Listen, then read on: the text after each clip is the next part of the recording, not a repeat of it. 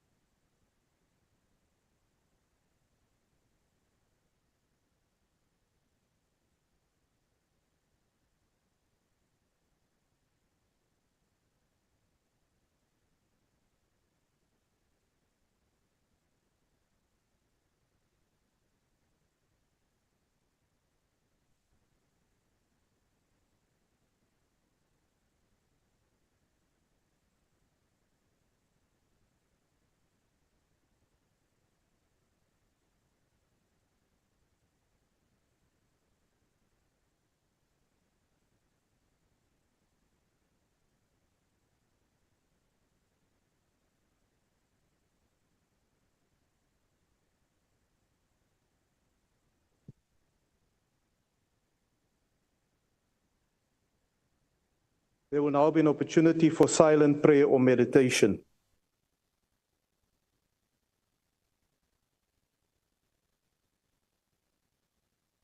Please be seated. The Secretary will read the first order of the day. Debate on 16 Days of Activism for No Violence Against Women and Children campaign, Letsema. Men, women, boys and girls working together to end gender-based violence and femicide. I now recognize the Honourable Deputy Minister. Order. I now recognize the Honourable Deputy Minister of Women, Youth and Persons with Disabilities. Honourable Chair, honourable members, thank you so much for the opportunity.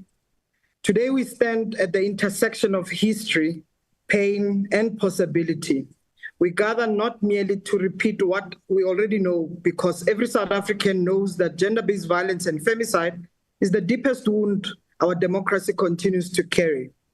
We gather to confront this crisis with renewed honesty, renewed radicalism, and renewed courage.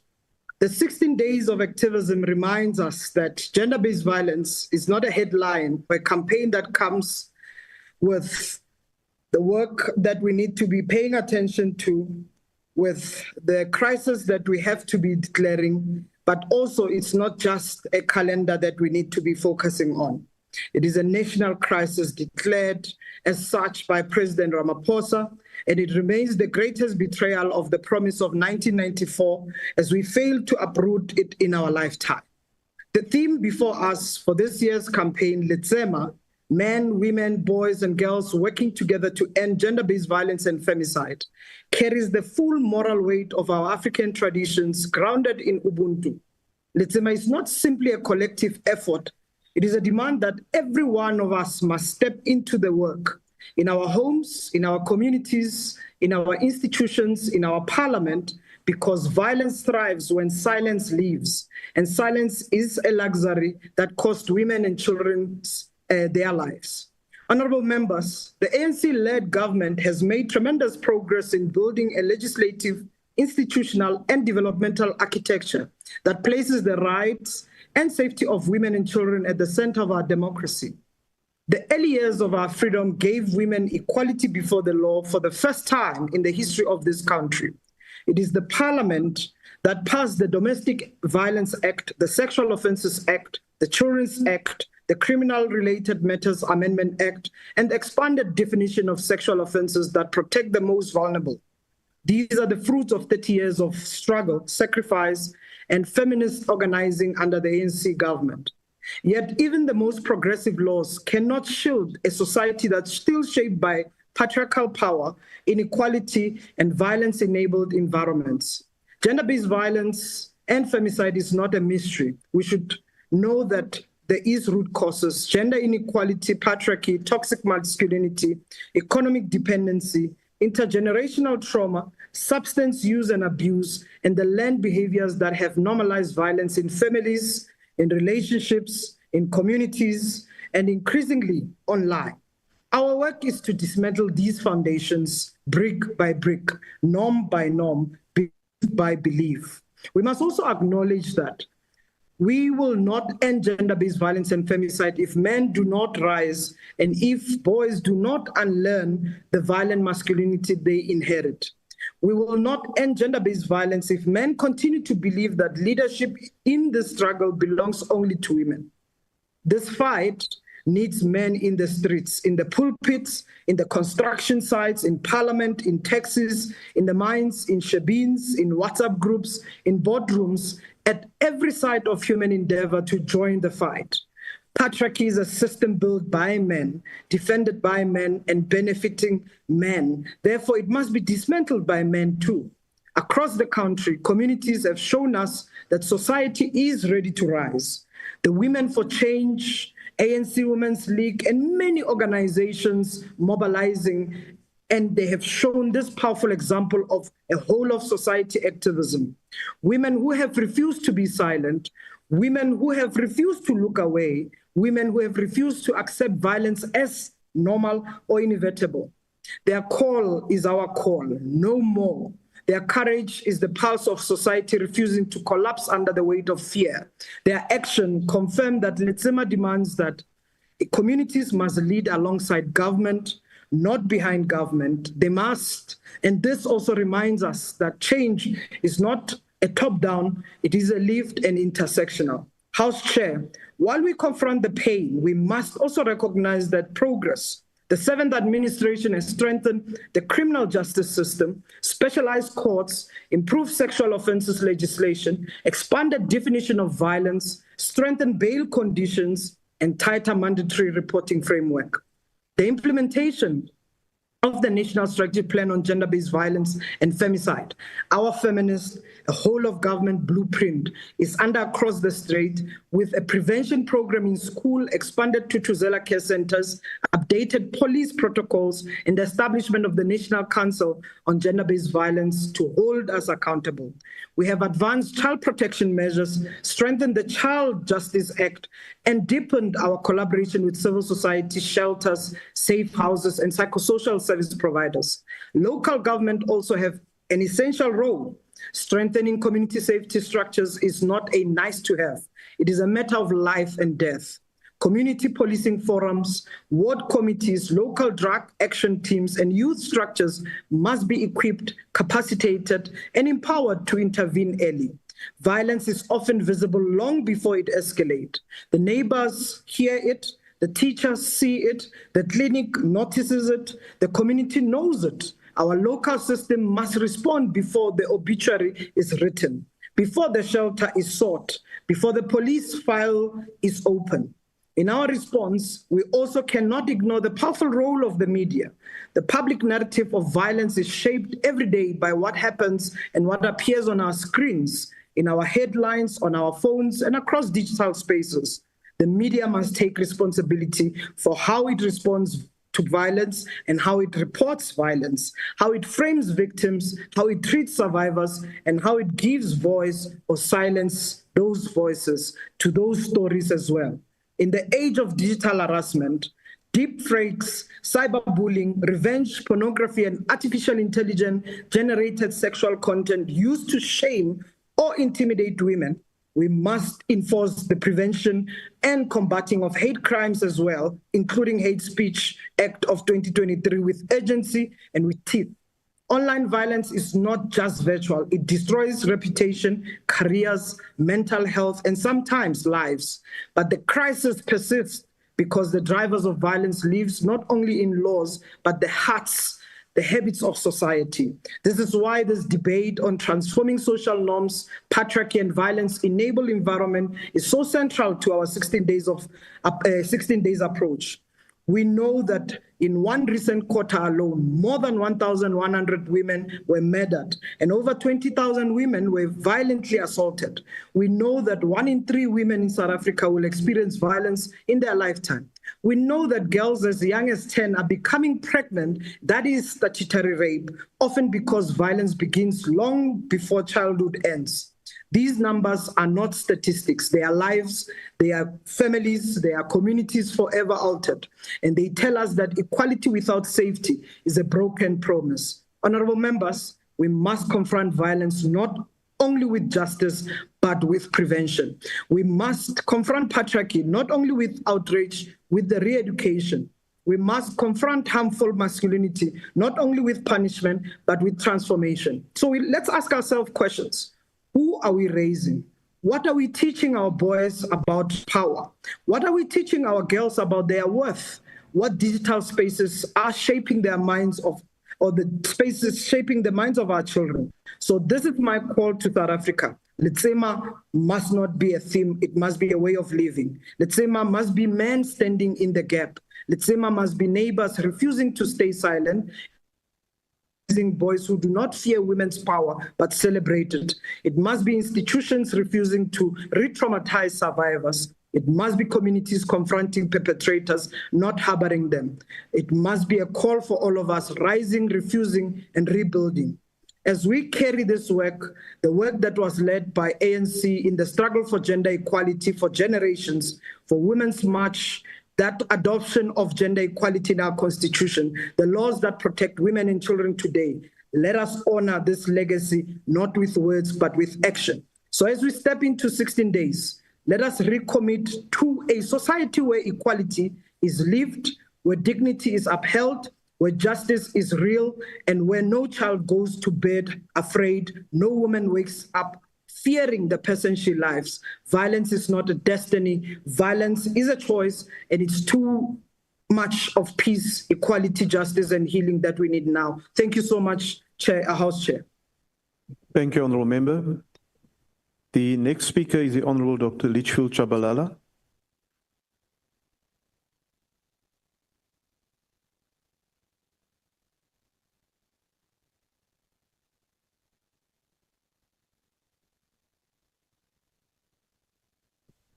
Thank you, Honorable Chair.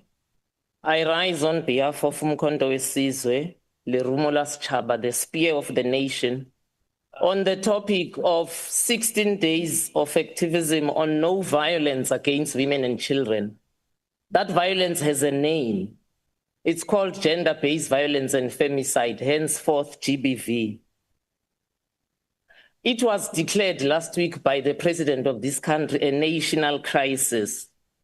But how is it a national crisis really? Because a national crisis is something of significance that suddenly takes the nation by surprise and alters the functioning of that nation. There is nothing sudden about gender-based violence. That's why in MK Party we call it a pandemic, not even an epidemic, because it is a global phenomenon. There is nothing sudden about it. It is endogenous with capitalism, meaning if capitalism and its highest stage, which is neoliberalism, were living organisms, GBVF would be to it like liver is to enzymes, or the mouth is to the saliva, inevitable. Neoliberalism is a violent system, and it produces intersectional forms of violence as it goes along. It has its origins, by the way. Nothing just happens. In the early days of capital, when European women were reduced to one of the commodities of trade and capitalism by their white male counterparts, capitalism started there in destroying what we know as an extended family and reduced it to what we were reduced to a model family. Only your parents are your family. Women lost the support structure of umamncane, umamkhulu, uragadi, ubabekazi. We were reduced to just one mother when we have so many mothers and so many fathers in our communities, because the names even say so. Ubabomncane, ubabomkhulu, umamncane, umamkhulu. But capitalism, to do this, and neoliberalism at its highest stage, did really violent things. Believe it or not, honorable members, in its heydays in Europe, capitalism asked a woman in court who had taken, as a survivor, taken his rapist to court. You would be asked, by how many meters were you penetrated? How many centimeters were you penetrated? Because then it would determine if it's a crime of passion or it's rape. Wow. By the time capitalism came here, it no longer asked that, because I think it called itself civilized and looked down on our local cultures. Now it was asking, what were you wearing? What were your gestures? What were you doing in a dark alley alone? Meaning, at the end of the day, there is something that you would have done as a woman to attract this rape. Let's bring this violence home. And before we do that, let's just be clear. Neoliberalism is a socio-economic system of choice for the African National the African National Congress. Yeah. It's a socio-economic system of choice. Austerity, deregulation, retreat of state from social services, all that violence was argued against by labor in 1994, and it was shoved down labor in this country. And neoliberalism is a problem because as the year goes, it becomes more bolder. I think which is why in a country where there's load shedding at OR Tambo and water shedding, we could still host the G20 with a smile. That's neoliberalism at work. One of the most dangerous countries to be in the world is South Africa. For me to get out of my house at Acacia and jog can cost this house to come to my funeral. Simple jog at 5 a.m. Or it's worse if you're an African woman, because this neoliberal violence is also intersectional. It goes by race, it goes by class, it goes by this bastardized thing we call African culture, based on customary law, which was written for us by Shepstein and his son, by the way. And by the way, that town, Port Shepstein, needs to change, because that's a very negative legacy. Because customary law is not African, but that's topic for another day.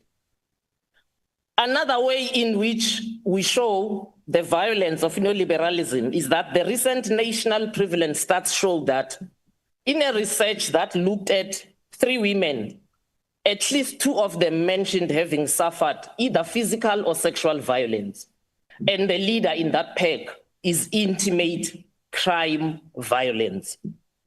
The UN Women 2024 feature confirms these statistics about us. The SAPS Crime Stats 2024-2025 confirm that the 4-quarter stats of this year shows a reduction of violent crimes everywhere, but not in GBF. It refuses to go away. But how can it? Because it is embedded within the neoliberal system, the socio-economic system which we chose in '94 without a gun on our head, willingly. The other stat that scared me is that between January and March 2025, over 10,000 rapes were recorded. We use the word recorded because we know that those who report are always under than those who do not report.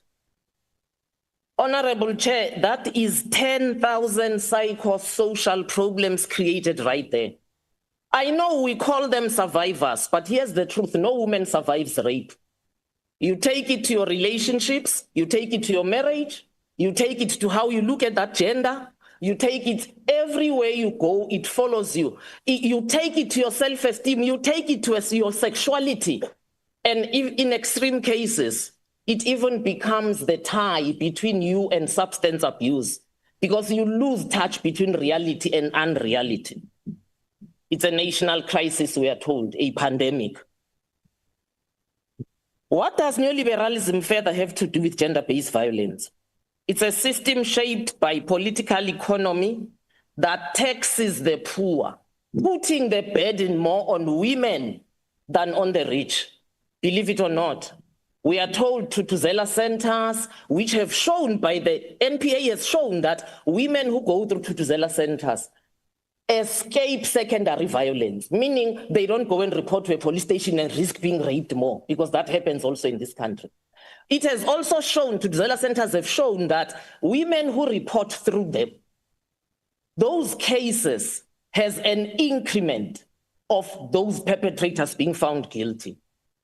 But the NPA report says we want more. How can we have more? When we have followed a system that separates tax evasion and tax avoidance, for companies to hide their assets and money, for companies to misrepresent, to misinvoice, to lie in essence, it's called tax evasion, and neoliberalism says it's not a crime. You are just being clever with your books, you have a good lawyer, you have KPMG on your side. But you can't do that for personal income tax. They will find you under the rock.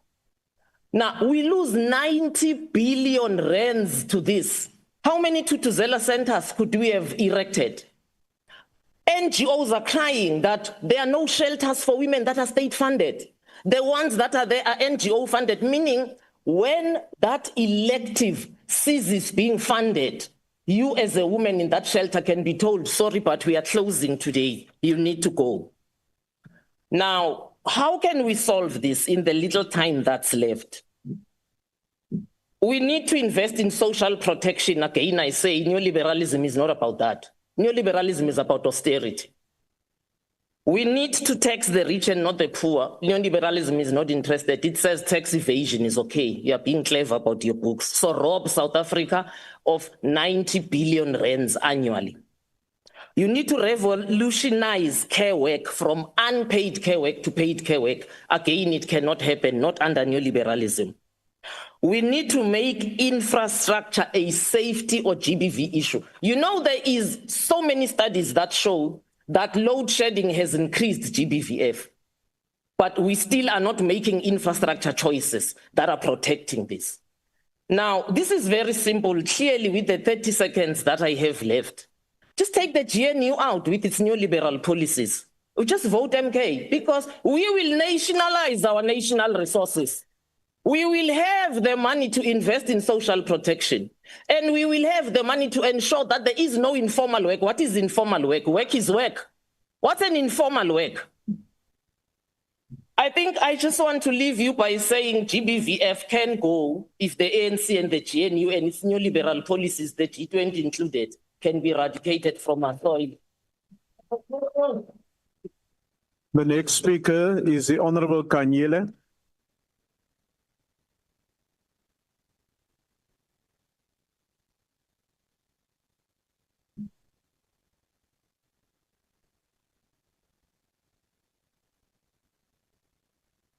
Honorable Chair, I rise today to echo my voice on the 16 days of activism for no violence against women and children.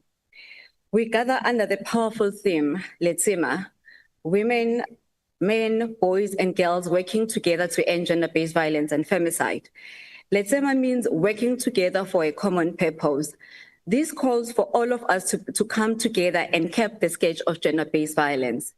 This also reminds us that no single gender, no single organization, no stakeholder can win the fight against gender-based violence and femicide alone.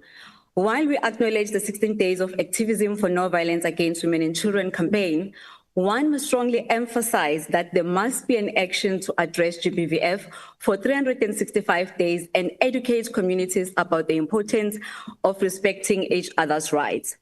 Gender-based violence in South Africa has reached epidemic levels. The first national South African gender-based violence study conducted in 2024 found a profound connection between substance use and intimate partner violence, which is deeply rooted in power imbalances and gender-based inequalities. While substance use and alcohol do not cause violence, they are both drivers and consequences of gender-based violence and femicide. Honorable members, President Ramaphosa declared gender-based violence and femicide a national disaster, which is a step in the right direction. We will keep a close eye to ensure there's ring-fenced budget and necessary resources are allocated for this purpose.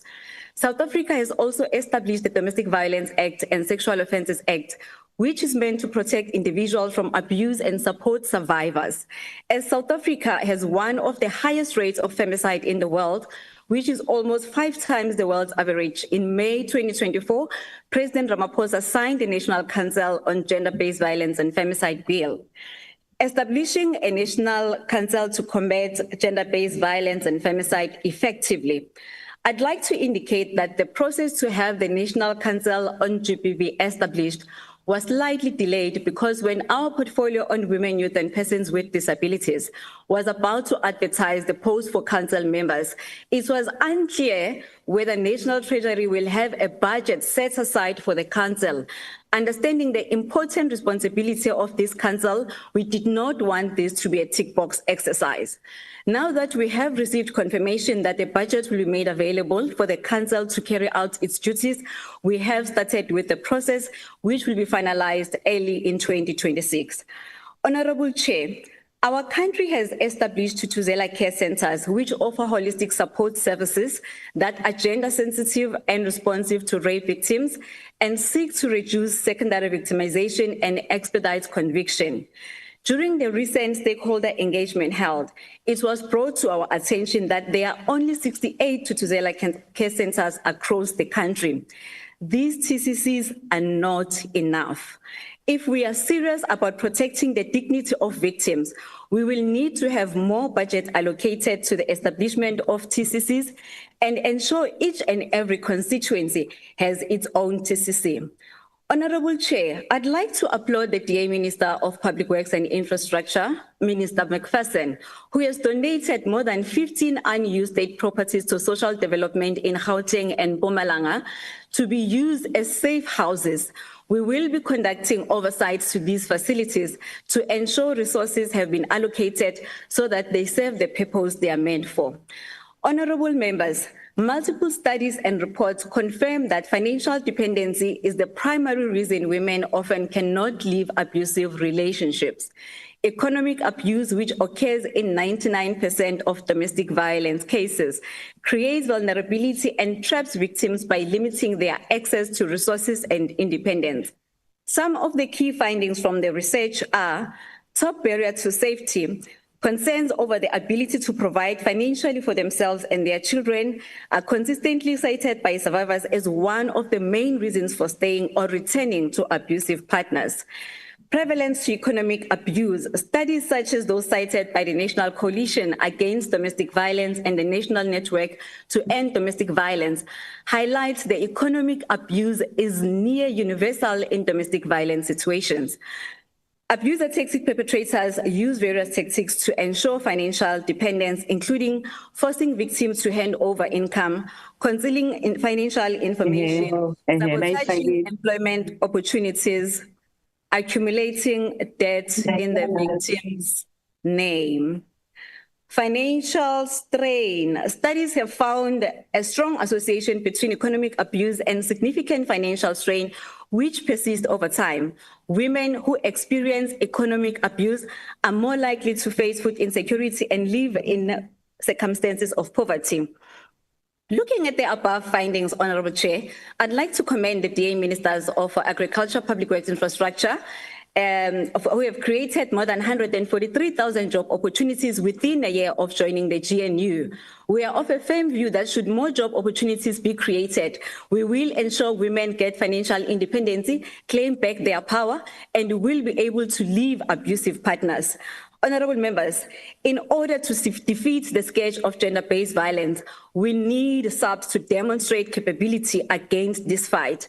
Recent reports from various NGOs indicate that SAPS is an obstacle in tackling GBV. They turn victims away. In some instances where minors are involved, they demand parents' presence to be able to open cases.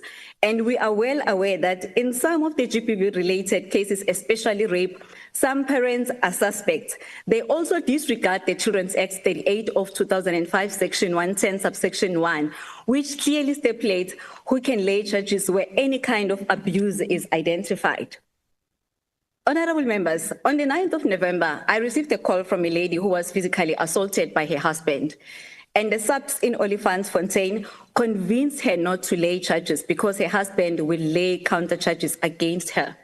Through our intervention, the case was finally registered and the husband was arrested. He was released from the cells without appearing in court, which is against the GBV procedure. When the husband, however, laid counter charges, the SAPS went to arrest her at night, broke down her door, and was eventually locked in a filthy cell which had pee all over the floor. The victim was secondary victimized by SAPS instead of protecting her. Through the intervention of the provincial commissioner, the responsible SAPS members were finally charged. We would like to urge SAPS to pull their weight and help us to fight the scourge of gender-based violence. I thank you. Thank you, Honourable Member. The next speaker is the Honourable Mailola.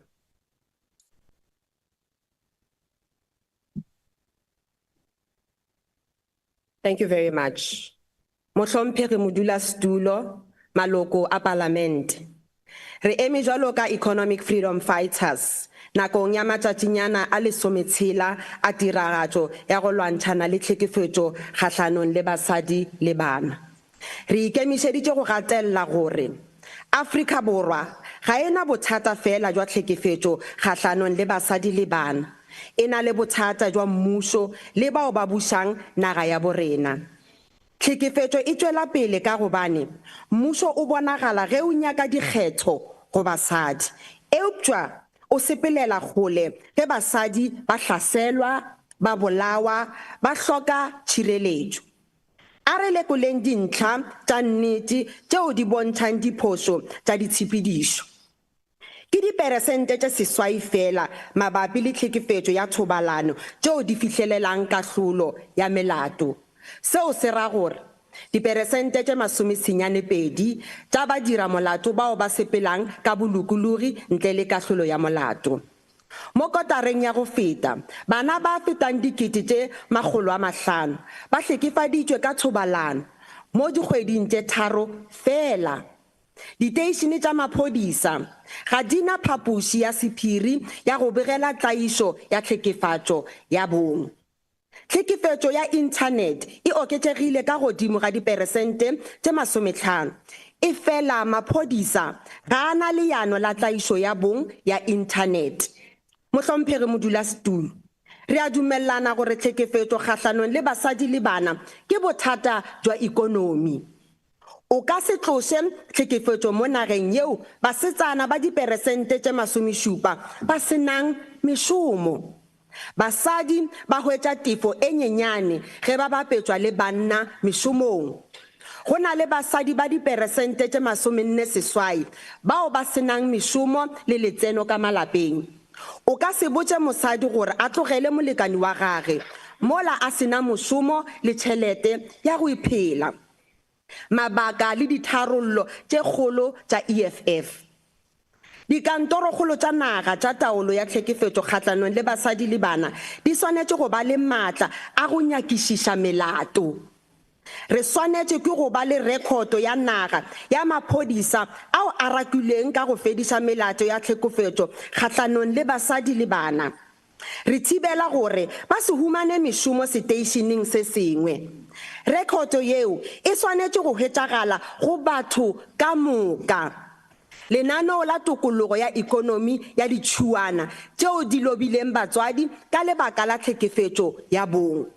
Thušo ya tšhelete ya nakwana yeo e lekanyeditšweng. Go beiwa pele go menyetla mešomong ya mmušo.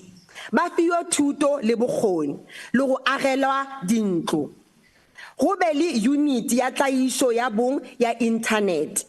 EFF e kgothaletša banna go ema le basadi go lwantšhana le tlaišo ya bong gomme ba šireletše basadi le bana. EFF e nyaka matšatši a 350 ya tiro ya nnete e seng matšatši a 16 a go sa re selo. Ke a leboga.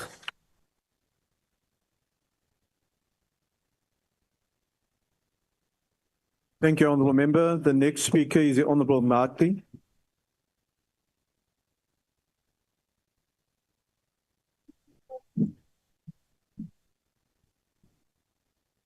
Honourable Chairperson,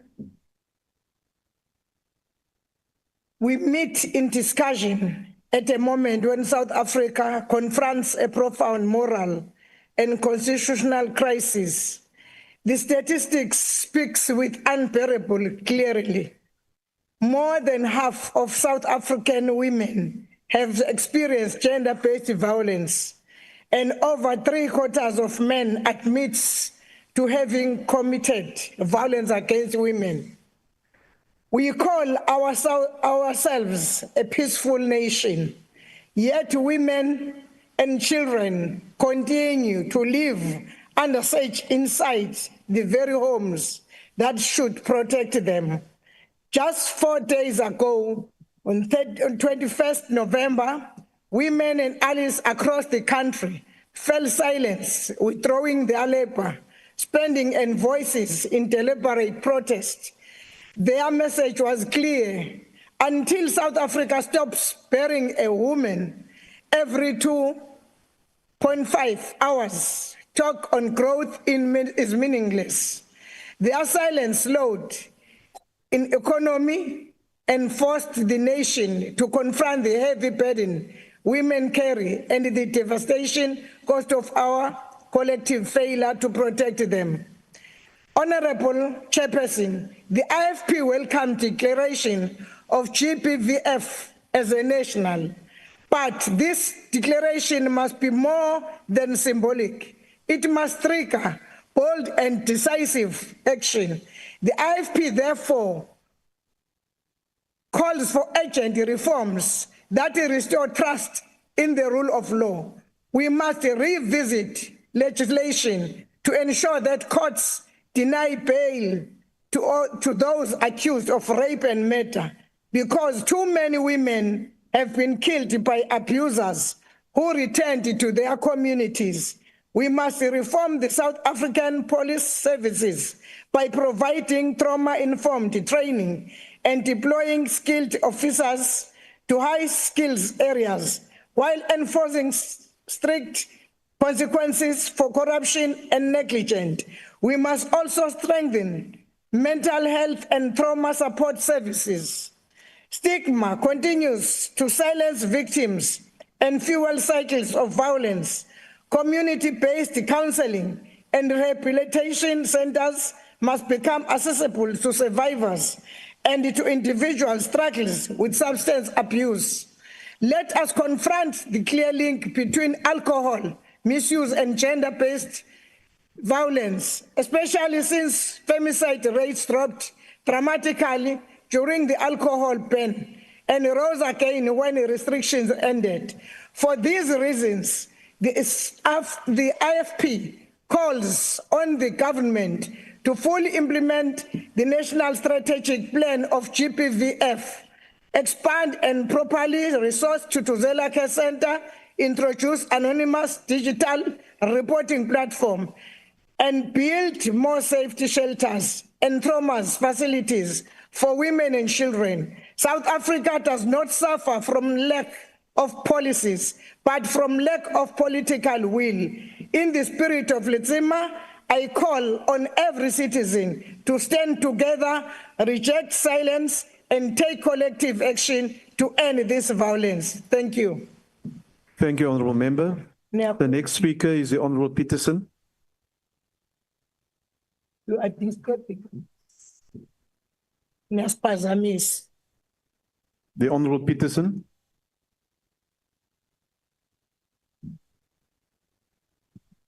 Thank you, House Chair. Honorable members, members of the public, not just close to home, at home, in the very streets we walk, raise our children, and build our lives in. The same streets that shaped us are now the very streets that strip us of our right to safety.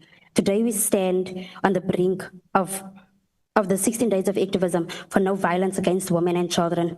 Our nation faces a brutal reality, a reality so undeniable that it forced our country into a standstill during the recent shutdown. South Africa did not shut down because communities were restless. It shut down because communities are bleeding. It shut down because women are being hunted in their own homes. It shut down because children are being violated by the very hands meant to shield them. It shut down because the cries of victims have grown so loud that the ground beneath us could not stay longer silent. We gather here for a war against a pandemic that has stolen mothers, broken families, shattered childhoods, and left permanent scars on our collective souls. The shutdown was not an act of defiance, it was an act of desperation. A country begging to be heard, communities exhausted from bearing daughters, exhausted from pleading for justice, exhausted from protection that arrives too late or never at all. It also revealed something undeniable. When societies rises with one voice, systems must move. When people refuse silence, institutions can no longer hide behind it. Let us be absolutely honest and clear, honorable members and members of the public. 16 days is not enough. We need 365 days of accountability and 365 days of consequences. Thank you. The next speaker is the Honorable Denner.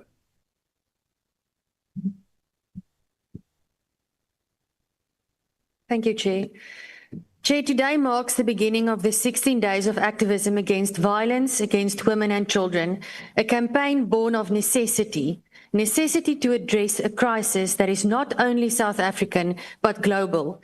Every 10 minutes, somewhere in the world, a woman is murdered. This statistic is neither abstract nor distant. It is an urgent call to action. Gender-based violence is not a uniquely South African issue. It is a pervasive international epidemic. Yet, South Africa stands out for all the wrong reasons. Our nation consistently ranks among those with the highest rates of violence against women and children. Femicide rates in South Africa are 5 times higher than the global average. These figures are more than statistics. They are a damning indictment of our society's failure to protect our most vulnerable. During the G20 period, the President declared gender-based violence as a national crisis. This recognition was a positive step. However, declarations alone are not enough. In the wake of the Uyinene protests in 2019 here in front of this Parliament, government announced multiple interventions, legislative reforms, improved policing, and the establishment of a GBV Council. Yet, here we are, years later, and the GBV Council remains non-functional. These failures are not mere oversights. They represent broken promises to women and children whose lives continue to be shattered by violence. The theme of this year's campaign, Men, Women, Boys and Girls Working Together to End GBV and Femicide, is ambitious but not unreasonable. However, it cannot be realized by individuals acting alone. Real progress demands coordinated, collective action and, most importantly, accountable leadership. Without this, our efforts will be scattered and our voices will remain unheard. It is not coincidental that the launch of the 16 Days campaign for this year aligns with the annual Judiciary Day and the release of the Judiciary's report. This overlap is significant as well, especially as our justice system faces unprecedented scrutiny at the moment. The failures of our courts, police, hospitals and schools to protect women and children are well documented. Public infrastructure is in disrepair and essential resources are chronically lacking. These systemic shortcomings are not simply administrative, they are life-threatening for women and children. With the declaration of GBV as a national disaster, more resources and funding will be unlocked. Yet, we must be wary. If government departments cannot manage basic services, if police stations lack working telephones and rape kits, if hospitals cannot provide trauma care, if schools are unsafe, then additional resources alone will not solve the problem. We have witnessed before, as in the PPE procurement scandals during a previous national disaster, mismanagement and corruption can turn well-intentioned interventions into wasted opportunities. The imperative is clear. Men, women, boys and girls must work together, but we cannot do this in isolation or without the full force of government accountability. If our leaders do not act decisively and transparently, we will be back here next year, reciting the same grim statistics and mourning the same preventable losses. Let this campaign be more than a ritual this year. Let it be a reckoning, a demand for change, for justice. Let us finally see government accountability and cooperation across the spectrum for the dignity and the safety of every woman and child in South Africa and beyond. I thank you, Chair. Thank you, Honourable Member. The next speaker is the Honourable Dr. Letlape.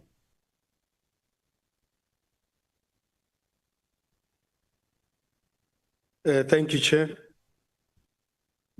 I speak today as a member of Action SA and a survivor of femicide. And I'll start by giving you a Tswana saying that says, Me o tshwara thipa ka fa bogale. And what that means is that the true protector of children are women, not men. And just to say where I come from, Letsema, it's a community-led and controlled process. The state might assist, but it's not a state-led process. It's a people's process. Now, in terms of the rules of the GNU, I declare a conflict of interest as I am vested in this topic. In the presence of the people of the world, we have declared GBV and femicide a national disaster. All of us who are males must hang our heads in shame. We had a responsibility we apportioned to ourselves, or as the saying goes, based on faith and cultural beliefs, and we have failed miserably in that respect. And truly, times have changed. We have a constitution that promises gender equality, and it demands of us to pronounce a different narrative. Man is no longer the head of the family or the provider, because we have failed in both. We rape our own babies and have failed to provide, as evidenced by the millions amongst us raised by single mothers and grandmothers. Where are the fathers and where are the grandfathers? Guess what? Even the rich, the employed men abuse and kill their partners. So on this matter, let us give apartheid a break and take responsibility as men of all tribes and colors and shades, irrespective of the size of their wallets, are killers of women. The indoctrination that women need to be financed by men to be independent should be reversed. What you need in a partnership is interdependence and mutual respect, not dependence on the male. The root cause of what we have is the power imbalance and disrespect for women. And unless we deal with that, we will never see the end of this pandemic. We need to re-educate all genders on these matters. Increasing budgets for rape kits and building more Tutuzela care centers means we are anticipating to continue killing and raping our women. So we need more centers to take care of them. We should be investing in education and health for all, characterized by the motto of the G20, solidarity, because it'll be for all of us, equality, because public and private won't make a difference, sustainable, because we'll concentrate on creating jobs, employment, so that we can collect taxes, that we use appropriately, that we do not loot, and we stop corruption. There should be no mitigation for GBV. There should be absolute intolerance, no bail, and a minimum sentence of life for femicide. The next speaker is the Honorable Meshu.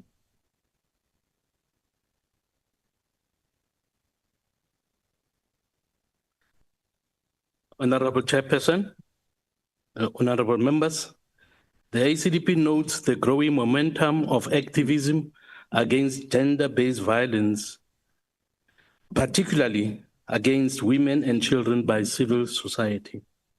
The Women for Change-led People campaign, which called for a national shutdown last week to coincide with the G20 summit, highlighted the economic and social costs of GBV by asking women to refrain from work for a day. This was not just a protest. It was a powerful warning and a call for change. If the call was not widely heeded, it was not because most women do not support it, but because so many women have to work to keep food on the table. The ACDP urged the P20 Women's Parliament to strengthen oversight, support survivors, and mobilize faith communities against GBV. We support Professor Jangis, Director of the Parliamentary Budget Office, who urged G20 states to invest in affordable, quality, child and elderly care services that disproportionately burden women. It is often said that those who have the money have the power. With nearly half of South African households being single parent, women-led households, many earning far less than men, education and salary equity are essential to reduce vulnerability. GBV is overwhelmingly committed by men to our shame, and many would not be abusive if they truly respected the dignity and worth of women. We are deeply concerned by delays in establishing and funding the National Council on GBV and Femicide. When will the President set the date? We want to know. The PC on women, youth, and people with disabilities rightly called for urgent accountability and gender-responsive budgeting. The ACDP calls for the full operation of the Council by March 2026, dedicated funding for survivor services and safe houses, rural prevention programs, and ethical leadership. We must not only speak against violence, we must also build up the systems that prevent it from thriving, and education, as our colleague has said, and ensure that those who promote GBV face the full might of the law. The ACDP stands in firm support of the 16 days of activism and campaign, and we wish that one day it will be 365 days of activism and not just 60 days until this evil thing that is called a crisis is eradicated. Thank you. Thank you. The next speaker is the Honorable Nontenja. Thank you, Honorable House Chair. This debate comes after South Africa witnessed a powerful moment of unity on the 21st November as thousands joined the national march led by Women for Change, calling attention to the country's ongoing crisis of gender-based violence and femicide. While we appreciate the intentions behind the 16 days of activism, we must ask, is 16 days enough? The UTM's argument is simple. Violence against women and children continues at an alarming rate despite this annual campaign. Why? Because for many institutions, the campaign has become a symbolic gesture. Speeches are made, posters go up, and the life continues as normal. We cannot rely on awareness alone. Survivors need consistent support, not seasonal attention. They need shelters, accessible legal services, trauma counseling, and effective policing. If these are not provided during the other 349 days of the year, then the campaign becomes a ritual rather than a solution. Really change demands ongoing action, not a 2-week spotlight. The campaign was never meant to replace long-term interventions. GBVF have been tearing apart our societies, and it is a critical criminal matter that knows no bounds, with children also bearing the brunt of this pandemic. Recently, we have seen the growing number of parents, particularly mothers, accused of selling their own children, often to traditional healers or for human trafficking. Remember the tragic story of a 6-year-old girl, Jocelyn Smith, who remains missing. Shockingly, this pandemic is now spreading in schools. Between 2021 and 2025, 176 teachers were found guilty of sexual misconduct involving pupils. Once again, we are faced with a situation where those who are entrusted with protecting the children are the abusers of the day. I thank you. Thank you, Honourable Member. The next speaker is the Honourable Ghana.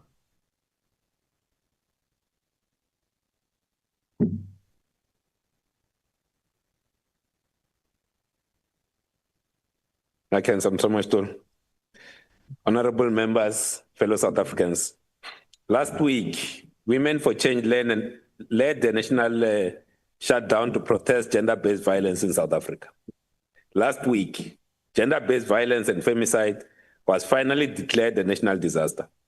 These are two major recent events, yet they only showcase the ongoing dangers that women and children have faced for years and years on end with no end in sight. Honourable members, South Africans have lost faith on our criminal justice system. South African women and children have lost faith in the men of our country. The violence and lack of accountability must end now. We must learn from those who have largely perfected dealing with large-scale crises, the emergency medical services.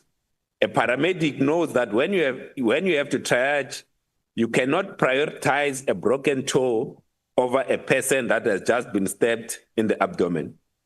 Similarly, we have to prioritize dealing with certain criminal cases. The murder, assault, and rape of women and children must be deemed priority crimes for the entire security cluster. From reporting to investigation to prosecutions and convictions, our entire criminal justice system must be reworked to rebuild the trust that South Africans have lost in it. We know that our detectives are overworked and overburdened. Still, they must ensure that murder, assault, and rape of women and children are at the top of the list of cases they investigate, and no case must be left unsolved. These cases must not only be solved timeously, but must be made prosecution ready. The prosecutors who receive these cases must also prioritize the speedy resolution of the court cases. Judges who preside over these cases must take due account to the impact of these crimes on victims, but also the broader society. Us as men must also recognize our role in this crisis. We are the main perpetrators of the emotional, physical, and economic violence committed against women. It is then vital that we take an active role in raising awareness around GBVF and changing the culture that allows for such violence. We must speak out against any man that mistreats a woman. We must continue to advocate for the safety of all women and children in South Africa. Let us stand together to ensure that every murder, assault, and rape case is solved and prosecuted. Let us stand together to build a society where any form of violence against women and children will be unacceptable to us all. Thank you, Honourable Member. The next speaker is the Honourable Schlazo Webster. Thank you, House Chair. Last week, we saw Women for Change lead women across the country taking to the streets and taking a stand in a national shutdown that went across the country, where we saw purple profile pictures, where we saw women of every race, of every class coming together to stand against gender-based violence. And the announcement by government that declared gender-based violence and femicide as a national disaster is welcome, but it was bittersweet, because while we can be proud of the fact that the idea that the power is in the hands of the people, and indeed amandla ngawabantu, it was bittersweet because it was a reminder of the number of women who, since there have been calls for GBVF to be made a national disaster, have actually died at the hands of violence. The number of women who've been raped, who've been sexually assaulted. It has taken too long for us to get here. But now that we're here, declarations alone are not enough. We have to ensure that we have urgent timelines, that there are concrete plans, that there's decisive action. And we also have to be clear that there are various truths that we can no longer ignore. And one of these is that in South Africa, offenders often reoffend, with many committing further violence against the same victims. In South Africa, we face one of the highest rates of recidivism.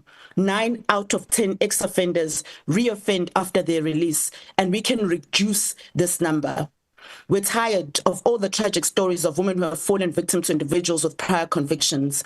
Many of us in this House and in South Africa will recognize the names of Uyinene Mkhwetshane, Karabo Mokoena, Anine Boyson, and many others, but we do not know the names or faces of their perpetrators. If they were released today, many of us would not be able to take measures to prevent being victims of a repeat offense by those perpetrators. And so if we are to make one meaningful impact during the 16 days of activism, let us as a House agree to prioritize working towards making the National Register of Sexual Offenders public and readily available. Let us put names and faces to offenders who roam our streets and make it into our workplaces and our homes. The Minister of Justice keeps reneging on its commitment to make the register public, which she first announced in January this year, and it's our duty to move when government sits on its hands. Making the register public is essential to protecting the safety of women, of children in our country. So let's not mark the 16 days of activism with words, but with actual intention. And let us make sure that we fight for this justice that we need as women in South Africa. Thank you. Is there a speaker on behalf of the ATM? Yes, Chairperson. Please proceed. Mandibulele kuwe esihlalo wendlu. Ndimi apha namhlanje phambi kwalendlu. Ndimele isininzi samakhosikazi nesankxwe sezilwilo esenzekayo ngokuhlukunyezwa kwamakhosikazi. Masiyibulele okokuqala i-declaration kamongameli welizwe lokudeclare i-GBV as a national disaster. Iwari inye kudala kwadeclarishwa, but i-implementation ingabikho. Ndiyafuna ukungqinelana nesithethe sangaphambili into yokuba le declaration yenziwe ngumongameli ifuna ukuba itshintshwe into program of action, ibe ne-time frames, kumane kuassesswa i-performance. How far have we gone in terms of implementing the declaration itself? Kodwa ke ndiyafuna ukuthi la department yakwa-justice ingekabi nayo i-capacity to deal ne-gender-based violence cases, sizoba sengxakini. Kuba ngelinye ixesha uyufumanisa into yokubana amapolisa wona kuqala awanayo that capacity to deal with i-gender-based violence. They are not, some of them are not trained for that. Udibana nawo bebakhulula abantwana besithi hambani niyoyixoxa isikhaya. Naba ke ngoku nanku ke lo muntu uhlukunyeziwe uhlala kulendlu, funeka phinde ahlale nalendoda ibimhlukumezile kuba kaloku ithuthuzela centers azina capacity to cater for bonke aba bantu. Siyacela ke kanjalo into yokubana indawo nendawo ingingqi iregion mayibe nayo ithuthuzela centers because omama nabantwana bethu abangamantombazana baphela bengamaxhoba kuba lokhu funeke bahlale nabaxhaphazi kweli gumbi linye. Sithi ke umazitrainwe ne-health workers in terms of dealing nalento ye-GBV iyawusincedisa kakhulu loo nto ukuqinisekisa into yokuba siyalithoba inani. Iwari kuthi kanye ngeli xesha le-16 days of activism kube double ukuhlukunyezwa koomama namantombazana. Masicenganeni bethu nasemcela urhulumente into yokuba i-system must be in place. Ayikho into impossible, but ifuna abantu abakwizikhundla eziphezulu babe committed, baziplane into yokubana imeko esiphila phantsi kwayo iyatshintsha. Enkosi mhlali ngaphambili. Thank you. I now recognize the Honourable Moela.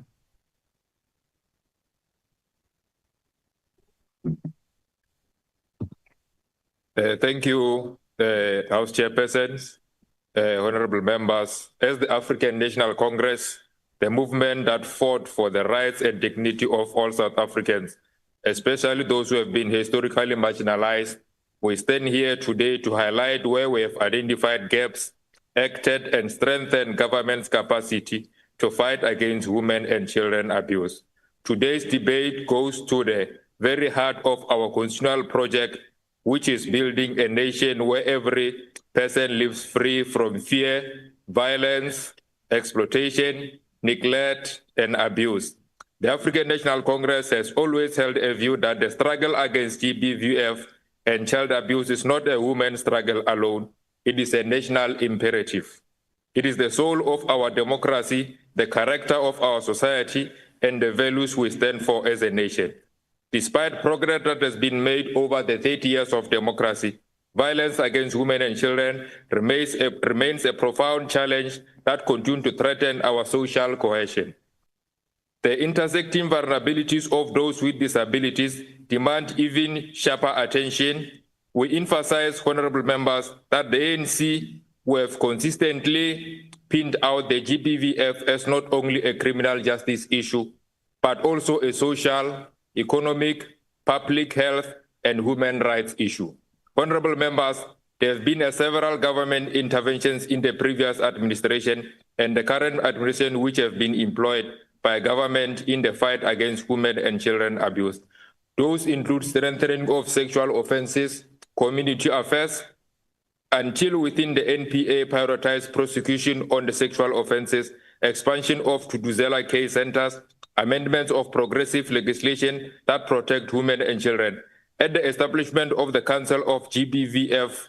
However, we must also emphasize that these interventions require a nation that is ready and willing to confront a fight against GBVF and uproot patriarchal norms. We equally, honourable members, welcome the President's calls to declare this cash as a national crisis. As a nation, we must also confront the challenges that come with introduction of new technologies and new digital platforms, because some of the perpetuates violence and cyber exploitation, which cause harm to our children. Digital technologies do bring opportunities, but they also bring dangers to our children, particularly those with development of cognitive disabilities. They face sensitive risk online. The government has made strides in this regard to protect our children through units like South African Police Service Cybercrime Unit, collaborating with Interpol to identify and disrupt child exploitation networks. It is, however, important that we as a nation also assist the government in our households, communities. My apologies, Honourable Member. Honourable Apiri on the virtual platform, please remain muted until you're recognised to speak. Thank you, House Chair. It is, however, important that we as a nation also assist the government in our households, communities, schools, and all other places that interact with our children. While we recognize that violence does not need a motive to occur, we must also acknowledge that the role of substance abuse and its link to neglect, domestic violence, and exploitation. Honourable members, substance dependency has a potential of intensifying poverty, child neglect, domestic violence, and community instability. This has been government efforts to try and address these issues. And those efforts include the establishment of the Central Drug Authority, expansion of public rehabilitation services and family strengthening programs, and the integrated school health program, which identifies learners that are at risk at an early age. Reporting by schools, clinics, community structures must be enforced because it remains a cornerstone for an early intervention. These institutions are often the first line of sight of abuse, neglect, and exploitation, especially for children and persons living with disabilities. There is a progress so far that has been made by government, which includes Children's Act and the Sexual Offences Act, which impose a legal duty to report certain forms of abuse. Although, honorable members, there have been challenges on mandatory reporting because of many educators, health workers, and community-based organizations, they lack training in this particular issue. They may find it difficult to recognize signs of abuse, particularly in children with disabilities or in online exploitative behavior. In conclusion, honorable members, as the African National Congress, we want to reaffirm to South Africans that our policies have legal frameworks, we have institutional architecture. What we require now is a stronger coordination and accountability, quicker implementation, community mobilization, and greater disability inclusion. The ANC remains unwavering in its belief that the fight against violence and exploitation is the fight to protect the soul of our nation. This is our country's mission. It demands courage, compassion, and collective responsibility. Let us honor children who we failed. Let us support the survivors who continue to build our nation. Let us respect persons with disabilities who deserve full dignity and safety. Let us respect our children, and let us ensure that our nation becomes a place where violence against women and children is not just condemned, but it is ended by us. We are saying not in our names. As I conclude, honorable members, I want to also congratulate the South African government for a successful hosting of a G20, the first time in South African soil, which was very successful, despite the attempts from Western imperialists to disturb it. We honor our children and we say not in our name. Thank you very much. Thank you. The Honorable Ismail Musa. Thank you, Honorable Chair. Tomorrow, Al-Jamaah's leader, in his capacity as Deputy Minister of Social Development, will together with the Central Drug Authority convene the 4th Biennial Substance and Alcohol Abuse Summit in Johannesburg. This summit also takes place against the backdrop of concerns about the alcohol abuse, which among other negative impacts on society. It is also closely associated with gender-based violence and femicide, GBVF. Gender-based violence and femicide is a critical issue, and Al-Jamaah welcomes the President's declaration at the G20 summit that GBVF in our country is a national crisis. The 16 days of activism for no violence against women and children should be treated as more than a campaign, but a call to action of Letsema for all men, women, boys, girls, media and film industries, religious fraternities, NGOs, businesses to stop being passive observers to GBVF. Government must increase and provide more support to places of safety for abused women and children. Al-Jamaah welcomes the President's declaration at the G20 summit declaring gender-based violence and femicide as a national crisis. The action to eliminate GBVF should match that crisis, and Al-Jamaah calls for the following action. Revoke the extension of liquor trading licenses.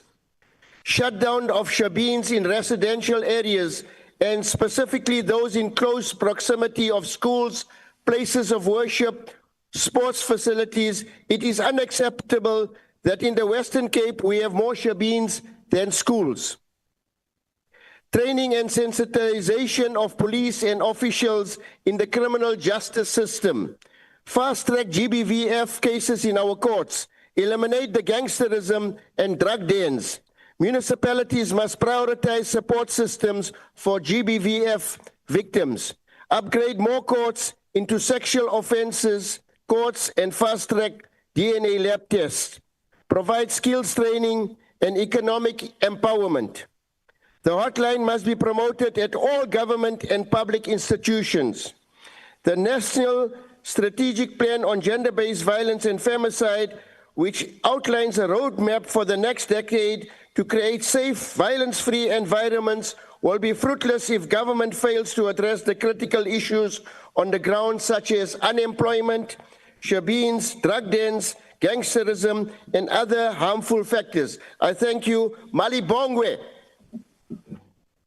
Thank you. Is there a speaker on behalf of the NCC? If not, then I recognize the Honorable Dr. Mahlatsi.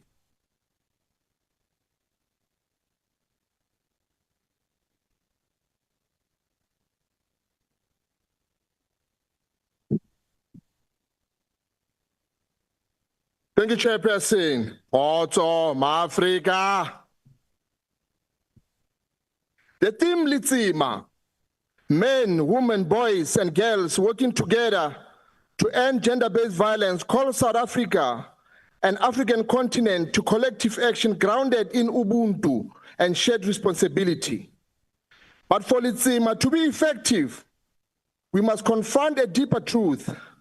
Africa possesses a wealth of scholars, academics, researchers, and professors who are fully capable of interrogating the complex root causes of gender-based violence and femicide.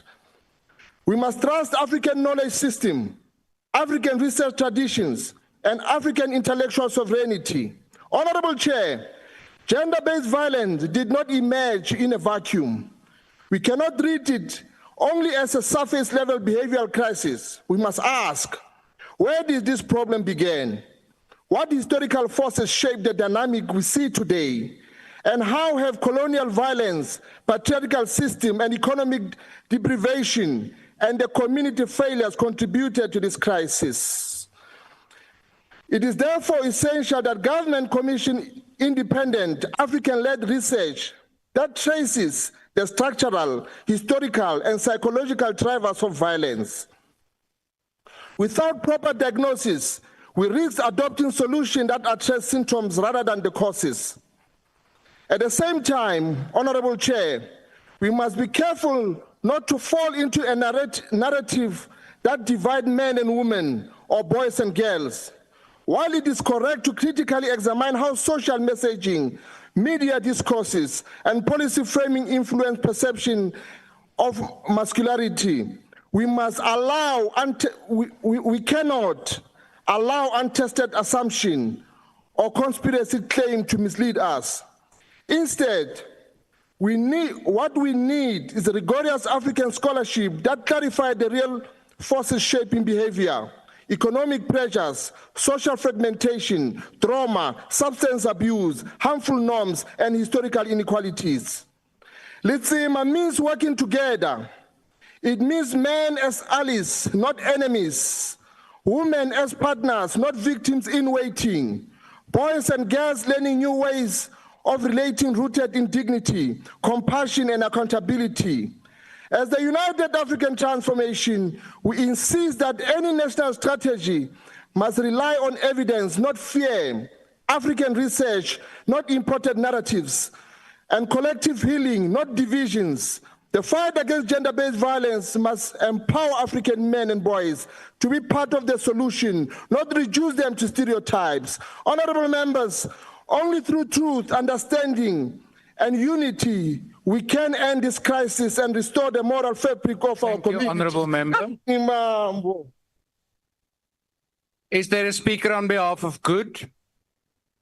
If not, then I recognize Honorable Schikkerling.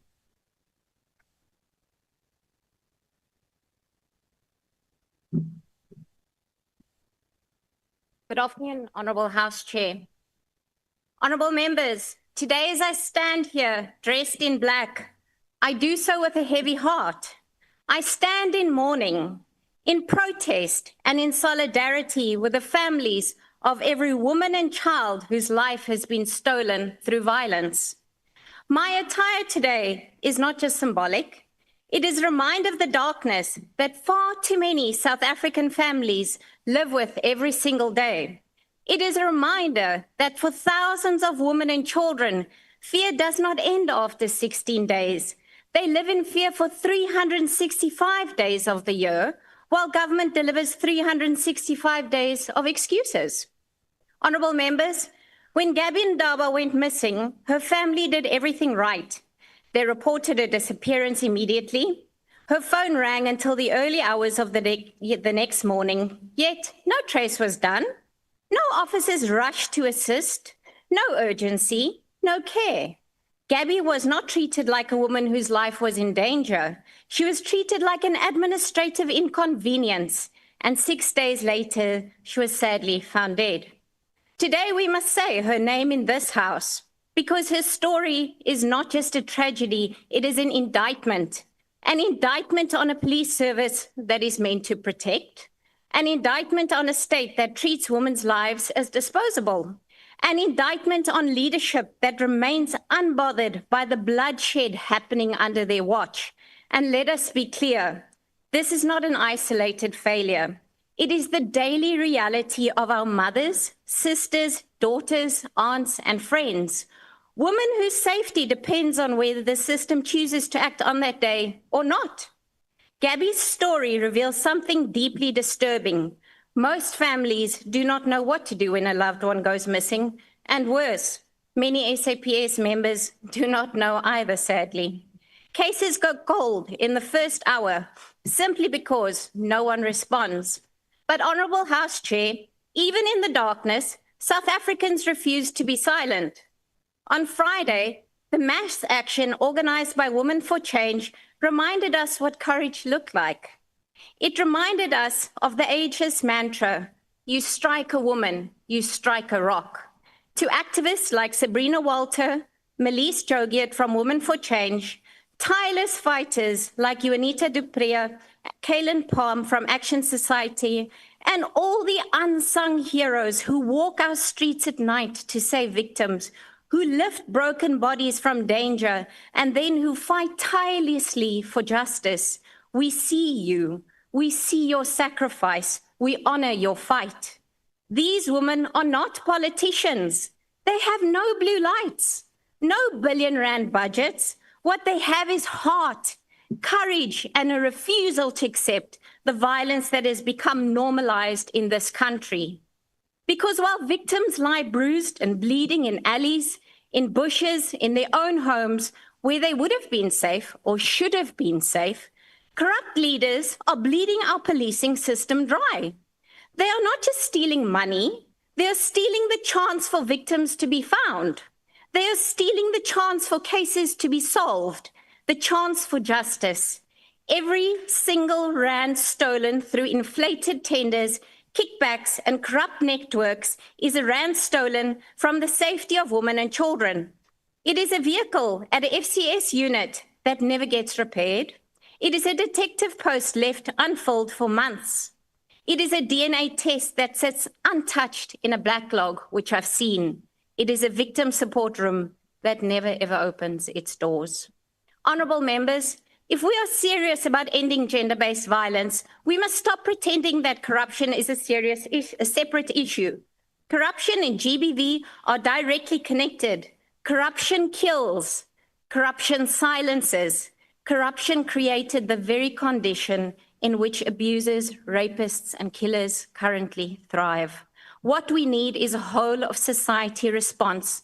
Civil society, business, faith communities, schools, families and government all working together on a response bigger than slogans and bigger than speeches, because every single life matters, every single one.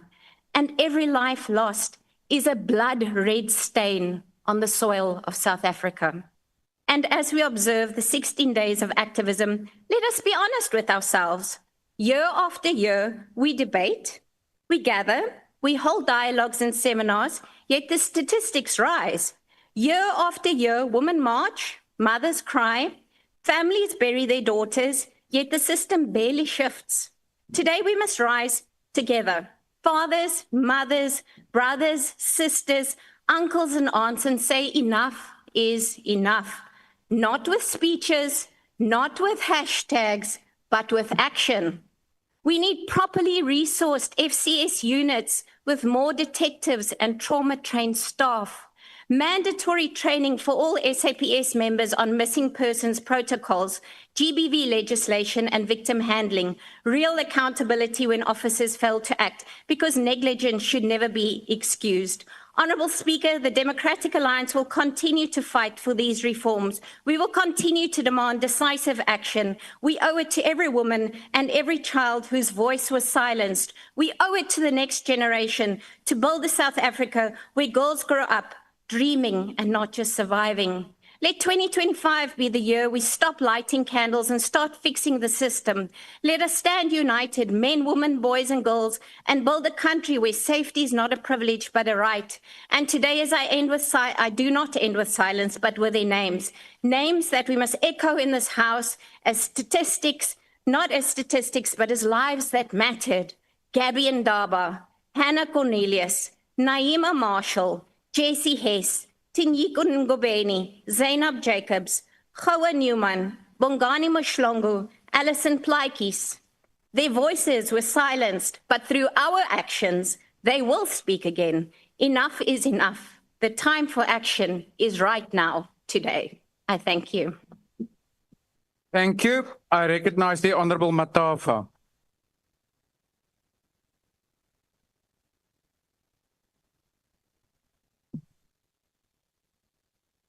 Thank you, House Chair, honourable members and fellow South Africans. House Chair, we participate in this debate to mark the launch of the annual 16 Days of Activism for No Violence Against Women and Children program. We recall the words of founding father of our democracy, President Rolihlahla Mandela, when he said a society's moral character is judged by how it treats its most vulnerable members, primarily by ensuring their fundamental rights, safety and dignity. Madiba's words echoes the provisions of Section 12 of the Constitution that states that everyone has the right to freedom and security of the person, which include the right to be free from all forms of violence, from either public or private sources, and not to be tortured in any way. This debate takes place just a few days after the declaration of GBVF as a national disaster by the President and by the National Disaster Management Center in terms of Section 23 of the Disaster Management Act, which was also welcomed by the Ministry of Cooperative Governance and Traditional Affairs.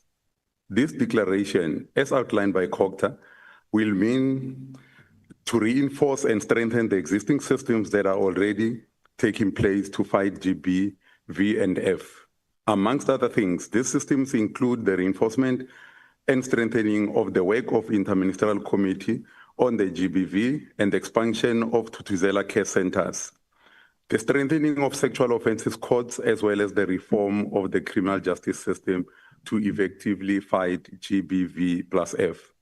The declaration of GBV and F as a social national disaster calls on all organs of state to strengthen their support to existing GBVF response structures, to fully implement their contingency arrangements, and to ensure that all necessary mechanisms are activated to enable the national executive to manage this disaster effectively. In terms of Section 22 of the Act, agents of state, the private sector, communities and individuals are urged to intensify the risk reduction and prevention practices through the implementation of GBV, F-related standards, procedures, and legislative measures.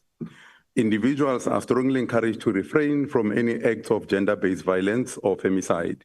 Further, the national, provincial, and municipal authorities are also advised, consistent with the Act, to implement multi-sectoral prevention, mitigation, relief, and rehabilitation plans to address the effects of this disaster holistically. Our focus in this debate will be on the strengthening of the state's response to gender-based violence and femicide and children's rights. As part of interventions undertaken by both Parliament and government, includes the amendments and passing of legislation that are aimed at legally strengthening the fight against GBV and F. Some of this legislation include the Social Offences and Related Matters Amendment Act of 2022, which is aimed at comprehensively and extensively review and amend all aspects of the laws and implementation of the laws related to sexual offences, and to deal with all legal aspects or relating to sexual offences in a single statute by repealing the common law offence of rape and replacing it with new expanded statutory rape offence applicable to all forms of sexual penetration without consent, irrespective of gender, as well as repealing the common law offence of indecent assault and replacing it with a new statutory offence of sexual assault, applicable to all forms of sexual violation without consent, amongst other things. Essentially, the Criminal Law Amendment Act criminalizes various forms of sexual violence and harassment and outlines procedures for reporting, investigating, and prosecution of sexual offences. This legislation introduced specific provisions that widen the definition of rape from common law and included other provisions relating to sexual assault and the grooming of children for sexual purposes. The other act is the Domestic Violence Amendment Act of 2022. The Domestic Violence Act provides legal protection and remedies for survivors of domestic violence, including protection orders and access to support services. The last crime statistics indicated that in respect of sexual offences, rape increased with Gauteng and KZN contributing 19.1% and 19.9% respectively to the national total. The statistics further indicated that women remain disproportionately affected by rape, assault, GBH, and murder. These statistics paint a picture that the war against gender-based violence and femicide is far from over, and it requires our collective efforts to win it. The children of our country continue to be victims of abuse and murder. This put our society as a failure on the test that Madiba challenged us many years ago, that our moral character will be tested by how we protect the most vulnerable of our society, including children. No child should be a victim of abuse and crime in our country. We should live by the principle that every child is my child, and that all of us individually and collectively have an obligation to protect our children and the most vulnerable in our society. The fight against GBVF and abuse of children remain the whole of government and whole of society approach. I beg your pardon. It requires the whole of government and whole of society approach. This means that civil society should join hands with the law enforcement agencies to fight GBVF and no violence to children.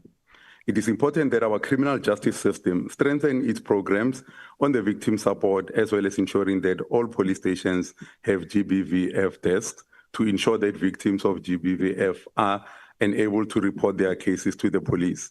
We note the various legislation that have been passed strengthen the fight against GBVF and violence on children.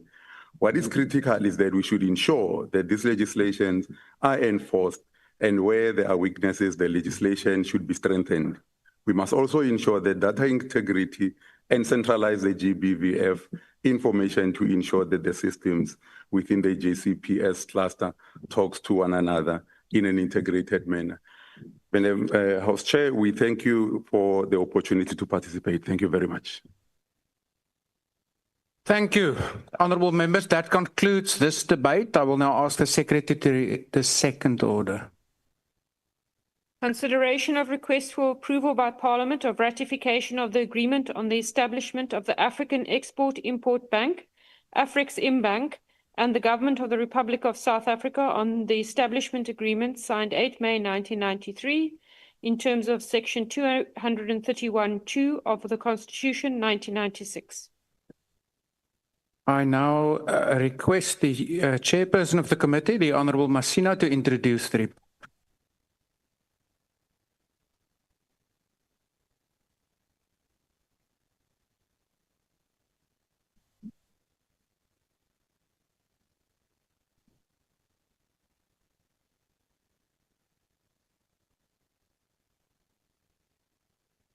The Portfolio Committee on Trade and Industry Competition considered the agreement for the establishment of the African Export-Import Bank on the 7th of October 2025. The African Export-Import Bank, Afreximbank, is a multilateral financial institution established in 1993 to facilitate and promote and expand intra and extra-African trade, with the subsequent establishment of the African Continental Free Trade Area. The Afreximbank has become the key support of the trade within the continent. While South Africa has a shareholding in the Afreximbank through Export Credit Insurance Corporation and PIC, it is currently not a full sovereign member of the Class A shareholder. This limits its say in the strategic direction and financial resources allocated to the bank.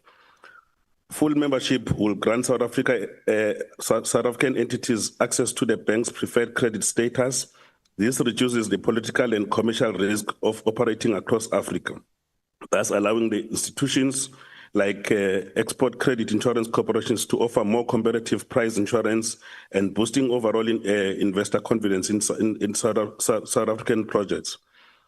Furthermore, this will consequently unlock the high-impact financial and strategic facilities, thereby driving inclusive growth and job creation, increase in export and investment by facilitating financial assistance of South African companies, commercial banks, and state-owned enterprises to expand into Africa, and finally, strengthening the economic linkages within the key African partners. In particular, accession to the agreement offers South Africa an opportunity to leverage financial and expertise for the implementation of strategic program and industrialization and such as support, such as the financial support on the special economic zone, and as well as industrial park, as well as investment and expand local production and boost value-added export. The promotion of local mineral beneficiation through access finance for the development of local smelters, refineries, and processing plants for strategic resources to ensure that the value is captured locally before export instead of the current pit-to-port trend. Supporting the integration of micro and small businesses enterprises into regional and continental supply chain through banks' existing platform, and accessing additional trade finances and support for their development across all sectors. Hence, it is in South Africa's national interest to become a full member, and South Africa's accession to the agreement will enable this.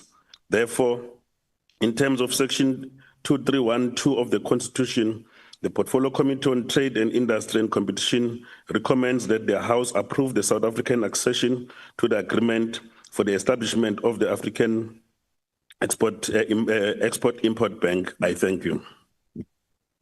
Thank you. Honourable members, political parties wishing to make a declaration will now have an opportunity to do so. The ordinary or usual time allocation will apply. The DA.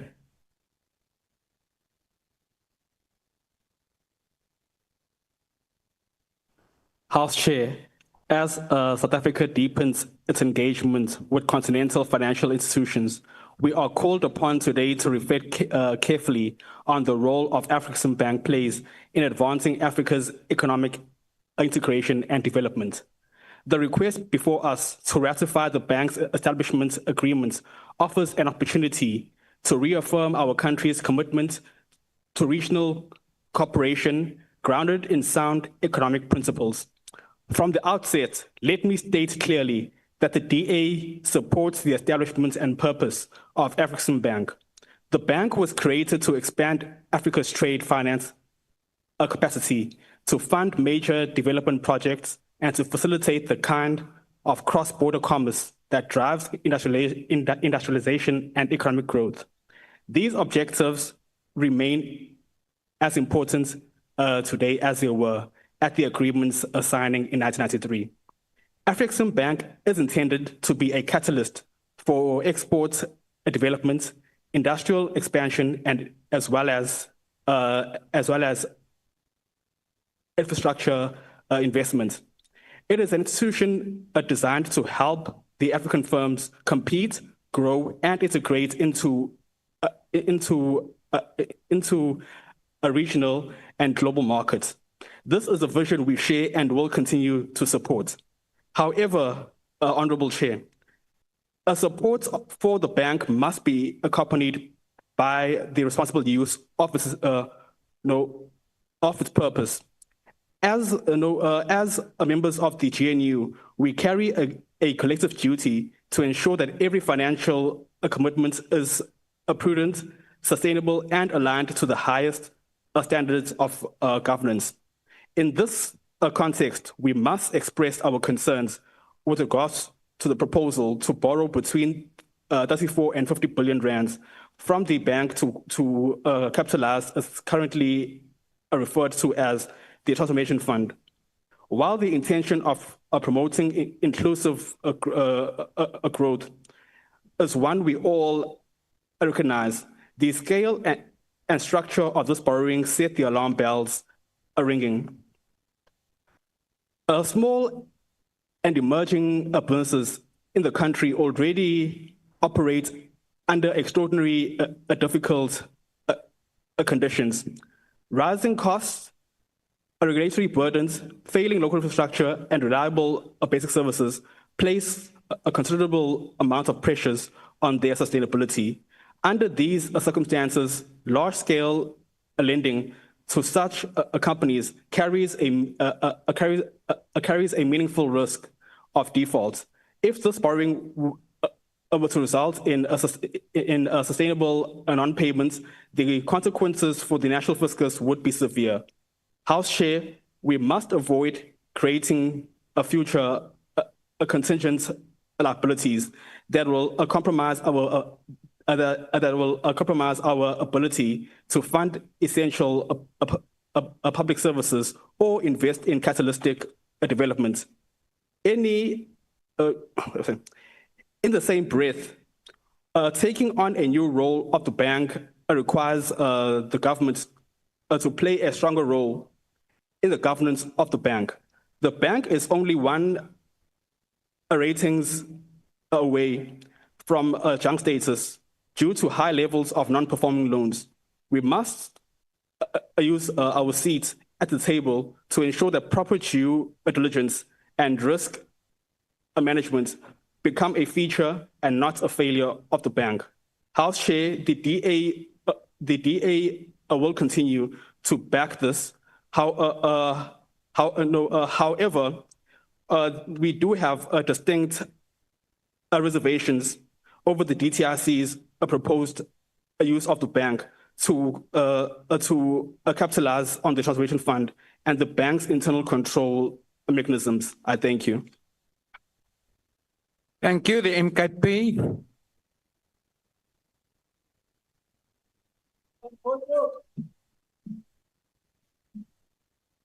Thank you, Honorable House Chair, honorable members. The MK Party bemoans the delayed ascension of South Africa as a sovereign to the board of the Afreximbank. For 30 years, South Africa has not been a sovereign member, but held Category B shares through the Export Credit Insurance Corporation. The absence of a sovereign membership has restricted the bank's ability to extend support to South African projects, with the result that a pipeline of projects north of $1 billion, which has been previously approved, has expired and not been implemented due to South Africa not being a sovereign member. In an era where we must advocate African solutions for African problems, the Umkhonto we Sizwe Party supports the upgrade of South Africa's membership in the bank, as it will facilitate intra-African trade and support regional integration through the African Continental Free Trade Agreement. This aligns with our people's mandate, emphasis on African economic cooperation and the strengthening of economic ties with the global South. It is our belief that sovereign membership will not only give our country industries access to a wide range of financing facilities, but it will also provide our people with much needed capital funding for industrial growth. A multilateral financial institution that speaks to our people's preference for African financial architecture as an alternative to neoliberal global institutions that continue to undermine and exploit Africa's self-determination will always garner our support. The reduction of neo-colonial influence and dependence on Western financial institutions through utilizing Afreximbank is the correct approach towards industrialization of our continent, and our party is committed to economic transformation, which ensures that the majority of our people who are excluded from gainful economic participation can be moved from the periphery to the center of economic activity. Mineral beneficiation, industrial participation, access to Pan-African markets, and the funding of industrial infrastructure is at the core of MK's party mandate. The MK party will continue to advocate for Black South African industrialists and other marginalized minorities such as women and disabled persons to access preferential financing and support. As a progressive force committed to economic transformation, the MK party will ensure oversight and accountability in how this temporary government allocates the $43 billion balance sheet unlocked by the Bank for South African Projects. We need to deal urgently with the existing infrastructure financing gap, which has been found by the African Development Bank to be between $130 to $170 billion across the energy, water, transport, and digital sectors, which requires to be transformed so that more Africans can take part in these industries. The MK party support funding that ensures that the control of production, the control of employment, and the control of investment decisions is transferred to the majority of our population and ensure that we reduce reliance on foreign direct investment in the resources sector, and we place a greater emphasis on developing domestic firms in manufacturing and tradable services. The MK party is a progressive force for good, which recognizes the need for our people to be employed, for the economy to grow, and to reduce discriminatory funding mechanisms in our economy. The MK party supports the signing process to South Africa's ascension in the Afreximbank board. Kwaza Mkondo, Kwaza. Thank you, the EFF.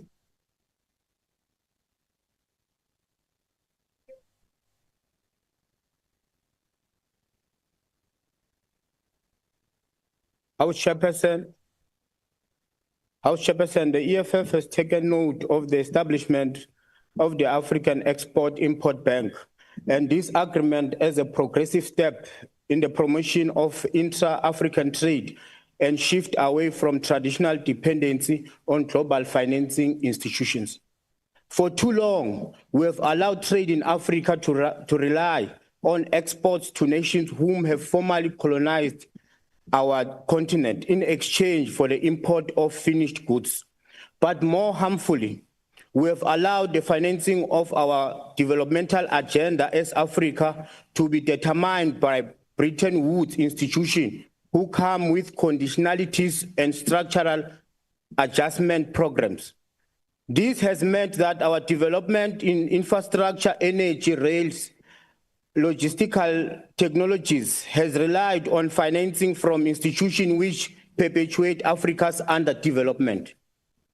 This agreement gives us an opportunity to finance our industrial objectives through mutual beneficial partnership within the continent. And this development must be welcomed. We must caution, however, that this initiative should not allow the cloud of Western nations and their self-indulgent policies to inform our trade and developmental agenda. When considering financing for energy security, let us not allow the nonsensical notion of abandoning prematurely and without reliable alternatives natural resources such as coal. When considering the expansion of digital infrastructure in the region and the continent, let us not be seduced by tech billionaires of fascism such as Elon Musk and Starlink, who are anti-transformation and have a nefarious agenda of US imperialism. Let us not use this agreement as a mechanism to advance privatization of rail, logistics, and energy, meaning we further decapacitate African states. Let us use this instrument before us to advance Africa's sovereignty, development, and trade. The EFF support this report. Thank you, Chair. Thank you, the IFP. Thank you very much, House Chair. May I request to keep my camera off for better connectivity objective. The IFP welcomes the report. This agreement represents an important step in strengthening Africa's regional integration, expanding intra-African trade, and enhancing the continent's industrial and export capacity. The African Export-Import Bank plays an important role because it helps African countries and businesses get money to trade, grow industries, and compete in global markets. By approving this agreement under Section 231, subsection 2 of the Constitution, Parliament helps South Africa gain better access to trade finance, investment, and economic growth. The IFP supports the committee's recommendation for the approval of the agreement. I thank you very much, Chair. Thank you. The PA.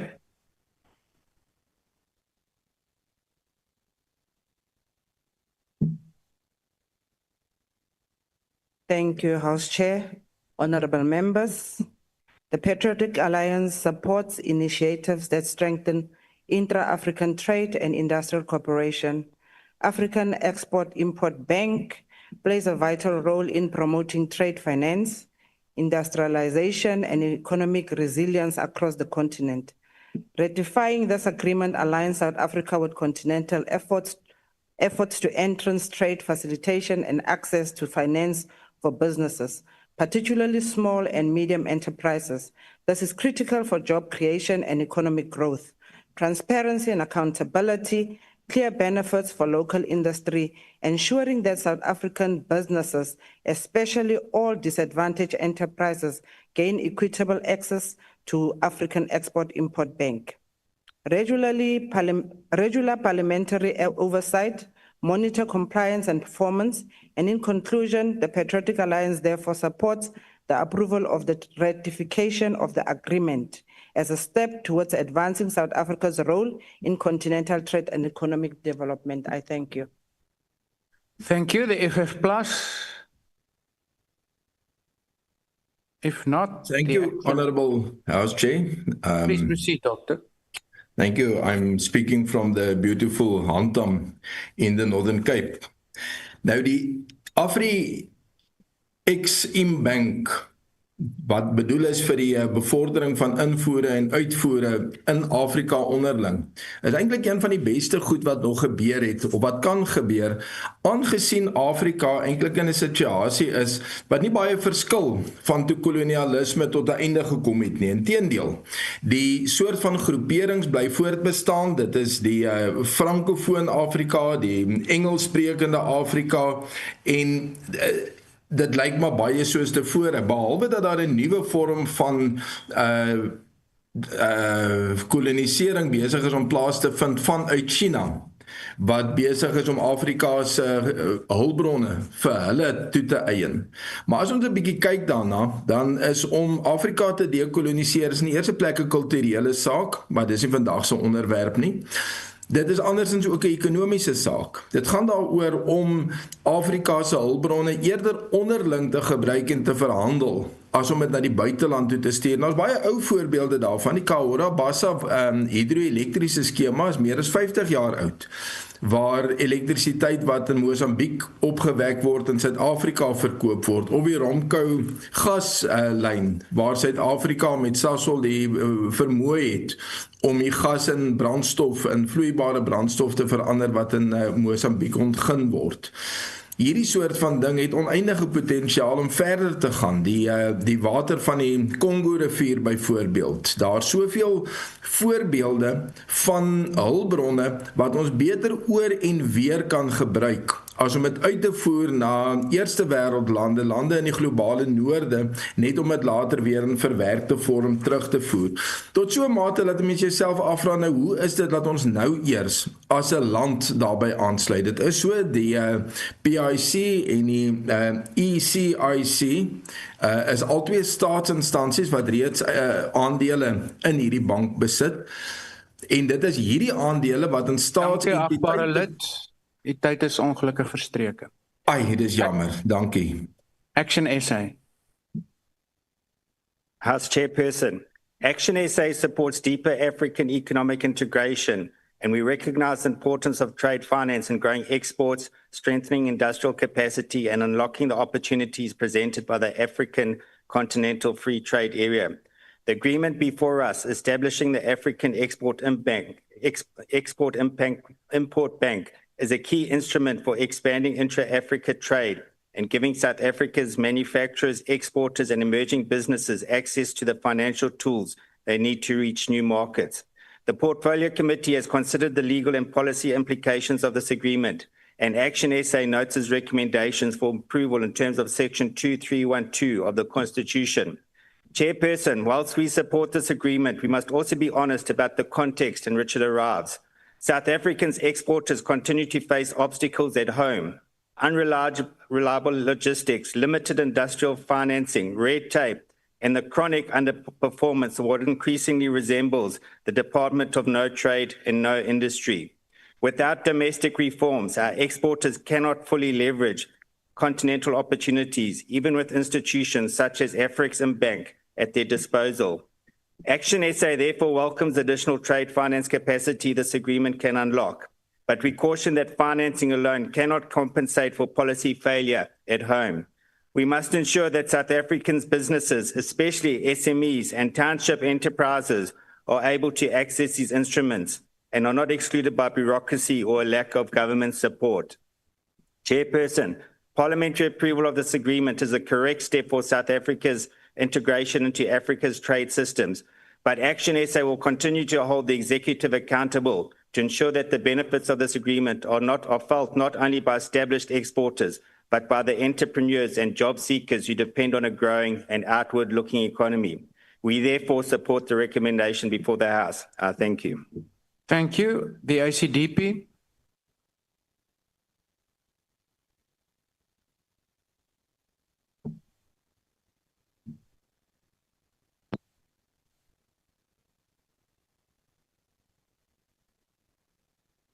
Thank you, Honourable House Chairperson. The ACDP notes the report of the Portfolio Committee on Trade, Industry and Competition on the request for the approval of the ratification of the agreement establishing the African Export-Import Bank signed in May 1993. This bank was created to facilitate and expand intra and extra-African trade, and today counts some 52 African states among its members. Its mandate includes financing industrialization, supporting the African Continental Free Trade Area, and strengthening Africa's sovereign economic value. The ACDP recognizes the potential benefits of ratification for South Africa, including access to strategic programs, trade finance, and industrialization support. However, we also acknowledge recent concerns.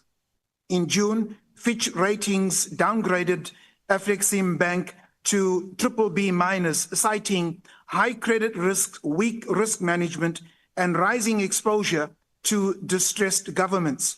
The African peer review mechanism similarly warned of stress indicators such as rising non-performance loans and sovereign risk concentration. Nonetheless, the ACDP supports this ratification, but insists that South Africa's participation must be accompanied by strong oversight, transparency, and risk management safeguards. We cannot afford to expose our economy to instability without clear accountability. As kingdom builders, the ACDP asserts that this ratification must be a step towards building Africa's trade capacity, and simultaneously, it must be matched with prudence and ethical stewardship. Thank you. Thank you. The UDM. Next on to serve for second. Thank you. Rise. Council will not declare. We support the report of the committee. Council Smith. Thank you. Bosa. Thank you, House Chair. Build One South Africa welcomes the report recommending the approval of the establishment agreement of the African Export-Import Bank. We recognize that this ratification is not merely a procedural formality, and that rather it's an important step towards strengthening South Africa's role in Africa's regional trade architecture and expanding our participation in a continent-wide effort to accelerate industrialization, to facilitate trade, and also to deepen economic integration. South Africa has to be fully aligned with this institutional framework, and this agreement brings us closer to that. However, as we welcome the step, we also must confront the truth that South Africa's ability to benefit from Afreximbank depends entirely on the strength and readiness of our own economic governance. And while Afreximbank can mobilize capital, it can't compensate for our own weak internal controls. It can't compensate for delayed reforms or the persistent inefficiencies that we've seen with the DTIC and its entities, which are a continuous struggle. A country can't fully leverage regional trade finance while it actually battles domestic red tape or slow project implementation or inconsistent policy signals. So if we wish to unlock the full opportunities that Afreximbank offers, the DTIC has to urgently strengthen its own capacity. And that means clearing some bottlenecks in industrial policy execution. So as Build One South Africa, we support the ratification of the Afreximbank agreement, and we call on the executive to match this strategic opportunity with the internal reforms that are required to ensure that South Africa is not left behind in Africa's economic future and in fact leads it. Thank you very much. The ATM. Al-Jamaa. Al-Jamaa, support the ratification of the agreement on the establishment of the African Export-Import Bank. Thank you. UNCC. PIC. UAT. UAT support the consideration. Thank you. Good. ANC.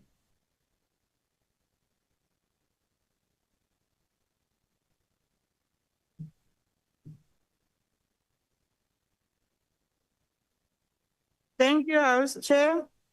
The ANC rises today in this House to express its strong support for the agreement for the establishment of the African Export-Import Bank, Afreximbank, which this House is considering for adoption. The ANC firmly believes that the agreement is far more than just a technical financial instrument. This agreement is a strategic lever to rebalance African position in global trade as it enables African countries to take ownership of their country's economic future. For the ANC, we have always maintained that economic liberation is inseparable with the political liberation. The bank creates a space for African countries to enjoy greater economic liberation by shifting trade financing away from international financial institutions and credit rating agencies who have historically imposed Washington consensus policies in Africa and dictated terms of participation of African countries in the global markets. Today, in the global economy where African goods face significant barriers, where access to finance remains a critical challenge for our small, medium, micro enterprises, provides a practical solution to unlock our trade potential and accelerate industrialization. This is important for South Africa because our manufacturing sector is struggling, our export bucket the diversification is limited, and our economy remains largely commodity dependent. South Africa's participation in the Afreximbank is both symbolic and strategic. It signals our country's commitment to regional integration as an envision of African continental free trade area. It operates, the Afreximbank operates by addressing a structural trade constraint such as storage of working capital for exporters lack of guarantees for cross-border transactions, absence of payment settlement systems, and high-cost logistics and insurance through Pan-African payment and settlement systems, intra-African trade initiative, guarantee facilities for SMMEs and project preparation. Honorable members, the bank is also geared towards increasing intra-Africa trade. Intra-Africa trade currently accounts for approximately 15 to 16% of the continent's total trade. This is far too low for a continent that has abundance of natural and mineral resources, talent, and innovation as us. The bank, through trade financing, investment guarantees, the advisory support can help African women-owned, youth-owned, persons living with disabilities-owned SMMEs to scale production, access and new markets, and compete globally. Fellow South Africans, this agreement also aligns directly with South Africa's industrial policy priorities by supporting sectors such as manufacturing, agro-processing, renewable energy, and services. It strengthens our capacity to create jobs and stimulate sustainable growth.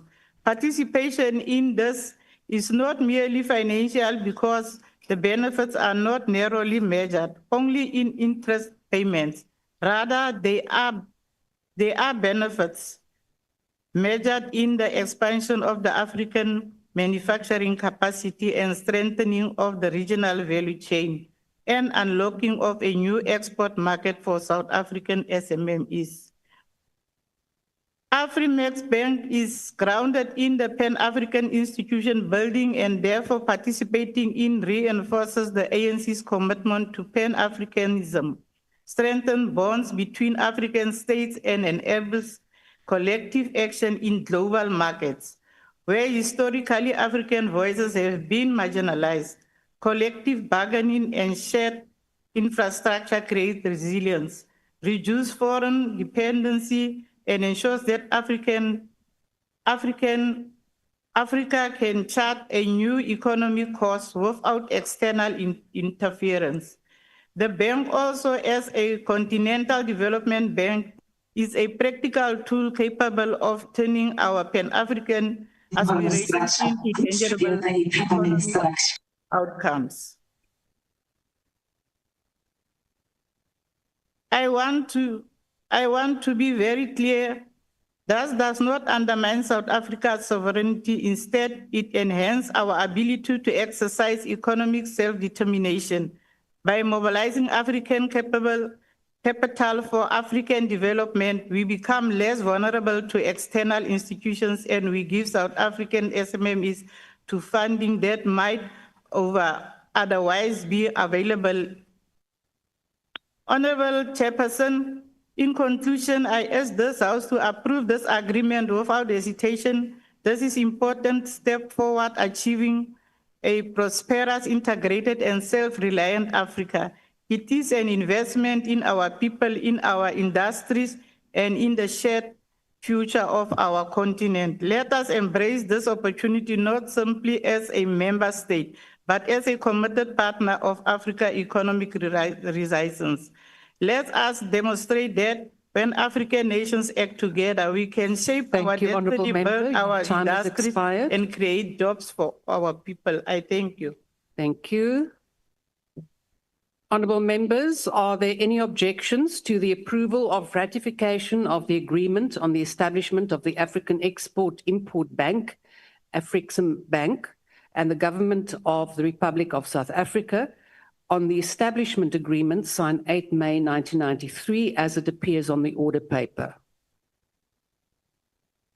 No objections. Agreed to. The Secretary will read the third order. Consideration of budgetary review and recommendation report of Portfolio Committee on Trade, Industry and Competition. I now recognize the Honourable Chief Whip. Honourable House Speaker, House Chairperson, your Deputy Speaker, Honourable Deputy Speaker. Honourable Chief Whip, we can't hear. If you perhaps just take your seat so that we can hear.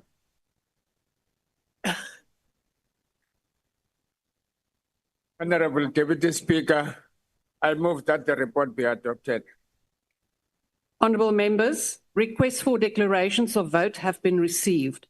I will now allow for up to 2 minutes, one member of each political party wishing to make a declaration an opportunity to do so. The DA.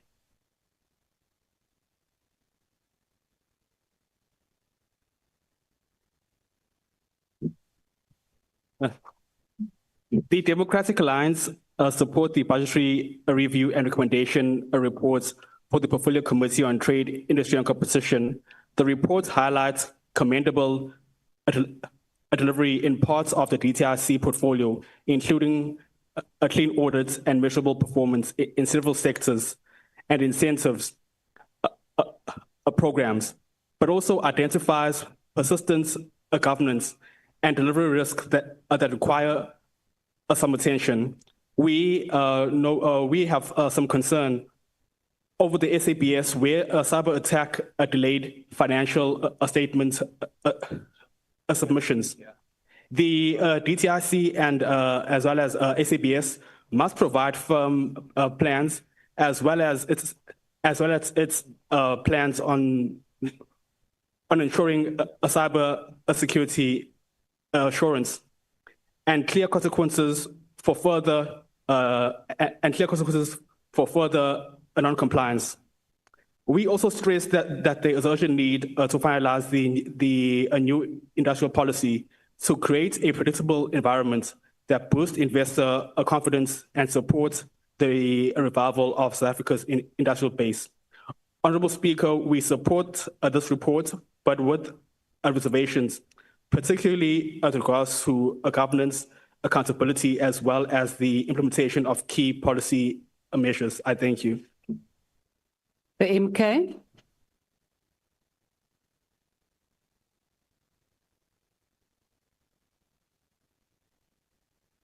Honourable Deputy Speaker, honourable members, the MKP rejects this report. Cry the beloved country. The budget review for the Department of Trade and Industry reveals how we cannot plan for our country's economy from London without ever visiting Johannesburg or Mkanduli or Kokstad. It is like the tale narrated by Charles Dickens of two cities where we all want to go to heaven and yet we're all going to hell. It is like having a perfect landing but at the wrong airport. These strange policies have not invested in the economic welfare of all the people of our country. Trade, industry, and competition does not create jobs. It does not grow the economy. It does not industrialize, and our people are still poor and hungry. The elite who have captured the state for the past 120 years are the only ones who have a stake in the success of our economy. The department spent all of its budget, but only achieved 2/3 of the objectives. That sums up the level of incompetence in a department that is charged with the hopes and aspirations of our people. The failure of the GNU and its neoliberal policies that excludes 80% of our population from the economy is glaring and hidden from plain sight. We should not expect anything as inequality, poverty, and joblessness continues with no intervention from this department. It has become crystal clear that these budgets are here to serve neoliberal interests and not those of the majority of South Africans. Under Mkhonto sees our people will have jobs, industries will grow, and the economy will thrive. We expect nothing from economic policies crafted without any reference to the lived realities of our people. Take it, Ale.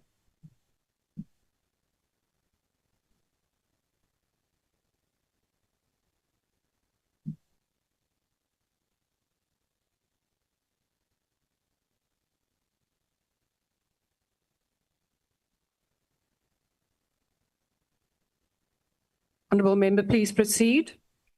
House Chairperson, the EFF cannot in sound mind support this budgetary review and recommendation report because it represents the collapse of trade and industry which has come to characterize South Africa today.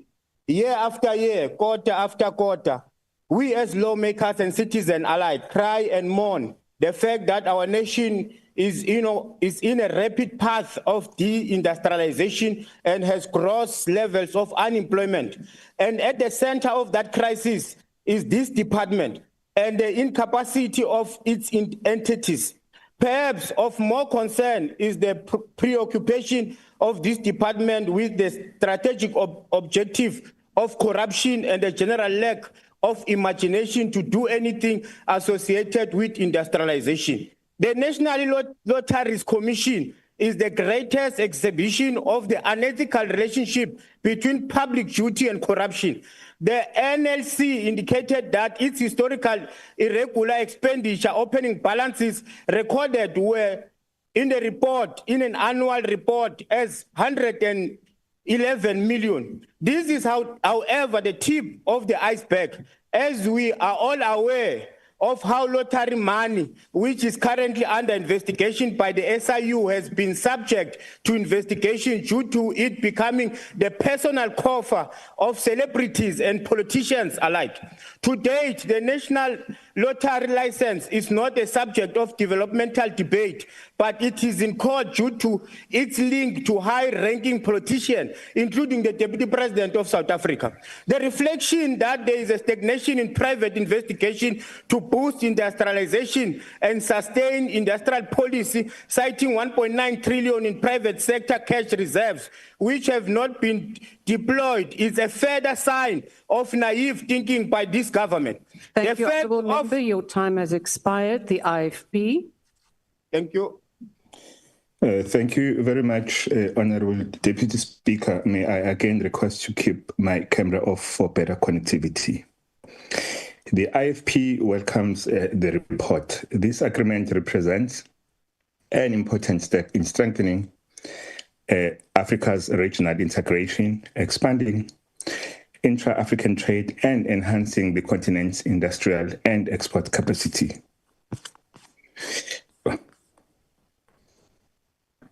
The IFP acknowledges the attainment of a clean audit. However, we express our profound concern that the DTIC achieved only a portion of its targets in 2024-2025, despite spending 99% of its budget. Firstly, strategic execution is falling short, as the very slow progress in creating jobs is holding back real economic transformation. This is worsened because the Transformation Fund, a vital support mechanism for Black businesses, remains stalled and unfunded.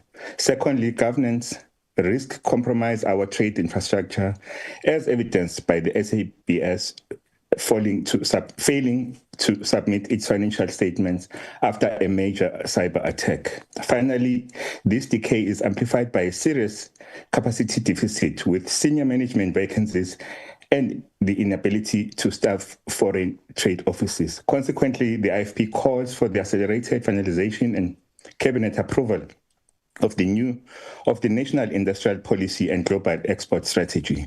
We further call for the immediate implementation of the SABS remediation plan with firm consequence management. Lastly, we urge prioritizing the filling of all critical senior management and foreign economic representative vacancies to restore capacity. The IFP accepts this report but stresses that achieving a clean audit is meaningless if the department cannot effectively convert public funds into sustainable jobs and economic opportunity. Thank you very much, Honourable Deputy Speaker. The PA. Thank you, Deputy Speaker. No declaration, but we do support. Thank you. The Freedom Front Plus. Dankie, agbare adjunct speaker. Hierdie B-AAR verslag van die Departement van Handel en Nywerheid het goeie en slegte nuus. Die goeie nuus is die departement het 'n skoon audit Nog goeie nuus is dat die SEZ, die spesiale ekonomiese zone in Limpopo beklaar blyklik op die lange baan geskuif is of glad nie meer gaan gebeur nie nadat die Chinese besluit het dat hulle dit nie meer gaan finansier of daaraan gaan deelneem nie. Dit is baie goeie nuus want dit is ekologies baie sensitiewe gedeelte en dit was op pad om 'n ekologiese ramp te wees. So dis baie goeie nuus. Dan is daar ook die goeie nuus dat die program vir aanmoedigingsmaatreëls of die incentives program soos dit in die verslag staan, baie suksesvol was en hulle doelwitte oortref het. Hulle het die doelwit gehad om 6000 werksgeleenthede te skep, toe skep hulle 11656. Dis goeie nuus. Slegte nuus is dat die administrasie slegs een van 6 doelwitte kon behaal, dat die SABS herhaaldelik kuberaanvalle beleef het en nie kan rapporteer nie omdat hulle stelsels eenvoudig tot niet gegaan het. Maar die heel slegste nuus is dat die afdeling wat gaan oor transformasie, dat daai afdeling eintlik net hoeveel is dit nou van sy doelwitte kon bereik. Hy kon net 2 van sy 7 doelwitte bereik. En waar hy die plan gehad het om 200,000 werksgeleenthede te skep, skep hy toe 1215. Nou dit beteken, ons het hier 2 benaderings tot op ekonomiese groei. Die een sê, dwing transformasie af, dit breek die ekonomie, dit keer transformasie. Die ander benadering is, kom ons moedig ekonomiese groei, en as dit die oorhoofse doelwit en die styl van die regering was, dan kon hierdie ekonomie in 14 jaar verdubbel het. Ek dankie. Action essay.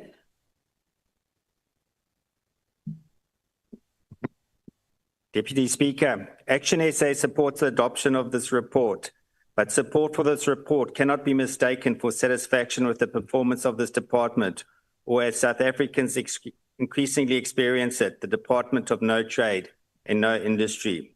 Despite administering billions of rands and being entrusted with driving inclusive growth, the department continues to fall short where it matters most, creating real job opportunities. The transformation program promised 200,000 job opportunities. It delivered just over 1,200. Deputy Speaker, in a country with more than 12 million unemployed people, this is not a missed target, it is a moral failure. Action SA has shown that job-creating interventions can work when they are designed with accountability and clear outcomes. Our proposed Opportunity Fund is precisely such a model, one that channels resources directly to entrepreneurs and small businesses with measurable job creation requirements. Deputy Speaker, the same failure is seen in the so-called SPARZA Fund. Not a single cent was dispersed. Zero, zip, nil. At a time when township entrepreneurs are desperate for recognition and funding, and while foreign-owned SPARZA shops continue to dominate, the government did not even support one local SPARZA shop owner. This is exactly why Action SA has launched our SPARZA for Locals campaign to demand that South African township businesses receive the support this department keeps promising, but never delivers. In conclusion, Action SA supports this report because Parliament must maintain strong oversight, but let it be recorded. We expect the Minister to treat these failures with the seriousness they deserve. South Africans do not need more plans, summits, or frameworks. They need jobs. They need jobs now, and they need this department to do its job and deliver. I thank you. The ACDP.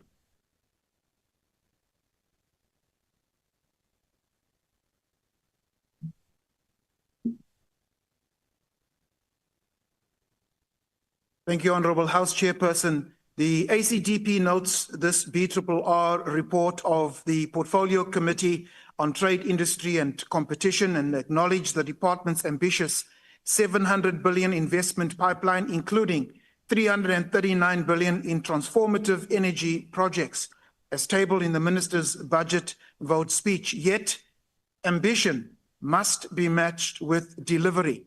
The South African economy continues to face sluggish growth, with GDP expanding by only 0.6% last year and unemployment persisting at 32.9%.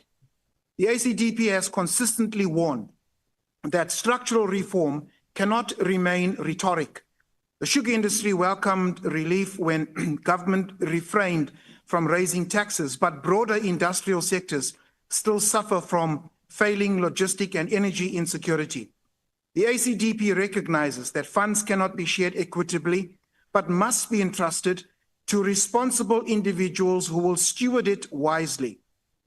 Industrial revival must empower entrepreneurs, strengthen local manufacturing, and uphold ethical governments.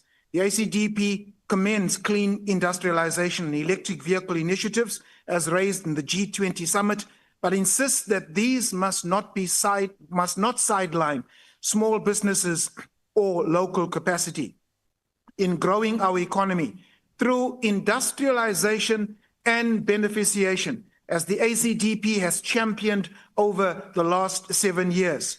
We call for transparent timelines, measurable outcomes, and stewardship that rewards responsibility and not rhetoric. Thank you. The UDM. Thank you very much, Deputy Speaker. Industrial localization and beneficiation must remain at the core of South Africa's economic strategy, especially the industrial policy. The country must add value to its exports, particularly minerals, to create jobs, strengthen industrial capacity, and enhance competitiveness in global markets. Local value addition strengthens supply chains, reduces vulnerability to price fluctuations, and generates sustainable employment opportunities for everyone, especially South Africans. Recent developments, including the European Union's 50% steel tariffs, highlight the necessity to diversify South Africa's exports markets and broaden the export basket for our country so that we can create jobs here in South Africa and also taking advantage of the Continental Free Trade Area Agreement. We believe that industrial market concentration remains a significant challenge in South Africa, which has to be addressed by the department. New entrants often struggle to reach global markets in sectors such as agriculture unless they are part of established industry bodies, and small-scale miners face barriers in accessing resources, finance, and export channels. Manufacturing share of GDP has fallen, as many of you know, from about 20% in the 1990s to 12% because we've allowed a process of deindustrialization to occur, which now leads to a situation where imports exceed exports insofar as this matter is concerned. This trend reduces productivity gains and limits employment in labor-intensive sectors in South Africa in particular. And these are some of the things, in our view, that the Department of Trade and Industry has to undertake and do to resolve the growth strategy of the country. Also internally, some of the entities, for example, like the National Lottery Accounts Commission and the National Credit Regulator, do experience some governance challenges, including weaknesses in governance, compliance, and systems, including... Thank you, Honourable Member. Your time has expired. Rise.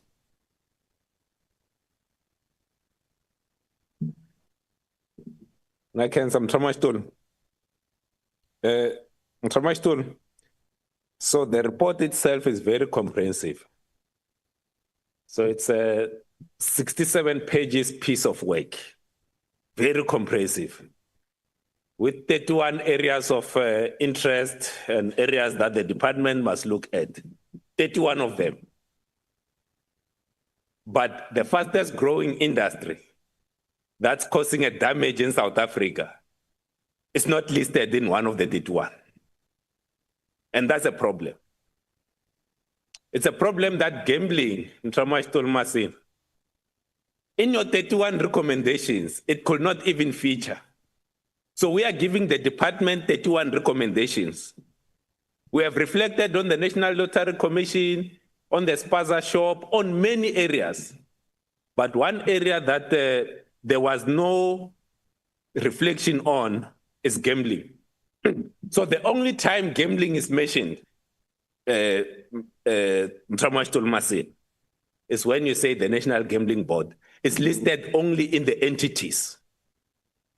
In the 67 pages of the BRRR, the only time the word gambling appears is when you mention the entities.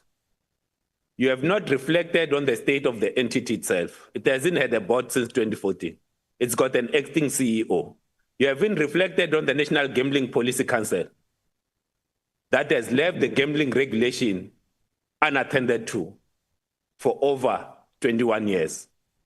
And I was hoping that when I look at where the legislation is concerned, you are going to reflect on the need to amend the National Gambling Act. Whilst there's work on the 67 pages that has been done, it's lacking. We'll support the 31 points that you have raised, but we need 5 more points on gambling. You can sustain them. Bosa.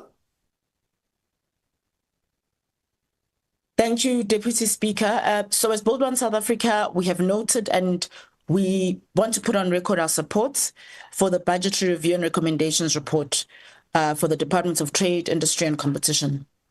We also, though, want to record that while the report contains areas of progress that we welcome, like the clean audit, it also exposes deep structural weaknesses that continue to undermine South Africa's ability to attract investment, to undermine South Africa's ability to grow the economy, and to undermine South Africa's ability to create jobs. At the heart of the reports, there's something that's familiar, and that's the fact that in South Africa, good policies are weakened by poor execution. And that is very clear, particularly in the performance of our special economic zones. Special economic zones remain one of the most powerful tools that we have to drive industrialization and to attract investment. The BRRR itself acknowledges that investor interest in SEZs is consistently high and that many zones hold significant potential for catalytic growth, but potential is not performance. The report highlights very worrying lapses in internal control and delayed submission, procurement weaknesses in the critical infrastructure program, and ongoing challenges in the administration of SEZs. As Build One South Africa, we've long argued that SEZs have to be expanded into strategic townships. And these are places where millions of South Africans live and where economic exclusion is most entrenched. Declaring targeted townships as SEZs would unlock investment. It would stimulate local manufacturing in townships, and it would bring economic opportunity closer to people. Yet instead of scaling up, the department is actually even struggling to stabilize what already exists. We truly believe that SEZs will not succeed if they will only succeed if they achieve long-term financial independence, rather than relying on DTIC grants, because this delays impact and weakens. Thank you, Honourable Member. Your time has expired. ATM. Al-Jamal.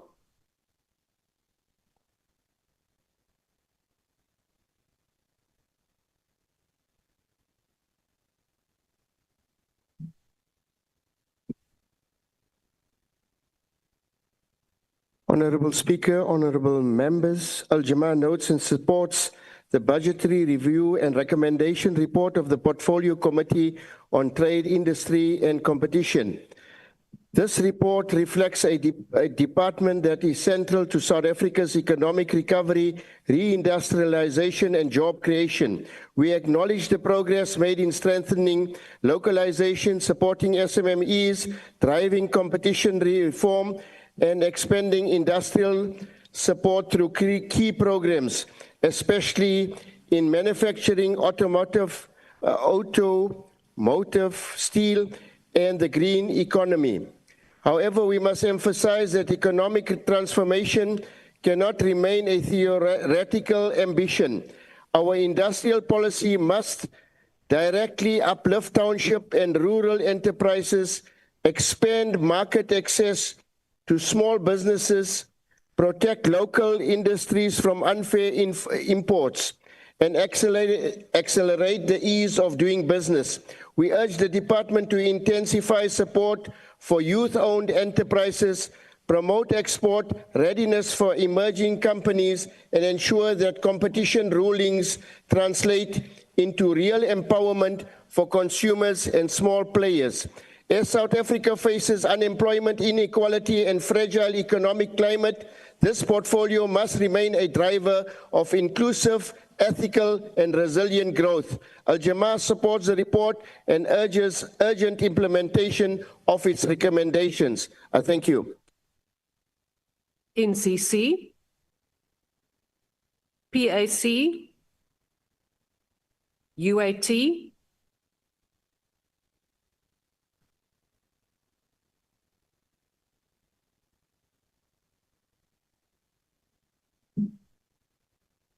Thank you, Chairperson. Autumn Africa.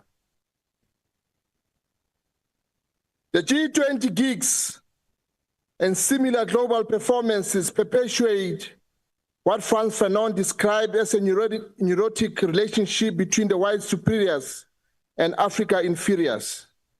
In this space, the mere fact of proximity to power, the nothingness of engagement, and the choreography of polite smiles and presented as progress.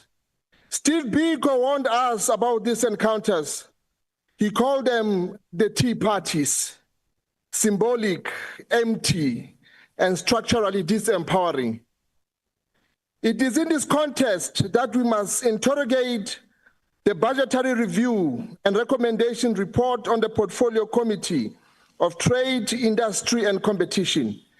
The report reveals a department still trapped within the global economic order that keeps South Africa as a consumer, not as a producer, a supplier of raw material, rather than the manufacture of finished goods, an economy tied to external approval rather than endogenous African industrial power. Honorable Chair, the report exposed three critical factors. First, despite our constitutional mandate to drive industrialization, the department continued to underspend on incentive programs meant to revitalize manufacturing and support SMMEs.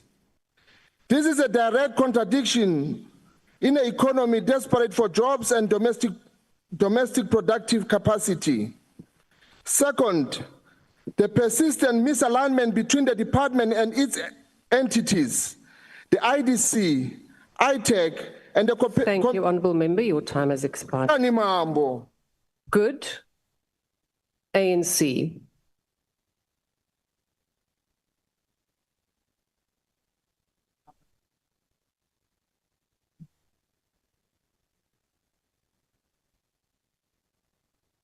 Thank you very much, Deputy Speaker. I am certain, Member Gama, that as you travel to hell with your fellow colleagues who were clapping hands for you, we shall not accompany you as the African National Congress and this GNU. And Member Khoza, we forgive you. We know that it is your new assignment today, your day one. And we note that the AI tried to assist you, but you don't have the actual facts about that which has produced this particular report because you've not participated, but we'll be very patient and make sure that we work with you so that we can grasp some of the issues. I was very impressed this morning in your first task. I think that you were doing very well. So this is one department where we don't push each other, we argue. That's what we do there. It's not a physical department. There's no hard work. We're thinking all the time how we can get things better. And then the colleagues from the IFP, we note the issues that we are raising. And I think the point around transformation fund has been made that it has to be implemented. This is one area that we've seen weaknesses, including the call that we've made in the portfolio committee with regard to the cyber attack and the SABS and so on. So we'll make sure that they meet the obligation and submit the finances. To other colleagues who have supported, we thank you. And we're certain that this report, including what Thomas Dule has said, we invite you to come to the portfolio committee to come and make a contribution and acknowledge some of the issues that you raised, but we do these things according to programming. At this point, that was not the main area of focus of the department, but we have been doing a lot of work in ensuring that this work is done. Thank you very much. Honourable members, I put the motion again. Are there any objections? Yes, MKP rejects, ma'am. The objection of the MKP is noted. Honourable Member Mashlatsi. The UAT object. The UAT objects. And with those objections, the report is agreed to. The Secretary will read the fourth order. Consideration of budgetary review and recommendation report of Portfolio Committee on Public Works and Infrastructure. I now recognise the Honourable Chief Whip. Honourable Deputy Speaker, I move that the report be adopted. Requests for declarations of vote have been received. I will now allow for up to 2 minutes, one member of each political party wishing to make a declaration, an opportunity to do so. The DA.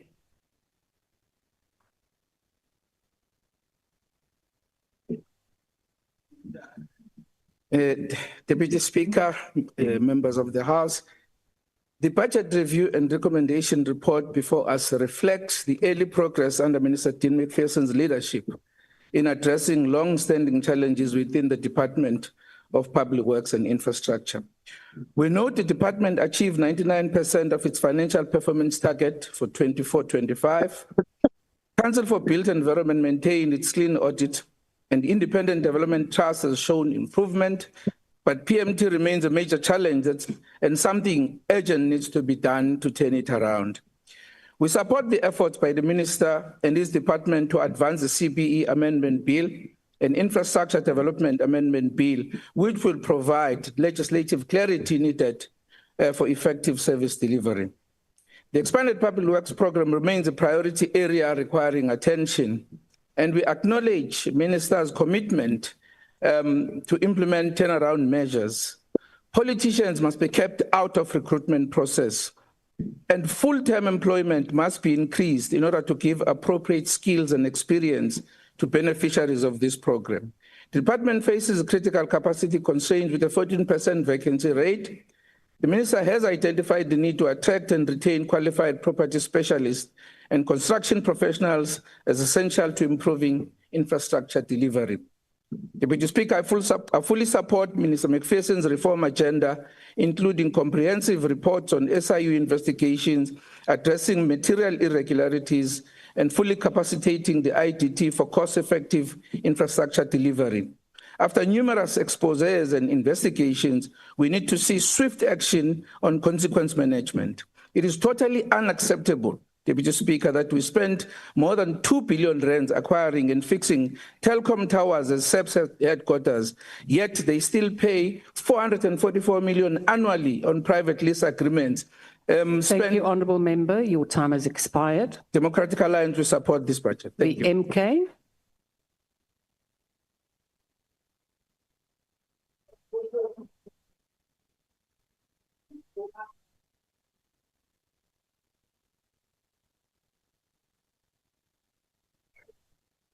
Honourable Chairperson, today I rise on behalf of the MK Party to reject this report. This report on public works is not just a document, it is a screaming indictment of a failing state. It is a chronicle of betrayal against our people. While our communities cry out for jobs, roads, hospitals, and clinics, the Department of Public Works and its entities are a circus of incompetence and corruption. The DPWI itself is a ship about to sink, a 0% achievement on ethics and fraud perception. This is not a mistake. It is a confession that corruption is so entrenched and it has become a norm. Look at EPWP, a target of over 1 million work opportunities, but they fall short by 81,000 jobs, 81,000 families left in poverty by this government inefficiency. And the IDT qualified audits every year for the 4th year in a row. Billions in project funds, yet service providers are not paid. Projects are burdened, and the vulnerable are left waiting for services they were promised. Who is held accountable? No one. The PMTE cannot maintain state properties, and Agrima SA, a success story, is forced to waste money on a private lease while state, the biggest property owner, looks on. The DA-led ANC government has broken the backbone of this country. They have turned the promise of public works to a graveyard of stolen property opportunities. This department under this fake government is beyond repair. It's a monument to failure. Thank you, Honourable Member. Your time has expired. Final judgment. I thank the EFF.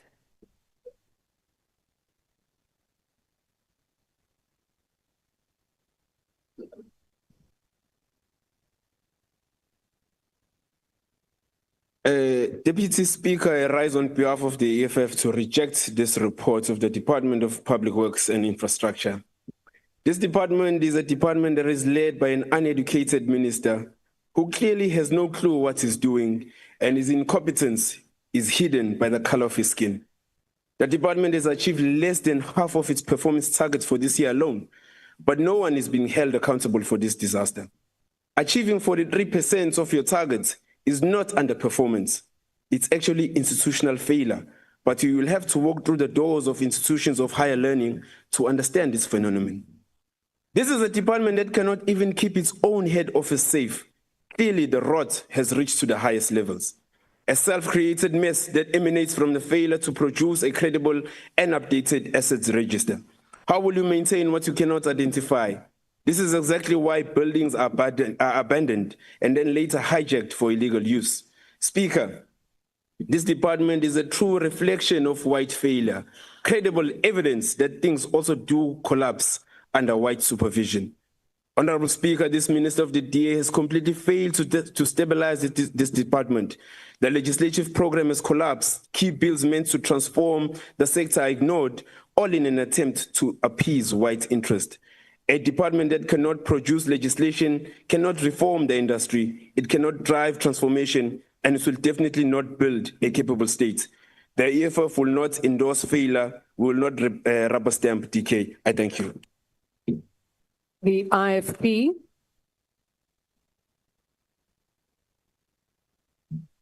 Thank you, Deputy Speaker. The IFP recognizes the department's essential role as a regulator and custodian. However, we must observe that severe operational challenges persist. Firstly, the ministry is constrained by fragmented and outdated legislation, lacking a modern act to define its vast mandate. This is compounded by the fact that the disposal of valuable state-owned properties is still guided by the pre-constitutional Land Disposal Act of 1961, which is no longer fit for modern developmental objective. Secondly, financial misalignment is evident despite administrative overspending. Critical funds allocated for construction project management are not efficiently deployed, thus failing to deliver infrastructure timelessly.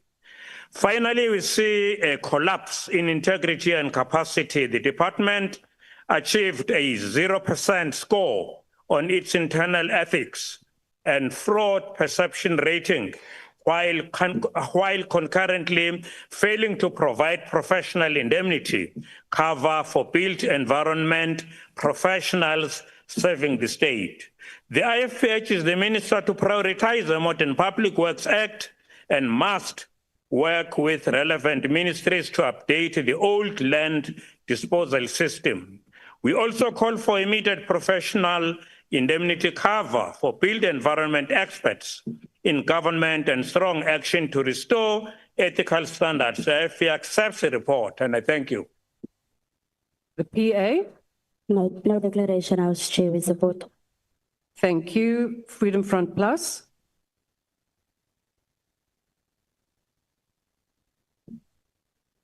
Geachte adjunct Speaker, the persistently low number of state-owned properties being leased out remains a serious concern. Equally troubling is that client departments continue to neglect their contractual obligations to this department, placing additional financial strain on its overall budget. As a result, many buildings are not maintained and are left to deteriorate. This matter must be resolved once and for all, and we welcome the committee's recommendation that the comprehensive report be provided detailing all outstanding amounts owed to this department by client departments. Client departments must stop complaining about the state of their offices and start paying their bills. There must be consequences for clients, departments, provincial governments and local governments that are not honouring their contractual agreements. Under Programme 10, the challenge in the verification of immovable assets due to expired contracts and the unavailability of municipal values for some assets need to be addressed. Budget shortfalls within this department still remains a concern for the Freedom Front Plus. The following matters that are reflected in this report is a matter of concern to us. Programme 1, the targets related to misconducting reporting and control effectiveness achieved 0% of its targets. The lack of capacity due to reduced investigation officers, the delays in filling of positions due to National Treasury cost containment measures, salary variances, disparities with the private sector.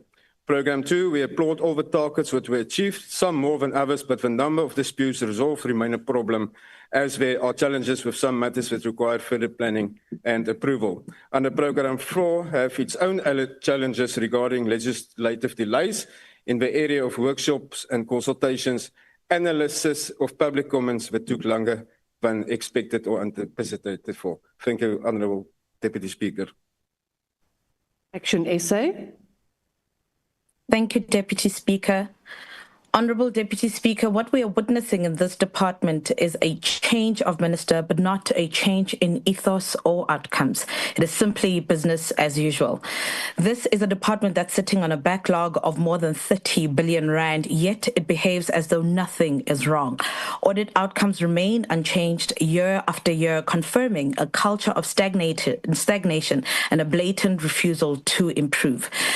The report highlights that the larger auditees of this department, mainly PMT and IDT, are the biggest culprits in the department that showed absolutely no change in their audit outcomes, with the root causes being cited as inadequate internal controls over both financial reporting and compliance laws and regulations that are perpetuated by failure to implement audit action plans and a lack of consequence management. The Asset Register House Chair remains in shambles, failing the most basic requirement of public administration, knowing what you own, what you manage, and what you are accountable for. And despite repeated calls from Action SA, this department refuses to release the Telkom Towers report, an act that flies in the face of transparency and accountability. What exactly is being hidden from the people of South Africa? House Chair, to make matters worse, over 100 million rand has been spent on new leases. Honourable Kahula, please mute your microphone. Honourable Member of Action SA, please proceed. It seems that the member is not on the platform anymore. We will proceed. The ACDP.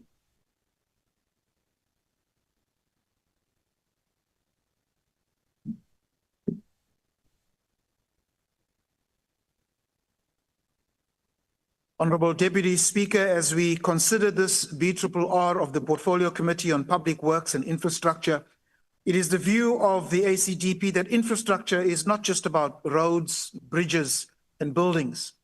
What it is about is where the citizens can access schools, clinics, safe housing, and reliable services.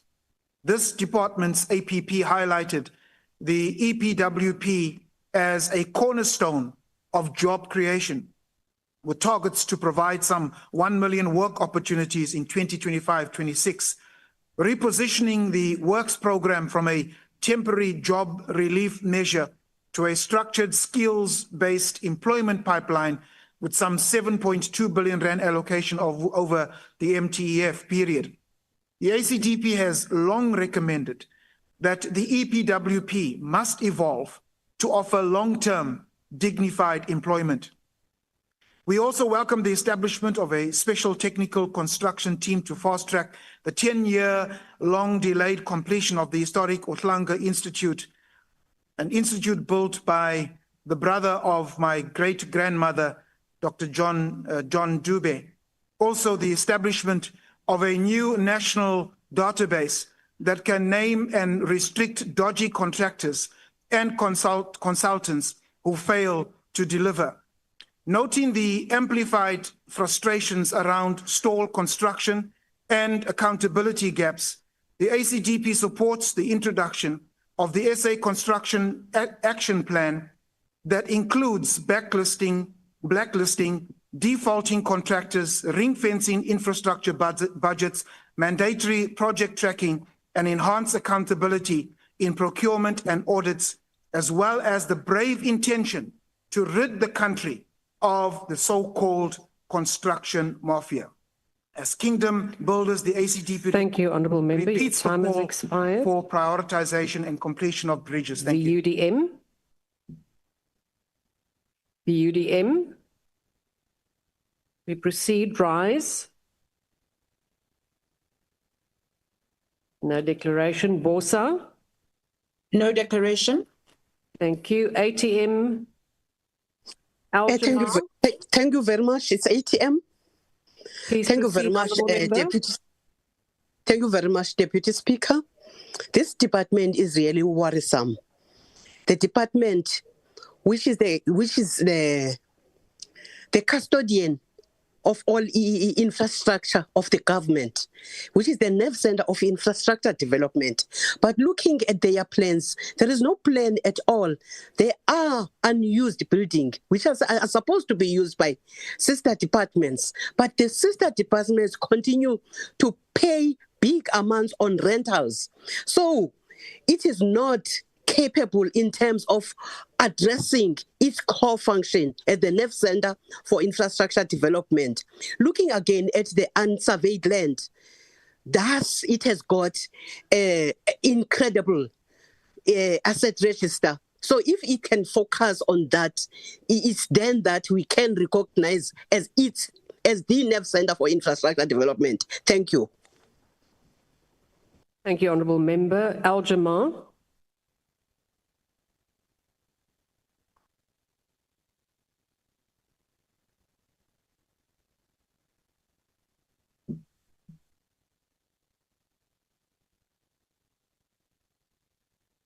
Thank you, Honourable Deputy Speaker, Honourable Members. Al-Jamaa supports the budgetary review and recommendation. The Department of Public Works and Infrastructure sits at the heart of our country's economic recovery. This department is the backbone of service delivery, the catalyst of investment, and a lifetime of job creation in our communities. We acknowledge the progress made in strengthening the infrastructure investment plan, rolling out EPWP opportunities, and improving the management of state assets. However, persistent delays, underspending, and weaknesses in maintenance continue to undermine the department's impact. We cannot rebuild South Africa on a foundation of overdue projects, vandalized facilities, and unoccupied state buildings. We therefore urge the department to prioritize maintenance, ensure that contractors are held accountable, strengthen oversight of implementing agents, and fast-track community-based job creation through EPWP. Honourable Member, my apologies. I do see that the Honourable Ngubeni's hand is raised. Honourable Ngubeni, is this about you not being able to complete your declaration? Good afternoon, Deputy Speaker. Yes, it is, but I didn't mean to disrupt the Honourable Member. I was going to speak after. Okay, I did not know whether it was a point of order, so my apologies, Honourable Ishmael Musa. You may proceed, and then after that, the Honourable Ngubeni has 38 seconds left. Thank you so much. Proceed. Our people need functional schools, clinics, roads, and public spaces. Infrastructure must work for the poor, the unemployed, and the forgotten. Al-Jamaa supports this report. I thank you. Thank you, Honourable Member. Honourable Ngubeni, you have 38 seconds. Thank you. It will be Honourable Kobe who will finish her remarks. Deputy Speaker, thank you. Thank you very much. Thank you very much, Deputy Speaker, and apologies for earlier.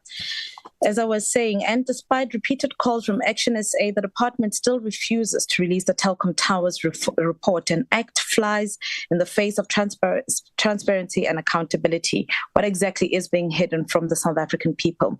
To make matters worse, over 100 million has been spent on new leases, even as the department claims to have no money to maintain state properties, to clear backlogs or deliver on its mandate.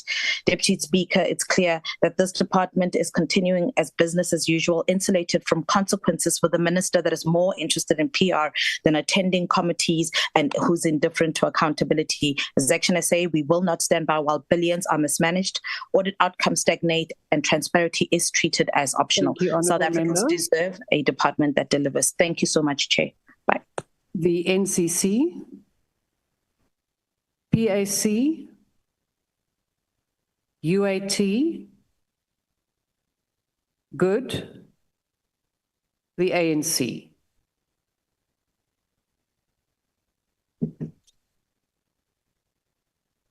Honorable Speaker and honorable members of Parliament, on behalf of the African National Congress, we rise to commend the department for the progress reflected on Auditor's General Report for 2024-2025 financial year. The ANC fully supports the budgetary review and recommendations report of the Portfolio Committee and its entities. Honorable Deputy Speaker, while we acknowledge these improvements, we must also emphasize the urgent need for the department to strengthen financial management controls, address irregular expenditure, improve the quality of performance reporting, ensure that consequence management is applied consistently and decisively. Continued failure to meet key service delivery targets cannot be allowed to persist. The ANC remains committed to monitoring the implementation of corrective action plans and ensuring that internal controls are enforced to prevent the repetition of unfavorable findings. We'll continue to pursue the investigation into irregular, fruitless, and wasteful expenditure, and we expect appropriate disciplinary actions where wrongdoing is confirmed. Honorable members, firm action must also be taken against non-performing contractors, including those operating in partnership with Construction Industry Development Board, as well as against project managers who fail to meet performance obligations. Accountability must be the order of the day. We further call for strengthened skills development and capacity building initiatives within the property management trading entity so that it may fully execute its mandate. The ANC views public works and infrastructure as a vital pillar of National Development Plan, central to job creation, infrastructure development, community empowerment, and the redress of historical injustices. This sector remains a critical... Thank you, Honourable Member. Your time has expired. Honourable Members, I put the motion again. Are there any objections? Honourable Member. Thank you, Speaker. The MK Party rejects, and we would like to call for a division.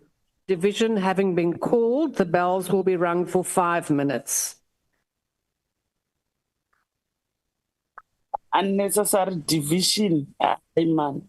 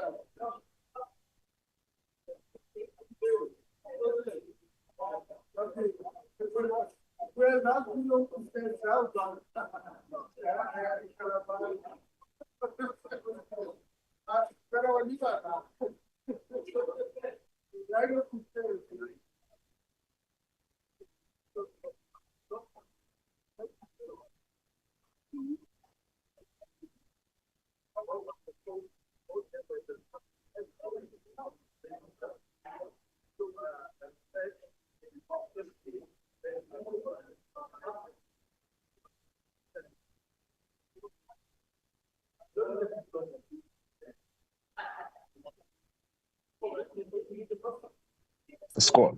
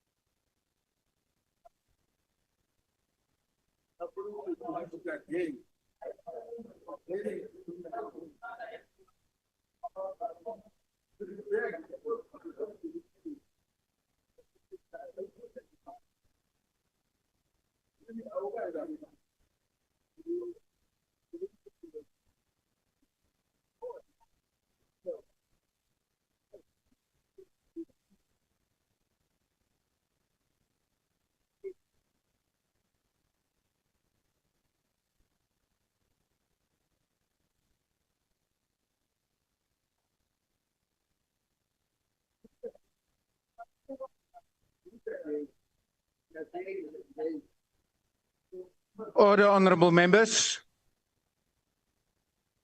The Speaker has determined that in accordance with the rules, a manual voting procedure will be used for this division. Firstly, in order to establish a quorum, I would like to request the table to confirm that we have the requisite number of members physically present in the chamber, linked to those who are on the virtual platform, in order to take this decision. Party whips will then be given an opportunity to confirm the number of their members present and indicate if they vote for or against the question. A member who wishes to abstain or vote against the party vote may do so by informing the chair. The question before the House is whether the budgetary report, the report on the budgetary review and recommendation of the budget of the Portfolio Committee, the Public and Works Infrastructure Department, is to be agreed to or not. Can I firstly get an indication whether we have a quorum? We do indeed. Voting will now commence. The doors to the chamber will be locked and members will not be allowed to enter the virtual platform until voting is concluded. Whips, would you please confirm the number of your members present in the chamber and on the virtual platform and indicate if they vote for or against the question? The table will assist if needed. Are the party whips ready to record their votes? The ANC? Thank you, House Chair. We've got 29 in the House and 89 on virtual, for a total of 111 in support. Thank you. The DA? Thank you, House Chair. House Chair, with 17 members in the House and 51 Order, honourable members. That is a total of 68 members in favour. Honourable Michalakis, won't you just repeat it? But before you do, honourable members, we can take queries later on, but please just give the table an opportunity to write down accurately what is being said. Thank you, House Chair. 17 in the House, 51 online. That's a total of 68 members voting in favour. Thank you. The MK Party. Thank you, Chair. We are 26 online, and 17 in the chamber, total of 44, and we are voting against. Thank you. The EFF. Chair, we are 20 online, 6 in the House, and we're voting against. Thank you. The IFP. Thank you, Honourable House Chairperson. The IFP vote in favour with 4 in the House and 9 online. Thank you. The PA. Thank you, House Chair. Patriotic Alliance, 4 in the House, 1 on the virtual platform, 5 voting in favour. Thank you. The FF Plus. Thank you, House Chair. We are 2 in the House, 1 online. That's 3 voting in favour. Action SA. Thank you, Chair. There are 3 in the House, 2 online, voting in favour. The ACDP. Thank you, Chair. 2 in the House, voting against. The UDM. 2 online, voting in favour.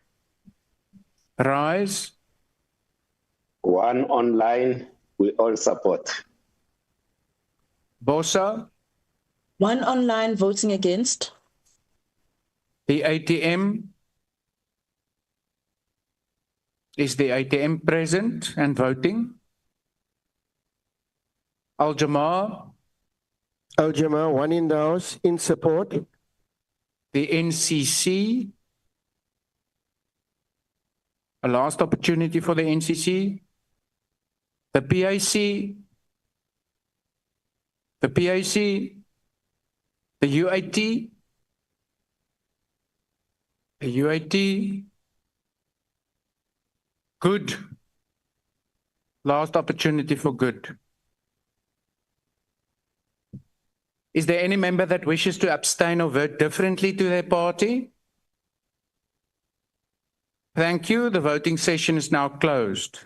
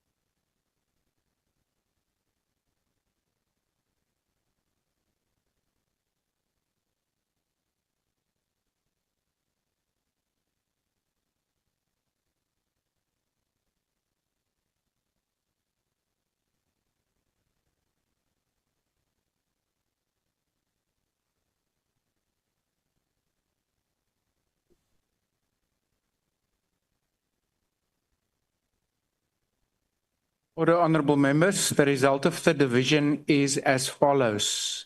The ayes 216, the noes 73, no abstentions. The report of the Committee on Public Works and Infrastructure on the budgetary review and recommendations is accordingly agreed to. The Secretary will read the fifth order.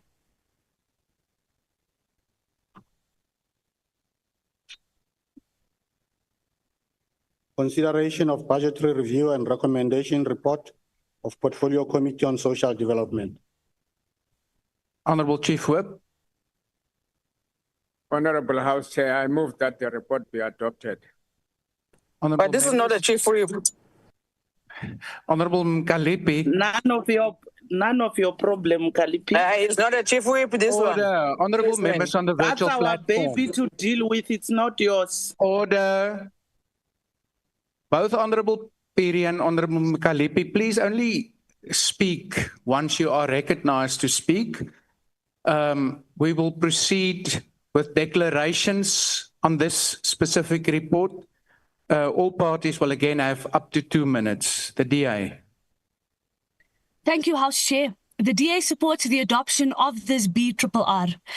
We do so, however, with serious reservations. The BRRR exposes a painful truth. Our national response to gender-based violence and femicide is still failing the very people it is meant to protect. Given that GBV in the country has been rightly called a second pandemic, a crisis, and now a disaster by the President, the department's lackluster performance is alarming. Despite DSD being responsible for GBV shelters, the department did not include a single performance indicator for shelter delivery this year. To quote the AG, the achievement of this objective was not planned or accounted for. House Chairperson, no targets, no measurements, no accountability. Survivors cannot rely on a system that does not even track its own obligations. Shocking, to say the least. The Gender-Based Violence Command Center shows progress, but the AG raised concerns of rural communities' possible lack of awareness of this vital resource, especially in the Northern Cape. Violence hasn't decreased there. Access, including access to information, has. A survivor's safety cannot depend on where they live.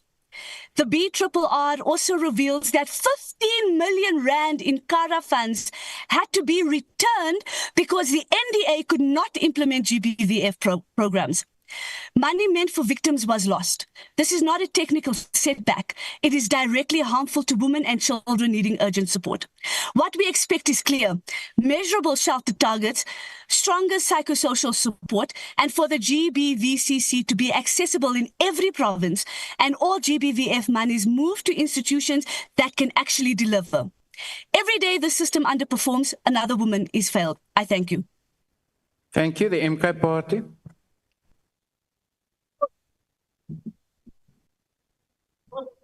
Ngiphakama egameni lomkhonto wesizwe chair.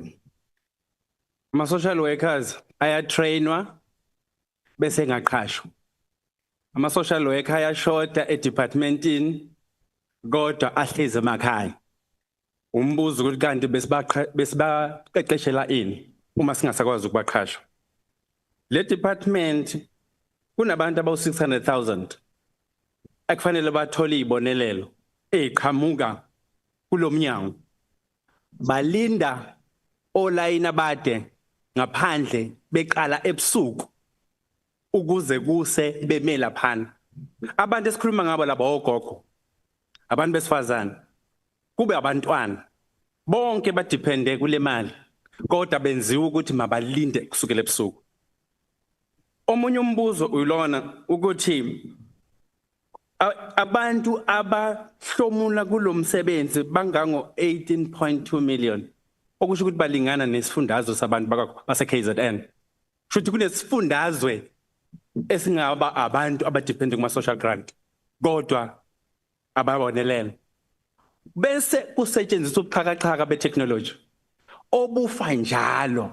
Njalo nokumele abantu bahole kuthi umshini ufile. Umbuzo kanti ubani lo khiqiza lemshini efaka ngaka abantu laba befanele bahole lapha kanti bazohola kanjani omunye umbuzo ukuthi siyishintsheleni kanti safaka imshini kanti imshini iyasokola njalo iyakhwehlela yini abantu bangayimukela imali yabo esandleni amahhovisi akhona seduze kwalabo abantu behlala khona kodwa amahhovisi ayeka kuthiwa hamba nemshinini fika imshinini ayisebenzi eTrechi nje ayisekho bank ke angazi ukuthi ogogo bazohola kuphi ngoba kuthiwa sihola lapha emshinini engasebenzi bese kuthi eEastern Cape nase KZN abantwana abancane babulawa ukungondleki kusho ukuthi ukudla akukho emakhaya enye inkinga esibhekana nayo le. Thank you, Honourable Member. Your time has now expired. Thank you. The EFF.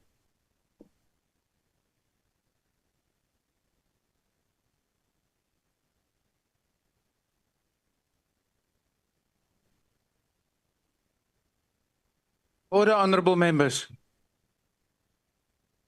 Huh? Honourable Marais, please proceed. Thank you, Chairperson. Chairperson, the Economic Freedom Fighters reject the budgetary review and recommendation report for the Department of Social Development. Chairperson, the BRRR's process itself is meant to strengthen accountability. It is meant to highlight performance, identify gaps, and ensure departments have the resources they need to serve the most vulnerable.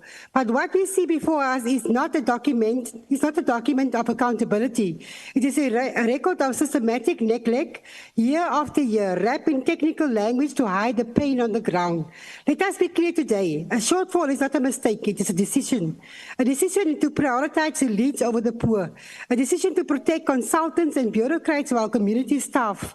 A decision to hide behind fiscal consolidation while children sleep hungry and go-go stretch grants that simply cannot stretch any further. The department has a very important mandate for this country, a mandate to protect children, support families, strengthen communities, and provide a cushion against poverty. Members, this is the lived reality beyond the members. Social workers are drowning. They face impossible caseloads. Vacant positions remain frozen. Officers operate without vehicles, without adequate staff, without basic tools, while communities depend on them for protection, for counseling, for intervention, for survival. NGOs are collapsing. The shelters, children homes, disability centers, community nutrition groups are all struggling because transfers come late or come short. These organizations do the work that the state cannot be doing itself, and yet they are treated like an afterthought. After all this, the more are consequences of poor leadership at the highest level. The ministry itself is limping from one disaster to another. In the midst of all these problems, she has reduced the department into a personal fiefdom, going to shopping spree in USA and firing staff that expose her wayward ways, hiring barely qualified relatives to positions of authority in the department while ignoring the paternal incapacity. Thank you, Honourable Member. Your time has now expired. PRRR. Thank you. The IFP.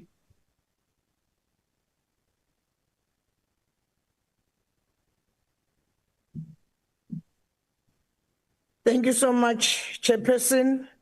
The IFP expresses concern over the committee's findings regarding the performance of the Department of Social Development and its entities. The committee's work reveals a troubling pattern.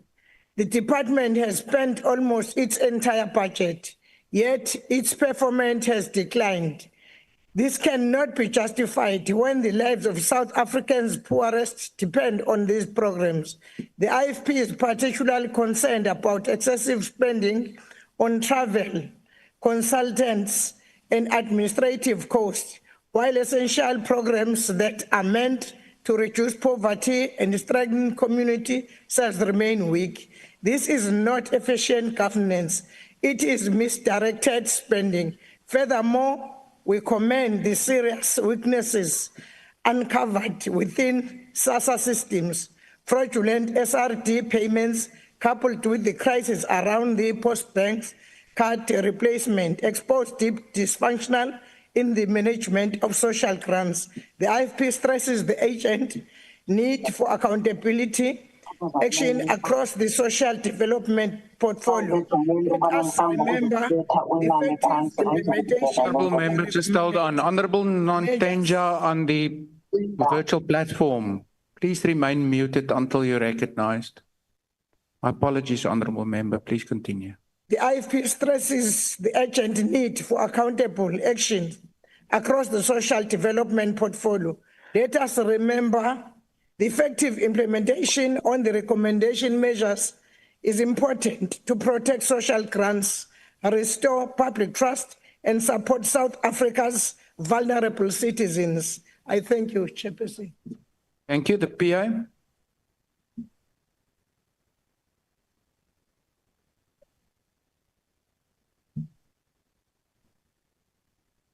House Chair, the Patriotic Alliance hereby declare our support for this report. While the department has made meaningful progress in expanding social protection services, several challenges continue to limit its ability to fully meet the needs of our most vulnerable citizens. We note improvements in areas such as GBVF, awareness campaigns, child protection interventions, and the digital modernization of SASSA systems. However, increasing levels of poverty, unemployment, and social distress continue to place immense pressure on our social support network. Delays in NPO funding are disrupting essential services in child protection, disability care, and GBVF shelters. Social worker shortages and capacity constraints are weakening frontline delivery. Rural and informal communities still face significant access barriers, and rising demand for social relief of distress support is outpacing available resources. These challenges signal the urgent need for stronger coordination, more predictable funding, and improved oversight. In our response, our recommendations are centered on strengthening the department's ability to respond effectively. We propose increased baseline funding for NPOs, particularly those providing GBVF support in residential care services. We call for immediate action to fill critical social work, community development posts, and for the enhancement of digital systems to improve SASSA efficiency. We further recommend expanding food security SRD programs, improving monitoring and evaluation capacity, and establishing a transparent national NPO funding model to ensure timely, fair, and sustainable allocations. Honourable members, the Department of Social Development plays a pivotal role in protecting the dignity and well-being of millions of South Africans. By implementing these recommendations, we can strengthen the social safety net and ensure that our vulnerable persons is not left behind. FF Plus.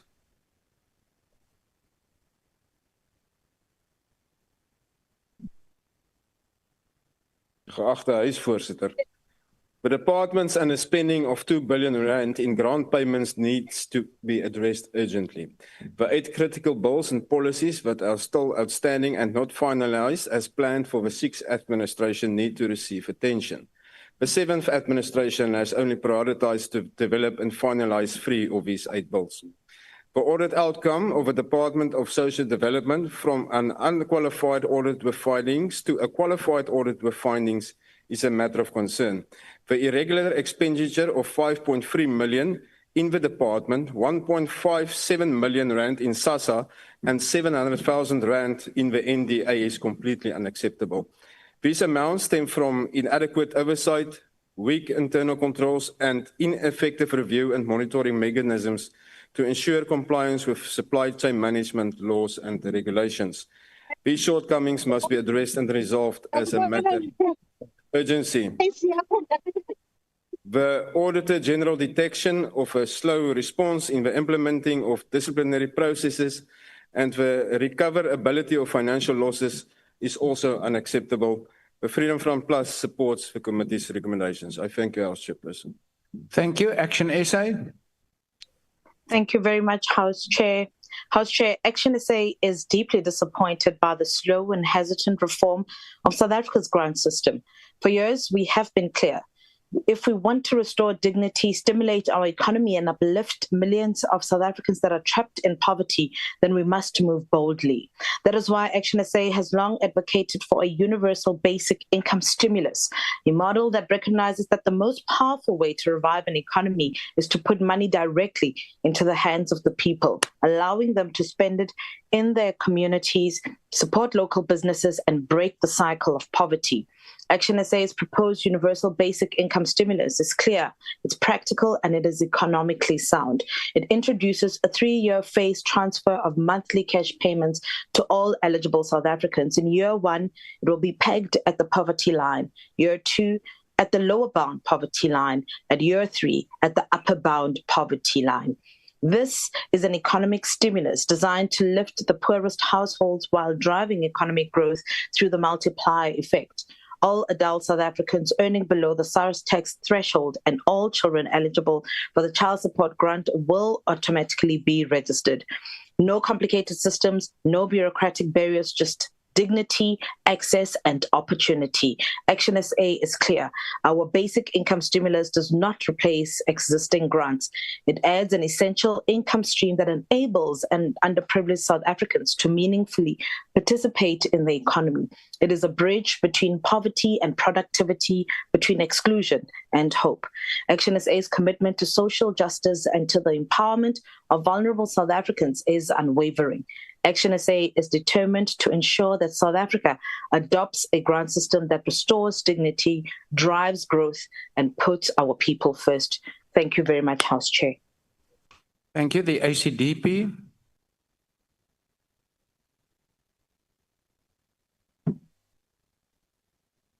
House Chairperson, the ACDP knows the PRRR of the Portfolio Committee on Social Development. We remain concerned about the gap between budget allocations and the daily realities of vulnerable South Africans, especially regarding water and sanitation. Although this department is not the lead agency for water infrastructure, we feel it must still receive added pressure because their mandate is to uphold dignity, which cannot be fulfilled where basic services are absent. In February, over 6,000 NPOs were deregistered for non-compliance following 41,000 notices issued under the Non-Profit Organization Act. While compliance is essential, the scale of deregistration cuts off support to vulnerable communities, and the ACDP urges adequate transitional planning. The committee was concerned about the lack of monitoring and evaluation of the high level of targets not met by the department, as well as the department's core mandate. The annual report also flags persistent weaknesses in oversight and coordination of funded entities. These gaps undermine the department's core mission. The ACDP calls for urgent reform in internal governance, stronger oversight of NPO funding, and a renewed commitment to ethical leadership. I thank you. Thank you. The UDM. We support the report, Chairperson. No declaration. Thank you. Rise. Is Rise declaring? Bosa. We support the report, no declaration. Thank you. The ATM. Al-Jamaa. Thank you, Honorable Deputy Speaker, honorable members. Al-Jamaa supports the budgetary review and recommendations report of the Portfolio Committee on Social Development. This department carries one of the most sacred responsibilities in our nation, protecting the vulnerable, uplifting the poor, and restoring dignity to millions who rely on the social safety net. We acknowledge the efforts made in stabilizing grant payments, strengthening oversight over the entities, and improving social welfare programs. We acknowledge the challenges that remain severe. The rising cost of living, persistent poverty, and high unemployment are placing unbearable pressure. The modernization of this department is equally important to ensure this budget is supported in terms of the submission just made. Al-Jamaa supports the budget. Thank you. Thank you. The NCC, the PAC, the UAT, good, the ANC.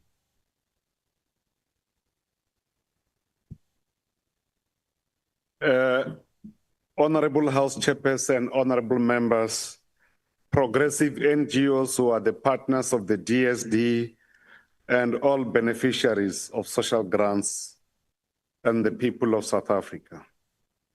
This declaration comes in a wake of South African unprecedented successful G20 presidency that Africa has ever seen under the stewardship of His Excellency, the President Cyril Ramaphosa. The G20 declaration placed at the core social issues that are at the very heart of its declaration.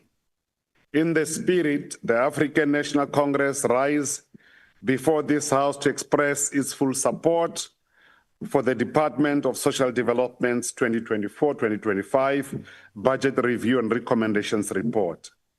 The BRRR provides a clear and stark assessment of our nation's social protection system, a vital lifeline for millions of South Africans. Our social grants remain the most powerful weapons at our hands to fight against poverty, inequality, and directly responding to the current socioeconomic needs for over 28 million South Africans.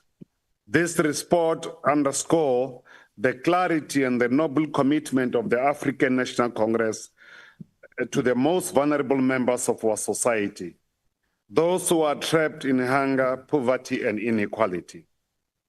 House Chairperson, we commend the agency and the resolve demonstrated by the Honorable Minister Nokzola Tolashe and the Group CEO of SASSA, Themba Matlo, in their wavering commitment to zero tolerance to fraud and corruption. We welcome the Thank you, Honourable Member. Your time has now expired. Thank you. Honourable members, I put the motion again. Are there any objections? The MK party? Note the objection of the MK, please. Thank you. EFF? House Chair, please note the objection of the EFF. Thank you. Any further objections? With those two objections noted, the report is agreed to. The Secretary will read the sixth order. Consideration of budgetary review and recommendation report of Portfolio Committee on Human Settlements. I recognize what I assume I must call the acting chief whip. Is there now acting to the acting? Thank you very much, House Chair. I move that the report be adopted. Thank you, honourable members. There's again a request for declaration. All parties will again have an opportunity of 2 minutes. The DA.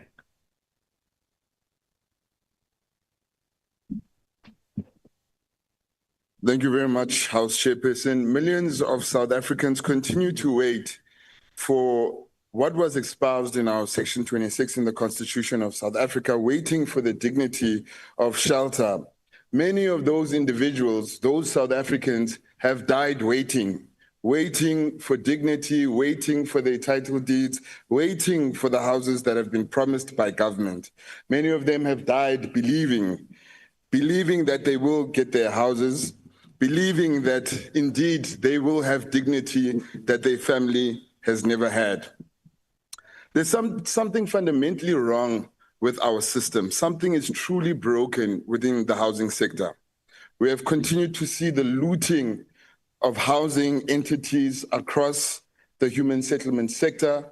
We've recently seen the National Housing Finance Corporation, where the CEO has been suspended or put on cautionary suspension because of allegations that have led to the looting of the NHFC. So this is just an example of how our entities continue to betray South Africans who are desperate for the need of housing. If you have been waiting for a house, you've been waiting for dignity for many years. We have seen that the informal settlements are increasing across our country, and this is because there's been a marginal and deep failure by this particular department. The department's performance in this parliament has not done justice to the values of unleashing the potential of all South Africans. Instead, we have seen South Africans continue to wait, but not only wait, die at the doors of the Human Settlements Department, which cannot be acceptable.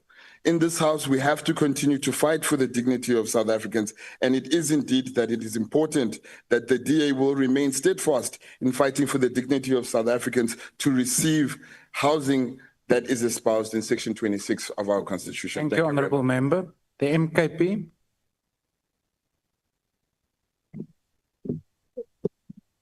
Thank you, Chairperson. Umkondo ngatidekile. Thina sumkondo wesizwe party sihlaba siyahlekeza le budget report. This document attempt to impose a veneer of success upon a sector in systemic collapse. However, the department's overall performance reveals deep structural failures that the BRRR conveniently minimizes. Failure to meet key targets, despite spending 98% of its 32.8 billion rands budget, the department failed to meet critical delivery targets. Widespread delivery shortfalls, 6 out of 9 provinces missed their breaking new ground housing target, while provincial service side targets were also missed. On the title deed crisis, a staggering backlog of over 2 million rands, of over 2 million title deeds remain trapped with township establishment failure and bulk service shortages blocking progress. On administration collapse, the essential national digital human settlement management system remain merely conceptual, leaving beneficiaries vulnerable to manipulation and political interference. On underspending amid crisis, the department underspending by 830.8 million rands due to delays and critical vacancies, even as millions remain homeless, backyarded, and in disaster areas. The BRRR is a bureaucratic exercise that protects failure and conceals corruption instead of serving our people and their legitimate need for houses and service land.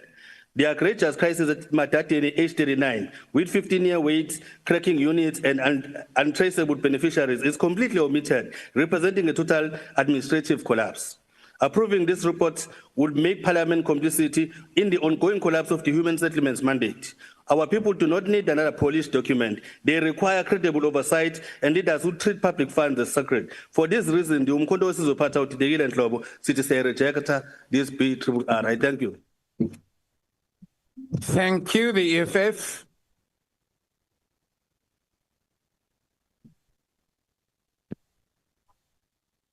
Honorable Chairperson, honorable members, the Economic Freedom Fighters rejects the BRRR report from the Department of Human Settlements in its entirety.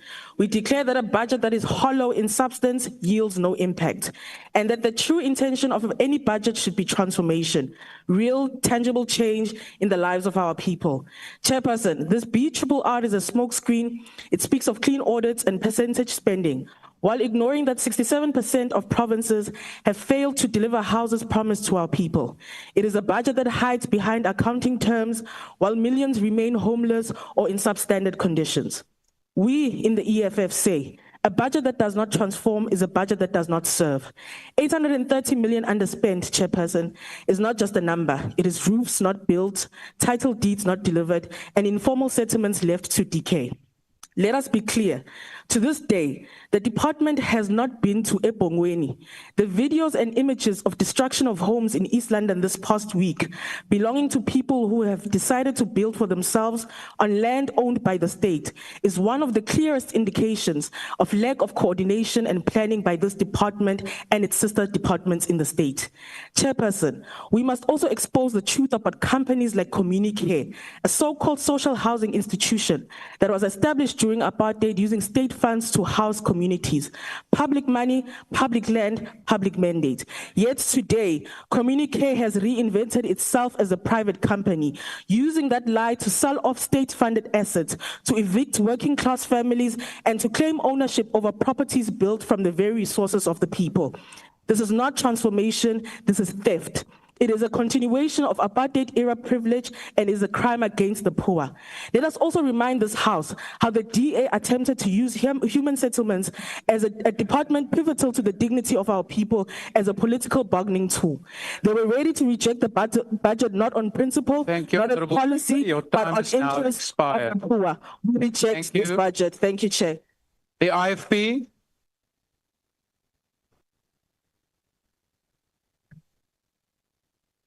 Thank you, House Chairperson. When our democracy was founded in 1994, one of the earliest promises made to South Africans was that every family would one day have access to a safe and dignified home. Order, honourable members. Please allow the member of the IFP to make his declaration while we all pay attention. Yet today, informal settlements continue to expand as people search for land, opportunities, and a better life. Many of these communities living in informal settlements still live without water, sanitation, electricity, and access to proper roads. Fires spread quickly. Floods destroy the little that people own, and emergency services often cannot reach them in time. Honorable Chairperson, informal settlements are not temporary shelters. They are home to millions of South Africans who deserve decent living conditions. Upgrading informal settlements must be treated with a sense of urgency. The IFP supports efforts that focus on expanding access to basic services, improving living conditions, and ensuring that informal settlements receive consistent long-term development supports. In light of the matters raised, the IFP supports the report. I thank you. Thank you. The PI.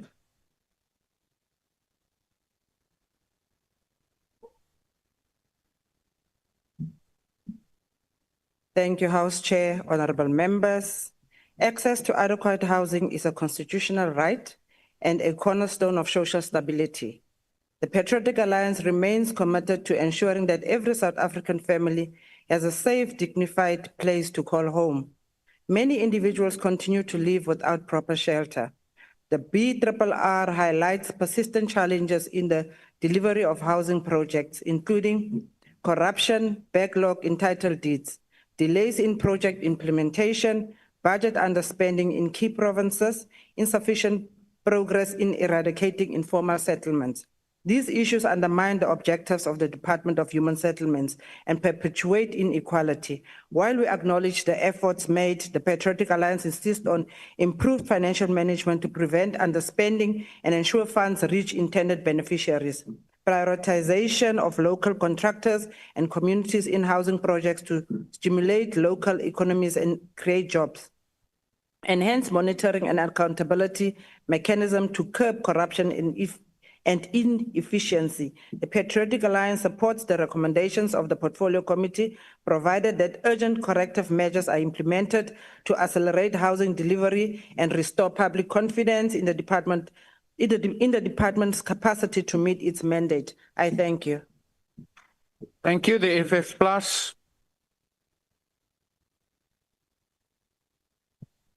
Thank you, House Chairperson. The department's underspending of 830.8 million rand largely attributes to the delays in the upgrading of informal settlements, the delivery of temporary residential units, procurement bottlenecks, and constraints in the filling of vacancies. Under Programme 1 administration, we note the underspending of 116.5 million rand.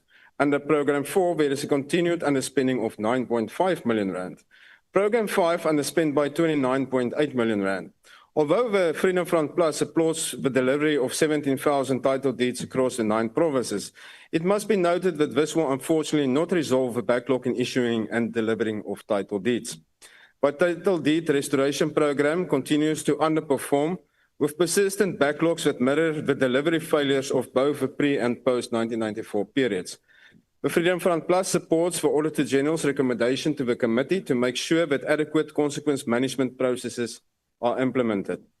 The incompletion of numerous housing projects remain with no evidence of accountability. This results in delays that need to be addressed. I thank you, House Chairperson. Thank you. Action SA. Thank you, Chair. As Action SA, we rise to note the committee's BRRR on human settlements and to speak very honestly about what these findings actually mean for our people on the ground. House Chair, behind every statistic in this report is a family that is waiting for dignity. The department may have spent 98% of its budget, but spending without outcomes does not build homes. It does not clear the 2 million plus title deed backlog, and it does not help the grandmother in Madadeni, who has waited 15 years for a house that never came. We cannot ignore the leadership instability, slow upgrading of informal settlements, and the ongoing structural defects in projects that leave communities unsafe. The report clearly shows weak oversight, poor coordination, and almost no consequence management continue to hurt the very people that this department claims to serve. House Chair, the report also highlights what is possible when governance actually works. The turnaround at the HDA proves that clean audits and real service delivery are achievable when leadership is strong and corruption is confronted. As Action SA, we support the recommendations calling for tighter oversight, faster title deed restoration, and mandatory use of the Housing Needs Register and recovery of wasted funds and accountability for contractors who fail our communities. We cannot continue normalizing broken promises, House Chair. We support the report. Thank you. Thank you. The ACDP.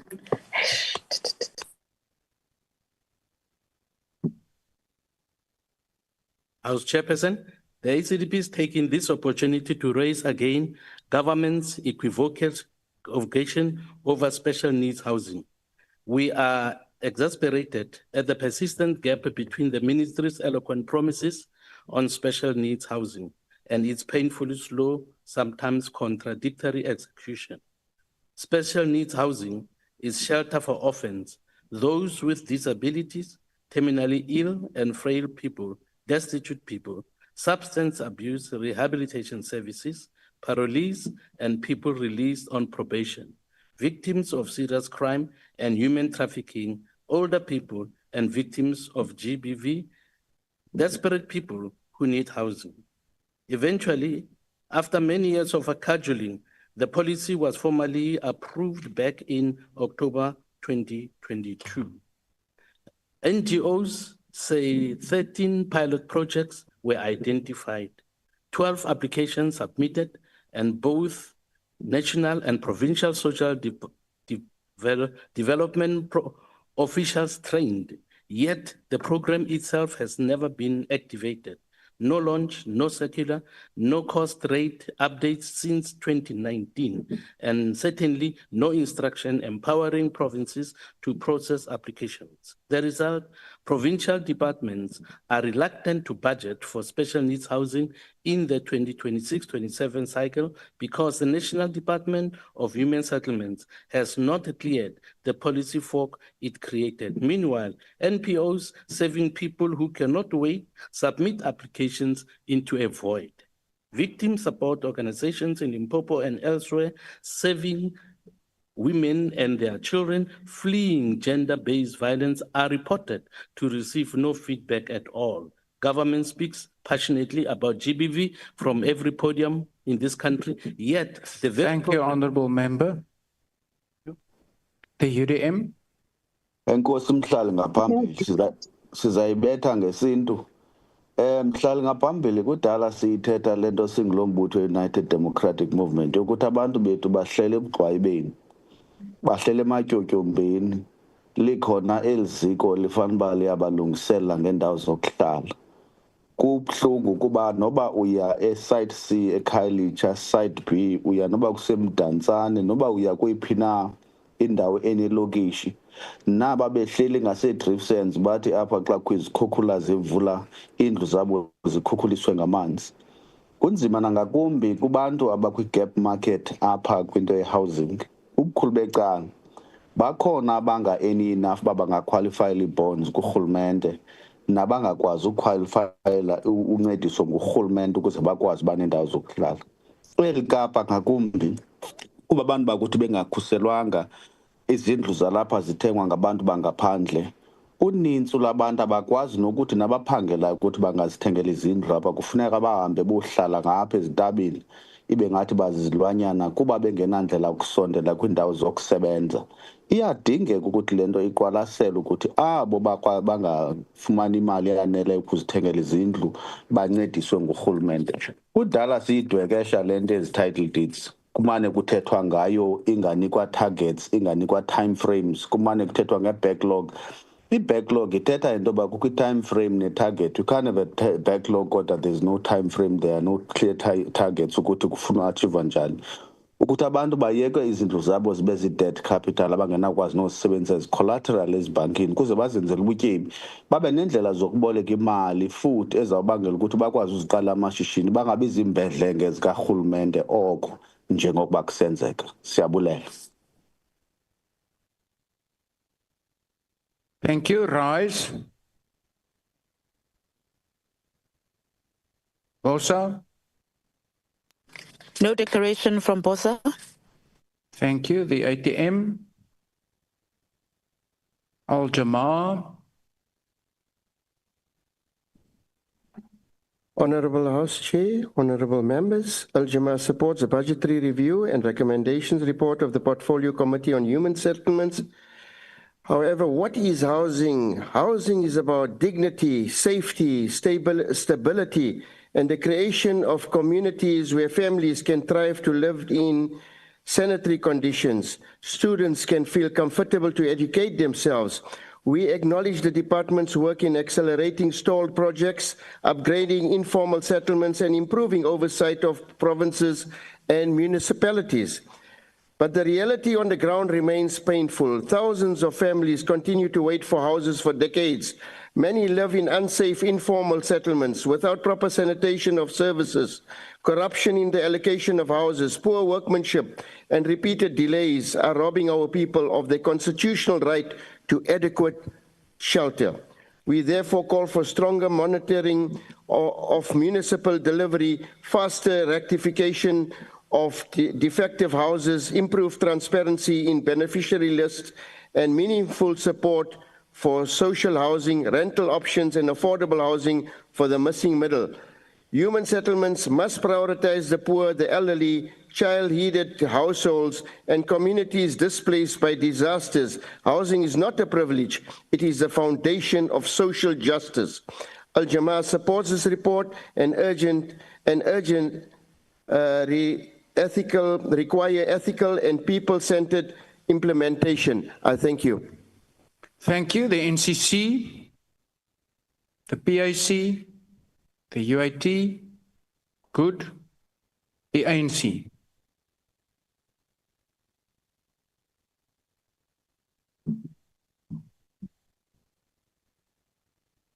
Honorable House Chair, honorable members, the African National Congress rise to support the budgetary review and recommendations report of the Portfolio Committee on Human Settlements for the 2024-25 financial year. The report reflects both progress and persistent challenges in our collective effort to build sustainable, inclusive communities for our people. We welcome the department's 98% expenditure performance and commend the significant policy advancements, including the white paper on human settlements and the initiation of the National Digitally Human Settlements Management System. The strong performance of entities such as the HDA, SHRA, and NHFC, evidenced by clean audits, increased delivery, and transformation initiatives demonstrate improving governance and service delivery. However, the ANC remains concerned about delays in title deeds issuance, infrastructure backlogs, and underperformance in certain provincial programs, particularly relating to BNG housing delivery and informal settlement upgrades. The ongoing challenges around disaster response, beneficiary verification, and grant under expenditure require agent-coordinated intervention. We therefore support the recommendations calling for strengthened consequence management, leadership stability, enhanced grant monitoring, and improved utilization of the National Housing Needs Register. This BRRR provides a clear roadmap for accelerating spatial transformation and restoring dignity to our communities. The ANC supports this budget. Thank you. Honourable members, the motion is that the report be adopted. Are there any objections? The MK? Thank you. The MK takes the report. Thank you. The EFF? The EFF object the report. Thank you. Any further objections?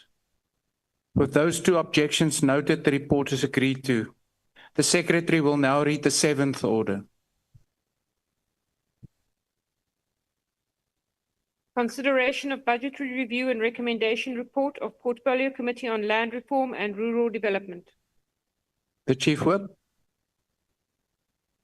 House Chair, I move that the report be adopted. Thank you. Opportunity for declarations is again afforded for up to 2 minutes to all parties. The DA.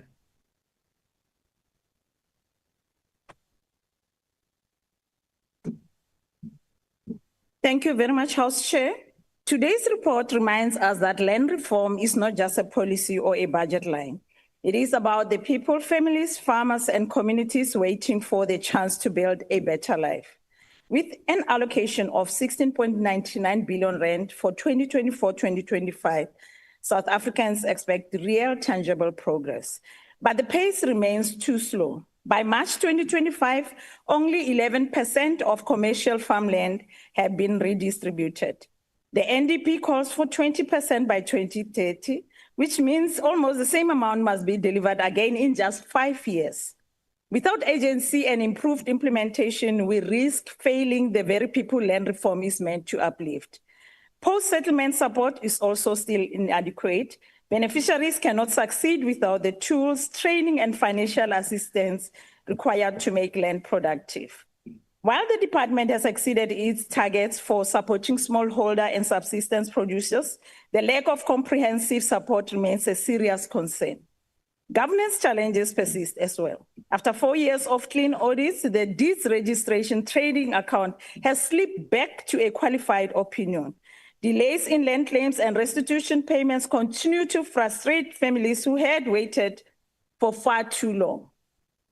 Yes, irregular expenditure has decreased from 193.4 million rand to 187.4 million, but every rand wasted is a rand taken away from a community in need. The committee's recommendations are ring-fence funding for land claims, stronger financial management, and stronger anti-corruption measures are not optional. They are essential steps to rebuild public trust. House Chair, behind every statistic is a family seeking dignity, a farmer growing a business, and a young person hoping for opportunity.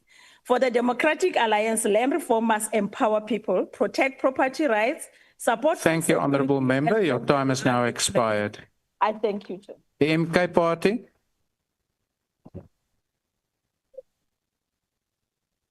Wazopindelela mkhona.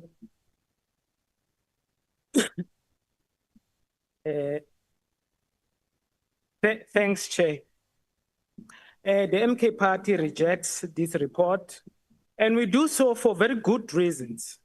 Let's take the Restitution of Land Rights Act. That restitution process is supposed to give land back to our people who were dispossessed under apartheid. But that restitution process, in fact, is a process to give land to white farmers. When our people are cajoled to take financial compensation, they are paid peanuts. The white man who got land from apartheid keeps the land. This is what restitution is about. The same process of benefiting white farmers is clear when you look at the farm equity schemes. Here, government said it's going to buy land for farm workers so that they become owners in the farms. As soon as the money comes in, the white farmers evict our people and they keep the land and they keep the money, and our people become squatters in the outskirts of townships. The same logic applies to the communal property associations. When some people get a bit of land, they set up these communal property associations. Now, the white farmer comes, he gets a contract to manage the land, takes the profits, give our people nothing, and our people end up fighting amongst themselves. These communal property associations are again agents to empower the same farmers who have benefited under apartheid. I don't want to talk about the statistics.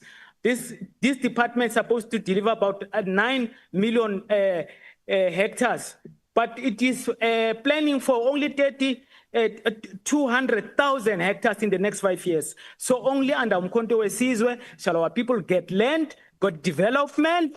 Waza Mkhonto Gwaza. EFF.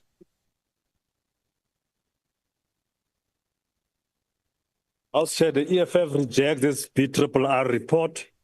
We have had Order, honorable members. Excuse about Please take your conversations outside. Let's listen to the Honorable Matthias. Can you please rewind my time, Honorable Chief? Thank you.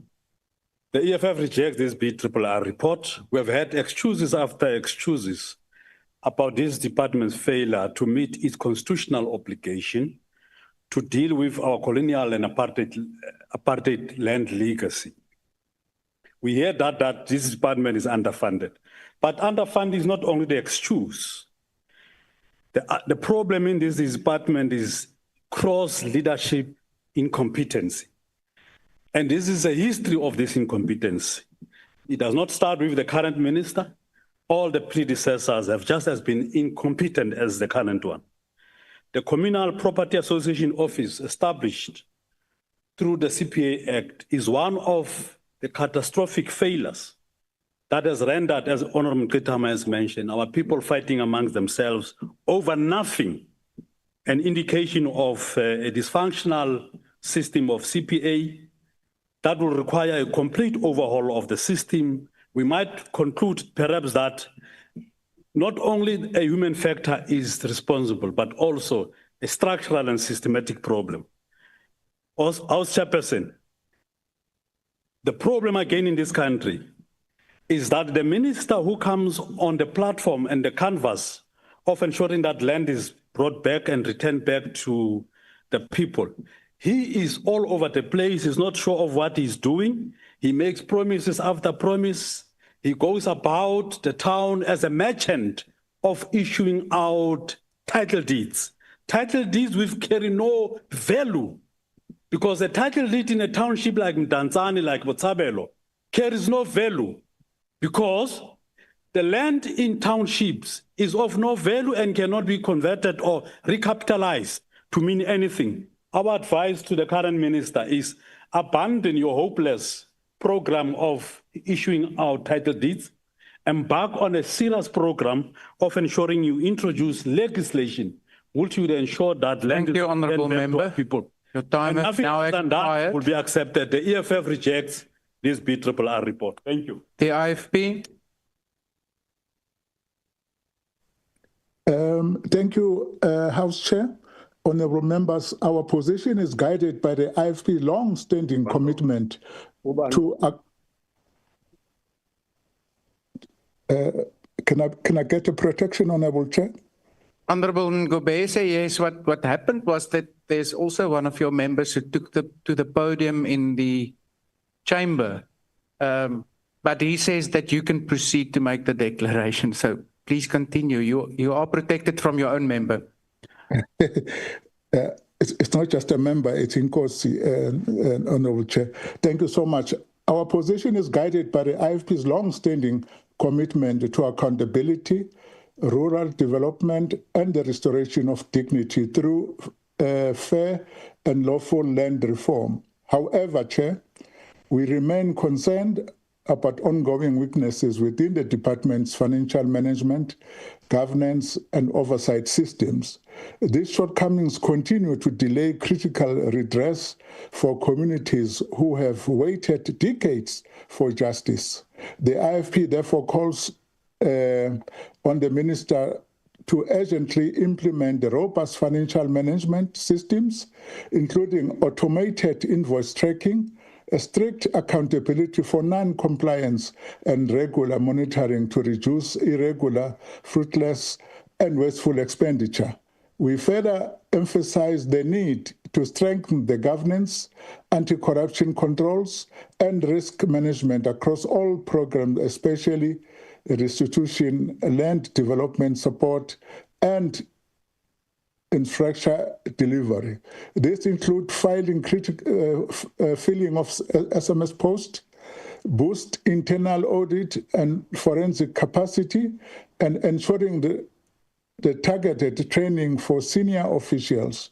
Finally, Honorable Chair, we supported the expedited establishment of the Commission on the Restitution of Land Rights, as well as an autonomous Schedule 3A entity with the resources required to fulfill its mandate. land justice demand agency, integrity, and accountability.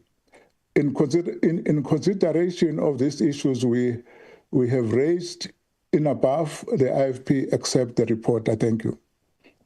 Thank you. The PI.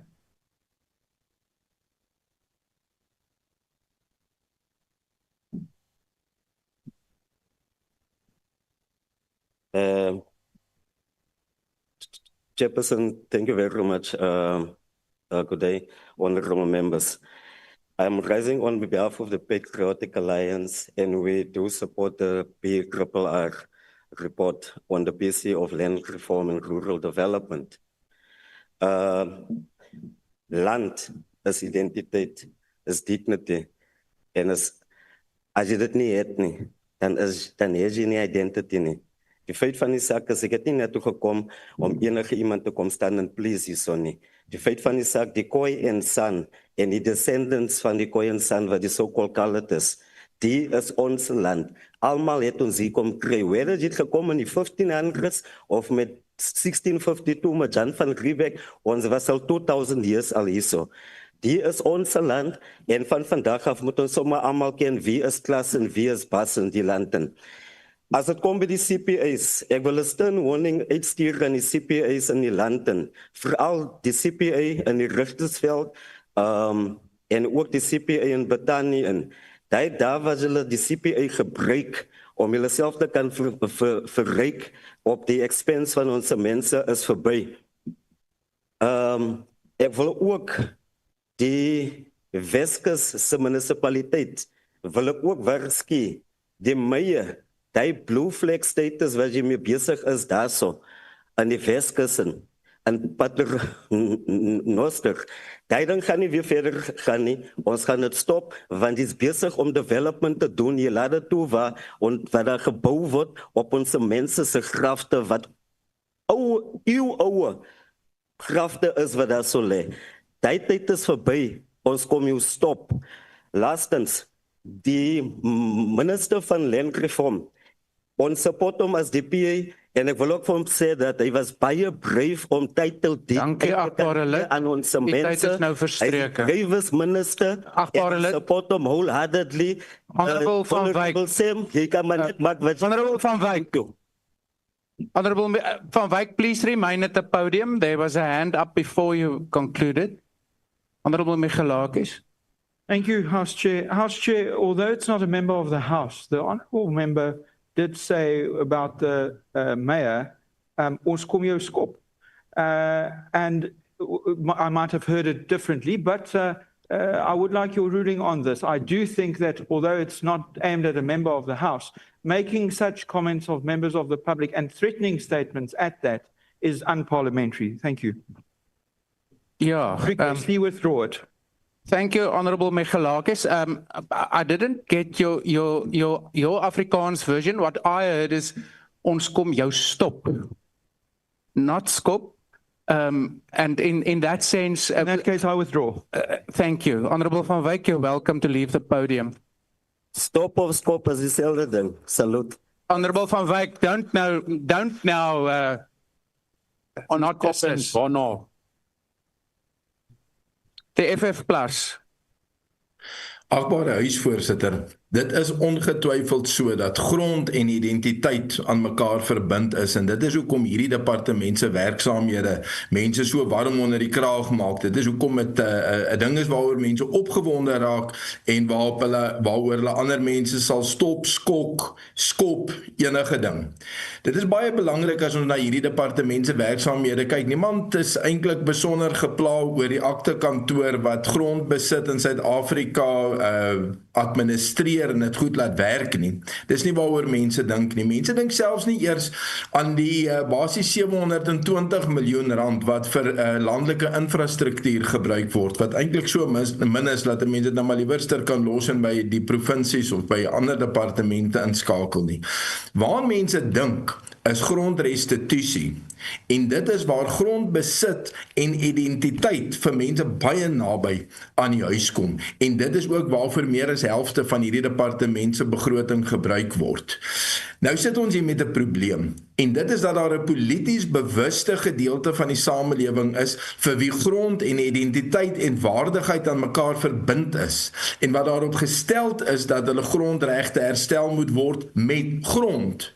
Maar die mense wat die begunstigdes daarvan is, het klaarblyklike ander idee. As ons net kyk na die besteding in hierdie spesifieke jaar, het 1,2 miljard rand se begunstigdes het liewers die geld verkies, terwyl 222 miljoen rand se mense die grond verkies het. Dit is duidelik dat die meeste mense op die grond wat met 'n oorlewingsstryd besig is, werk of geld soek, liewerster as grond. Nou dit beteken nie dat 'n mens daarmee grondhervorming moet stuit nie. Dit beteken 'n mens moet realisties daaroor wees. 'n Mens moet besef dat grondbesit een van die grondtrekke van die moderne ekonomie is. Nou ja, kom ons laat dit daar. Baie dankie. Baie dankie. Action essay.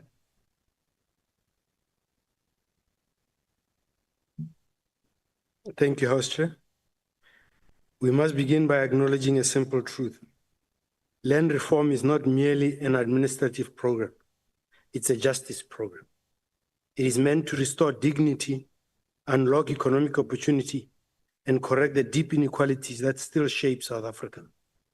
Yet the report reflects a department unable to meet its constitutional responsibility.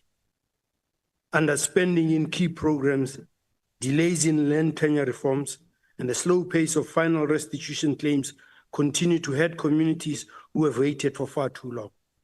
The persistent vacancy rates, weak intergovernmental coordination, and failure to stabilize entities such as the Commission on Restitution of Land Rights remain major barriers to delivery.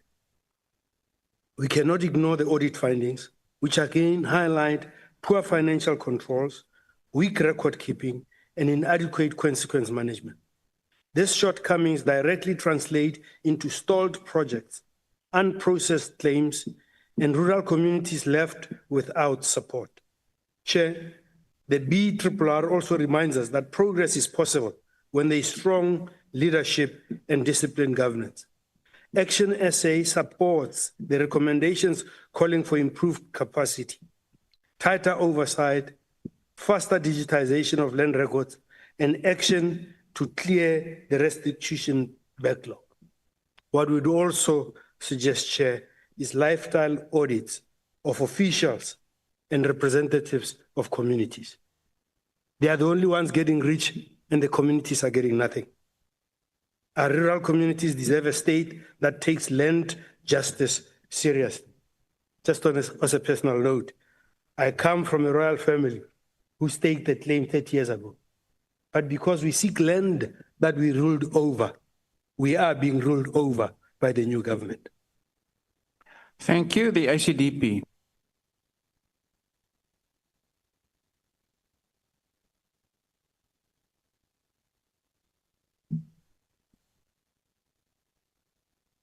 Thank you, Honourable House Chairperson. The ACDP, in acknowledging this BRRR of the Portfolio Committee on Land Reform and Rural Development, remains committed to a just, transparent land reform process, one which uplifts all communities, rural in particular, without undermining food security or constitutional rights.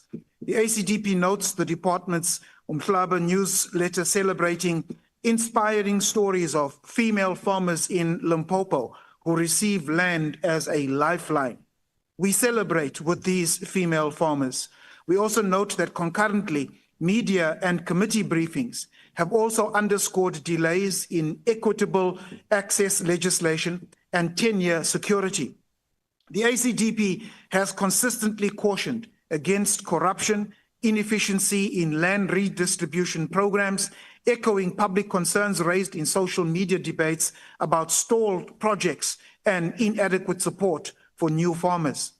As kingdom builders, the ACDP is on record for stating that expropriation without compensation is not the panacea to the land question. Equitable land redistribution, in keeping with the Constitution, coupled with the security of tenure, strong ethical government oversight, with women and land and youth land empowerment initiatives, augmented by skills transfer and working with those of all colors who have the skill in the agricultural economy, is the ACDP's preferred path. Thank you, Chair. Thank you. The UDM. Voorzitter, during a recent oversight visit, a UDM oversight visit to Apam Ngasha in Dimbaza recently, residents raised deeply troubling concerns regarding land claims that were lodged more than a decade ago, yet remain unresolved. While a minority of community members have received land or some financial compensation, many are still waiting in the hope that one day they'll be able to get their land claims resolved. The visit also exposed serious structural weaknesses inside the department that continue to undermine the credibility of the land reform process. Many offices still rely on outdated manual systems with slow record keeping and fragmented information flows. There is a lack of consequence management when officials fail to process claims in a timely manner, and coordination between the department, the Commission of Restitution of Land Rights, communal property associations, and municipalities remain limited and very inefficient. These institutional shortcomings have slowed the settlement of claims across the country, deepening frustration and eroding public confidence in the state's commitment to restitution. Siphinde sava ngonokhawuzane nangempukane ezilihlaza ukuthi bunintsi ubusela obuqhubekayo kule land claims process, ezinye ze-accounts ezilistwayo kuthiwe kubhatalwa ii-claimants.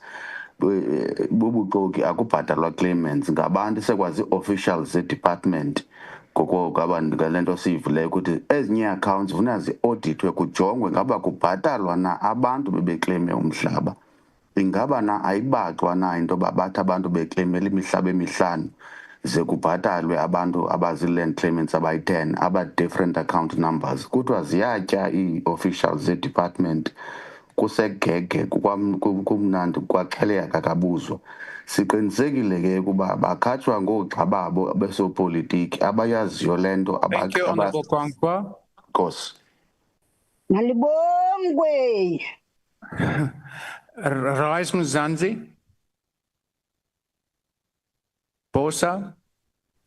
Modula Stulo re a leboga jaaka Build One South Africa re kaela gore ra ethega report e re maikelo a rena gore a madi a Maaforika Borwa lefatshe la bone le boele re ba fe tetla ya go nna gore ba tsene mo ikonoming. Re a leboga, thank you. Thank you. The ATM. Al-Jamar.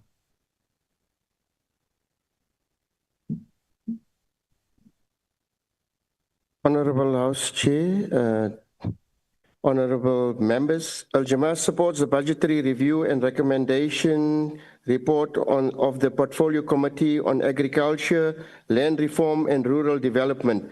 I'm sure many will agree with me that land reform remains one of the most critical unfinished tasks of our democracy. Without meaningful redistribution, secure tenure, and support for emerging multiracial farmers, we cannot speak of justice, transformation, or food security. We acknowledge the progress made in settling claims, strengthening the farmer support programs, and improving oversight over entities. However, the pace of land reform remains too slow, and many beneficiaries receive land without the tools, training, or financial support needed to make farming sustainable.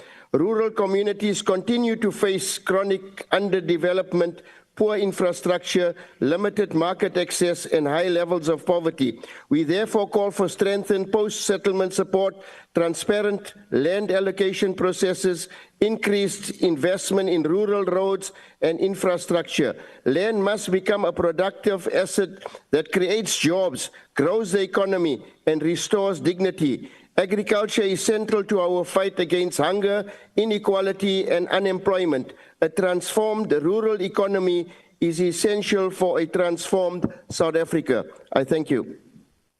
Thank you. The NCC, the PIC, the UAT, Good. The ANC.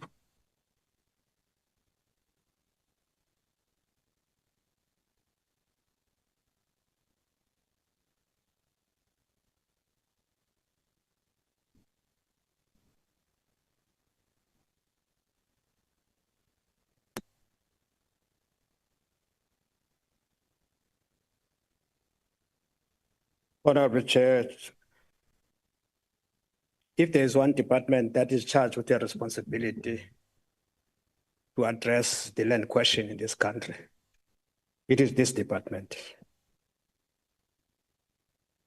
It has got an overload of ensuring that the seriously marginalized population of our country is actually attended to as a matter of urgency. The historic development around land is a question that must gain focus to this parliament. Different models that has been tried, some not tested, some were not tested, are a challenge in terms of land restitution and land redistribution. And I think that bill of land distribution must be fast-tracked in ensuring that our people gain what belongs to them.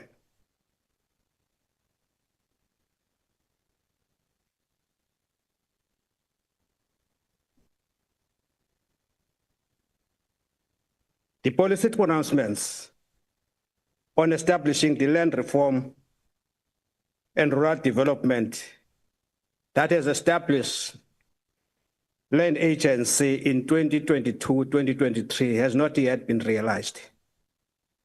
And I think that agency was a good intervention in ensuring that we fast-track the land redistribution. To the current minister, the department is extremely important for the resolution of the historic grievance of land dispossession and rural underdevelopment.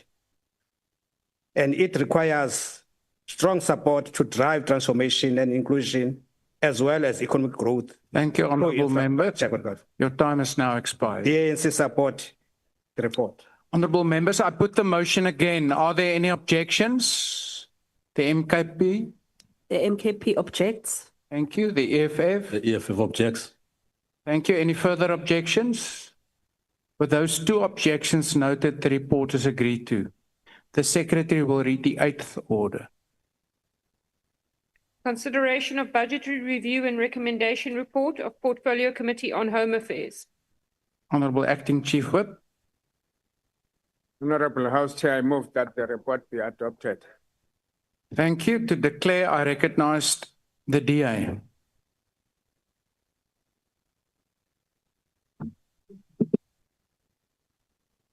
Thank you, House Chair. Today, as we support the BRRR on Home Affairs, we are reminded of our duty to restore dignity to each and every South African. The dignity of a job, the dignity of being able to look their family in the eye as a provider and not feel ashamed. When a government truly cares, progress is not only possible, it is measurable, visible, and transformative. It means confronting network failures, chronic underfunding, audit weaknesses, and service delivery backlogs. Not with excuses, but with urgency and reform. And Minister Schreiber has done exactly that. The top priority of Home Affairs is to contribute to job creation through the issuance of visas and permits to grow the economy. Under Minister Schreiber, Operation Vulindlela has shown early promise, with the Trusted Tour Operator Scheme attracting over 40,000 tourists and creating over 3,000 jobs. The Stages Scheme will bring jobs to the South African film and creative industries, and the successful G20 pilot of the electronic travel authorization will soon be rolled out, reflecting a growth and a focus on using immigration as a driver of economic growth. For the first time, ETA records the biometrics of every person who enters South Africa, building a digital identity system where forged permits are confined to the history books, helping take control of illegal immigration. House Chair, with proper resourcing for the Border Management Authority, decisive ICT modernization, and accelerated identity reforms, we can build a home affairs system that protects our borders, supports tourism, grows jobs, and restores dignity to every South African. I thank you. Thank you, the MK.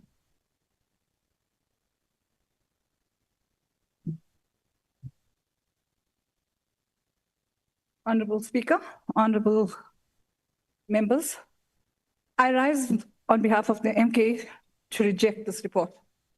I'm going to use my whole 120 seconds to present a BRRR report that will paint a stark picture of the state of governance, service delivery, and financial accountability within the Department of Home Affairs and its entities. This budgetary review and recommendation report for 2024-2025 financial year is just not merely a document. It is a mirror reflecting the successes, failures, and systemic challenges that define the institutions tasked with safeguarding our identities, borders, democracy, and future of all South Africans. What is everything wrong at DHA, IEC, GPW, and BMA, you ask? Apart from the several systemic issues and shortcomings across the Department of Home Affairs and its entities, key problems which include but are not limited to are audit outcomes and financial mismanagement, ICT and modernization failures, underfunding and resource constraints, service delivery failures, governance and labor instability, unresolved recommendations. Many recommendations from the 2024 BRRR report remain unaddressed or partially addressed, including IT modernization, consequent management, and funding issues, voter apathy and budget cuts for IEC, delays in legislative and strategic plans. The GPW has not submitted the State Security Printers Bill, and the BMA has yet to determine the need for legislative changes to improve its functioning. Overall, the report reveals a portfolio struggling with systemic governance, financial and operational challenges that hinder its abilities to deliver on its mandates effectively. The committee has made detailed recommendations to address these issues, but recommendations on its own will just remain recommendations. I thank you. Thank you, the EFF.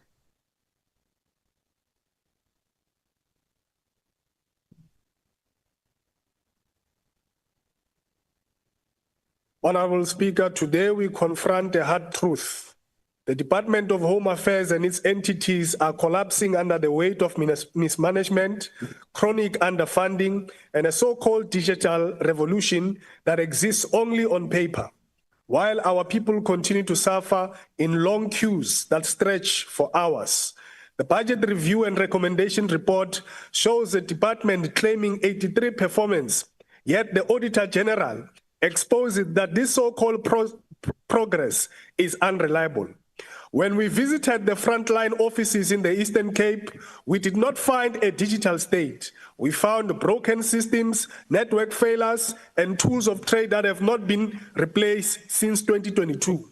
In Komani, the movement control system was offline for a full week.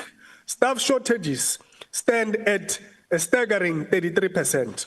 These are not numbers. These are human beings, grandmothers, workers, and students forced to return to the same dysfunctional offices again and again.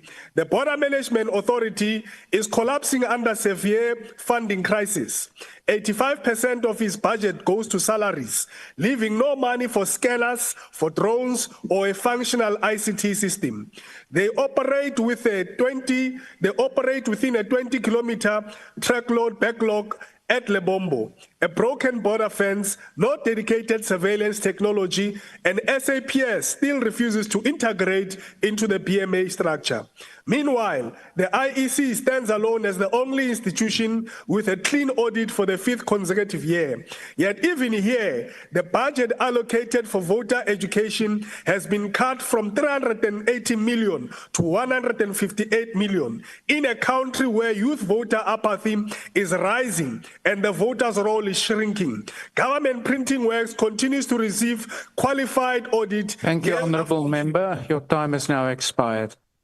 We reject this report. The IFP.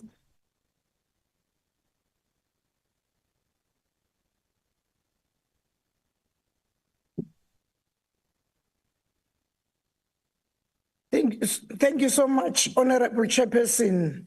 In the midst of the national crisis on illegal immigration, the IFP's consideration of this report is guided by our recognition of the department's importance to efficiently determine and safeguard the identity and status of citizens, as well as to regulate immigration in a manner that ensures national security and fulfills South Africa's international obligation. Given the importance of the department, the IFP agrees and stresses its concern about the nominal decrease in the budget. A decrease has severely consequences for the mandate of the department. Furthermore, the illegal immigration crisis will not be resolved soon, given the fact that there are only limited funds for operational costs, technology, and infrastructure. The IFP again calls for Cabinet and the National Treasury to address the fiscal challenges and to secure appropriate funding transfers. However, we welcome the fact that despite the challenges, achieved 81%, moreover, we welcome operational successes that includes processes 100% of illegal persons detected at ports of entry for deportation. The IFP supports the ministers engaging with Cabinet as a matter of national security and in consideration of the issues we have raised. The IFP accepts the report. I thank you, Chairperson. Thank you. The PA.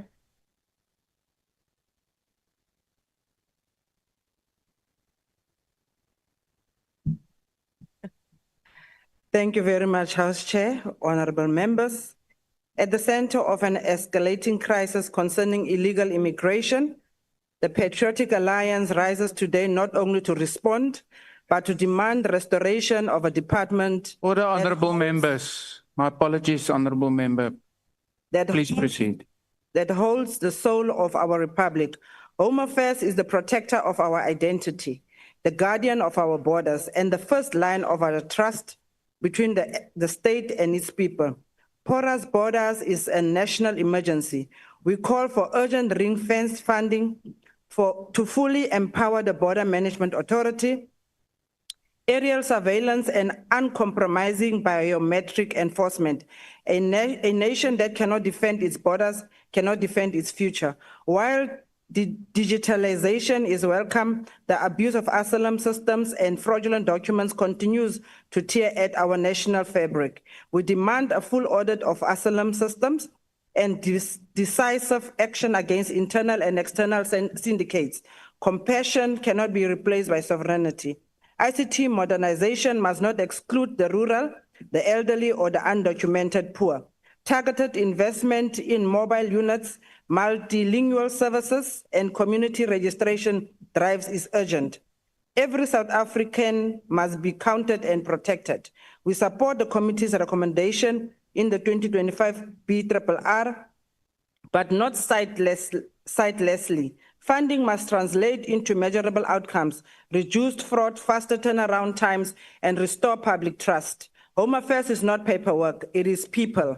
It is a mother in Mokhola village in Zeerust in waiting to register a birth, the officer in Musina risking his life for our sovereignty, and the young South Africans who deserve a country that finally puts them first.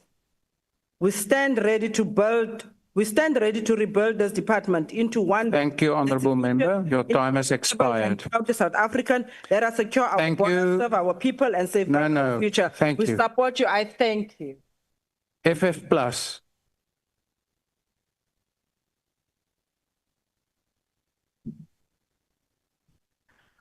As Chairperson, the Freedom Front Plus welcomes the department's attempts to increase its self-financing revenue due to the decrease of the department's budget allocation.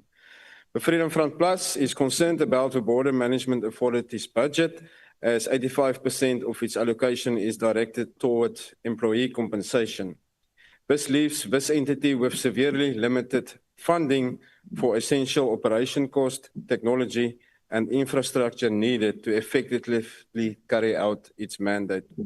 The government printing works achieved 88% of its targets, although attention needs to be given to its key indicators related to its information ecosystem, as well as the completion of its new headquarters building, but has its ongoing challenges on IT and infrastructure.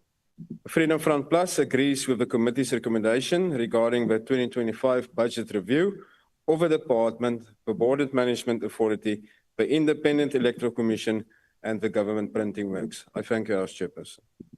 Thank you. Action essay. Thank you, House Chairperson.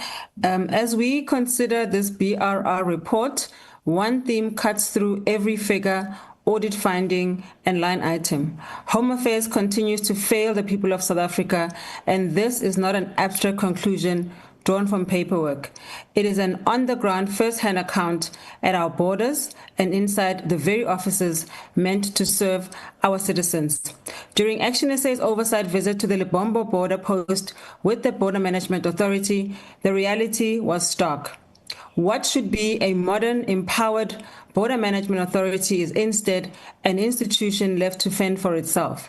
Border guards are expected to secure our country with broken or outdated tools. Scanners lie idle, not because they aren't needed, but because there are too few to operate across a high-volume port. Drones are borrowed instead of procured, and a 20-kilometer queue of trucks has become normal because the system has simply collapsed. The same failures echo in Home Affairs offices across the country. Outdated equipment, chronic system downtime, and staff doing their best under impossible conditions. Yet year after year, we see the same audit findings, the same irregular expenditure, and the same modernization projects that absorb billions while communities see no improvement. Chairperson, this BRR report demands more than acknowledgement. It demands accountability for repeat audit failures, urgency in completing genuine modernization, and a properly funded, professionalized border management authority that can ensure our borders and secure our borders and serve our people with dignity. I thank you very much, House Chairperson. Thank you. The ACDP. No declaration, Chair. Thank you. Thank you. The UDM. No declaration, Chair. Thank you. Rise Mzansi. Bosa. Thank you, House Chairperson. I think whilst I stand to support the BRR report on the Department of Home Affairs, I think it's worth noting one unequivocal failure by the department, which is the collapse of the process around the electoral reform consultation panel. To give you a brief history, Honourable House Chairperson and Honourable Members, is that the Constitutional Court under Judge Matlanga had ruled to say that this House needed to amend the Electoral Act. This House then took its own time and did a malicious compliance to that judgment. Following on from that, it is common cause. Nearly every president of the African National Congress who has been president of the Republic has stated this issue. President Nelson Mandela conceded the point that we needed a new electoral system. Kgalema Motlanthe raised the same issue in his high-level panel report. Recently, President Mbeki has already spoken eloquently about the fact that we need a direct election of the president. But it would seem that this House seems to dilly-dally on this issue. A panel that only had one job, which was to produce a single report for this House to consider. Honourable members, we can't sit here today and put the people against parties.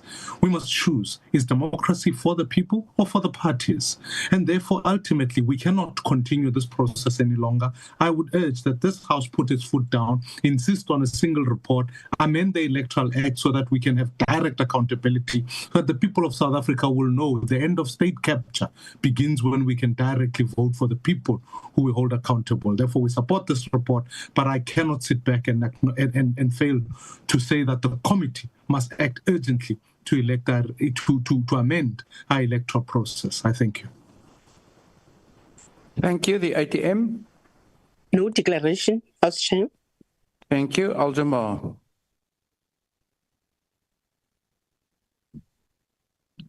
Honorable Deputy Speaker, honorable members, Al-Jamaah supports the budgetary review and recommendations report of the Portfolio Committee on Home Affairs. Home Affairs is the custodian of our identity, our borders, and the integrity of the state.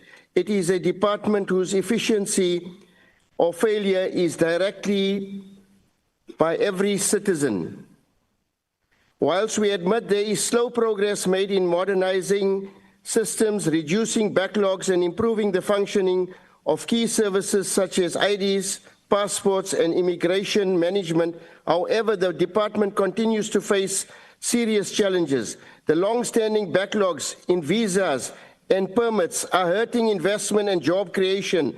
Corruption at some offices, slow turnaround times, network outages, and poorly maintained infrastructure undermine public confidence. Border management remains a pressing issue with porous entry points and inadequate resources.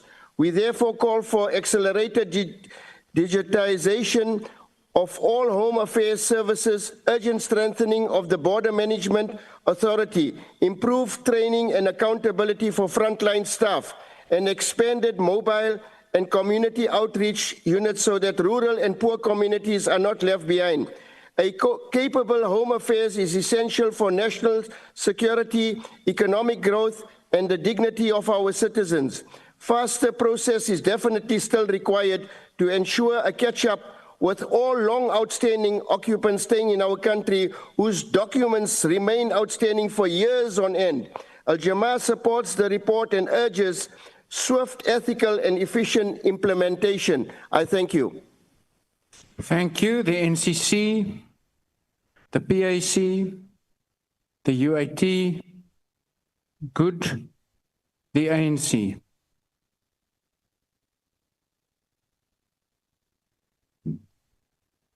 No, thanks, Honorable Chairperson.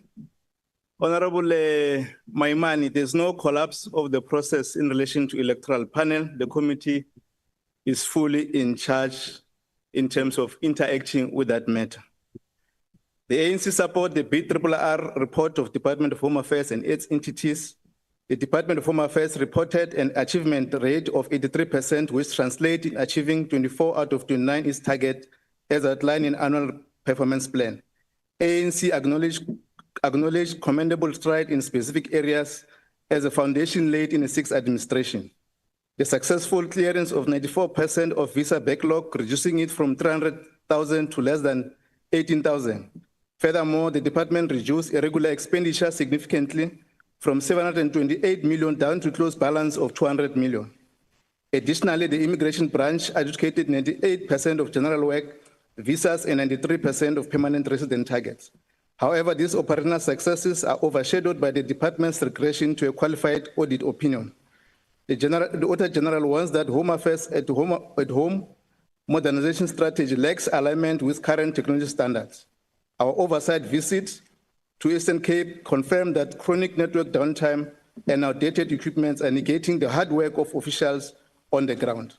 Despite the financial and capacity challenges the BMA faces, the entity has achieved 81% of its target in annual performance plan. Yet the BMA remains grossly unfunded, with 85% of its budget consumed by salaries. It continues to demonstrate good work, and it has intercepted the illegal movement of people and goods across ports of entry, and thus significantly reduced illegal immigration and illicit movement of goods. The IEC has achieved 100% of its targets and received clean audit from Auditor General. This points to a strong internal control environment and implementation of audit recommendation from the previous financial year.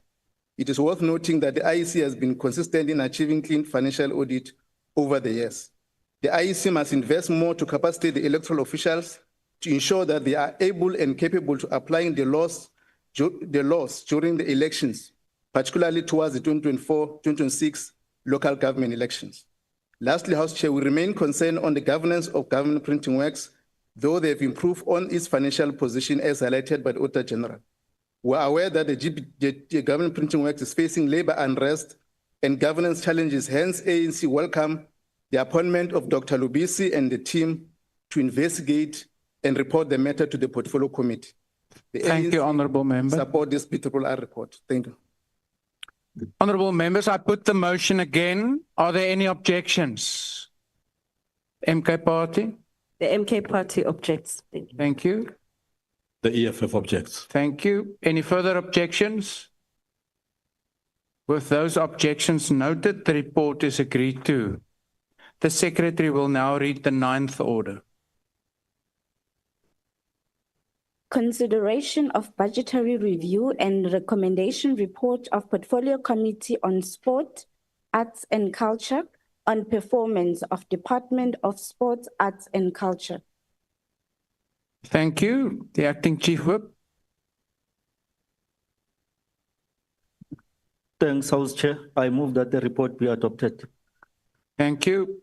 For the purpose of declarations, I recognize the DA.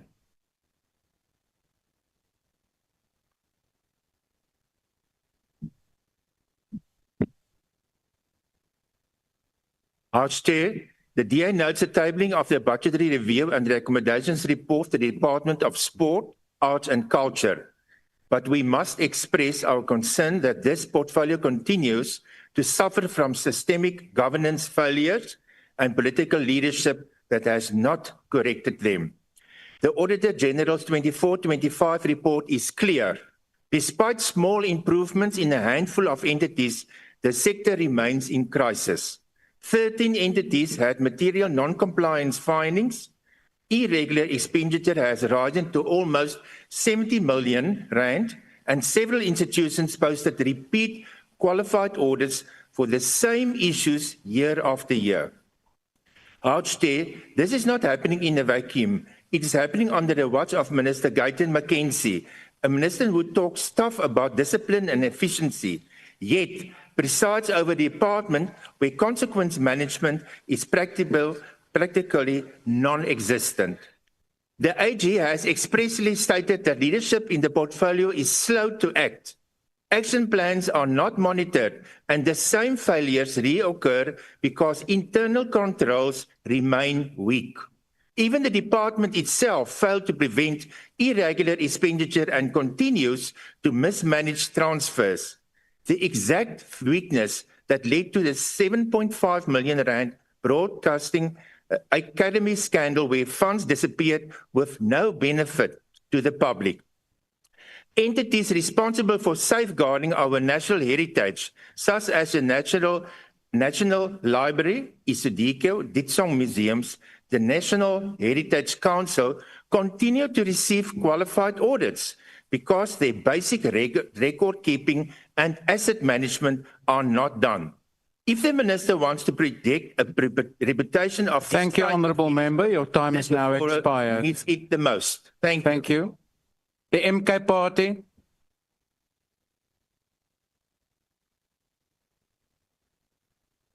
Thank you so much, Chairperson. Today, the MK Party rises with absolute clarity. We reject this BRRR, not because out of politics, but out of the loyalty of the people of South Africa, whom we've been failed so far. The Auditors General own report confirms that the community, what the community is crying all about, 70 million in irregular expenditure in this portfolio, which is money that was supposed to build sports grounds, libraries, theaters, and safe creative spaces for our youth, has vanished in a black hole of this weak oversight.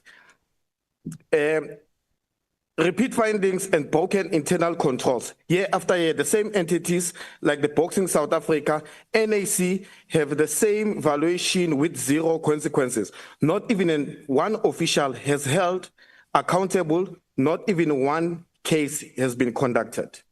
Beyond these numbers, there are real people who are bleeding under these failures. In Mpumalanga, 1,800 athletes woke up at 4 o'clock in the morning for a race. Some traveled from different rural areas using their last taxi fare. They ran the race to believe that they will get money, which is the prize money was about 1.5 million. But to come to think of it, the organizers, they vanished, nowhere to be found. But yet the same department did not even make sure that those people, they get their money till to date. That means the system have collapsed. on them and that the TISAC is non-functional oversight mechanism to protect the athletes, artists, and the heritage workers. How do you explain this to a young South African? That the Athletics South Africa itself, since 2012, they've never had a permanent CEO. How do you do that? So, us as MK... Thank you, Honourable Member. Your time has now expired. We don't support this. The EFF.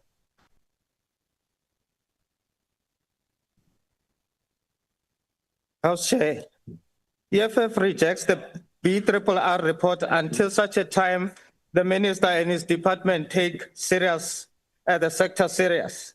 For instance, Chair, it is under the vigorous oversight of the Portfolio Committee on Sports, Arts and Culture that the Athletic SA president has been suspended for gross misuse of the Federation's credit card whilst the department was sleeping at work. Under the watch of this department, SARU is able to impose restrictions against the Portfolio Committee's access to the forensic report about the Ekali Sports Group investment, and this is due to the private ownership of the Springbok, your national team. The EFF is therefore calling for a private members' bill for the nationalization of all national teams. The minister must be held accountable for 32 million rand wasted in sector clusters, lacking institutional support. Corruption has already been recorded, proving that our early warnings were correct. We demand comprehensive response to the critical question of why artists die poor. This response should include the immediate expropriation of intellectual property rights without compensation, creation of quality jobs than the part-time jobs hailed as successes in reports, the President prioritizing the urgent advancement of the Copyright and Performance Protection Amendment bills to ensure fair compensation for our artists, establishment of self-sustainable social benefit scheme that operates independently of government grants than the minister's planned one that is an imminent failure even before launching it. The FF rejects the report and demands meaningful, transformative changes. And Chair, we are the last one always in the program, this sector.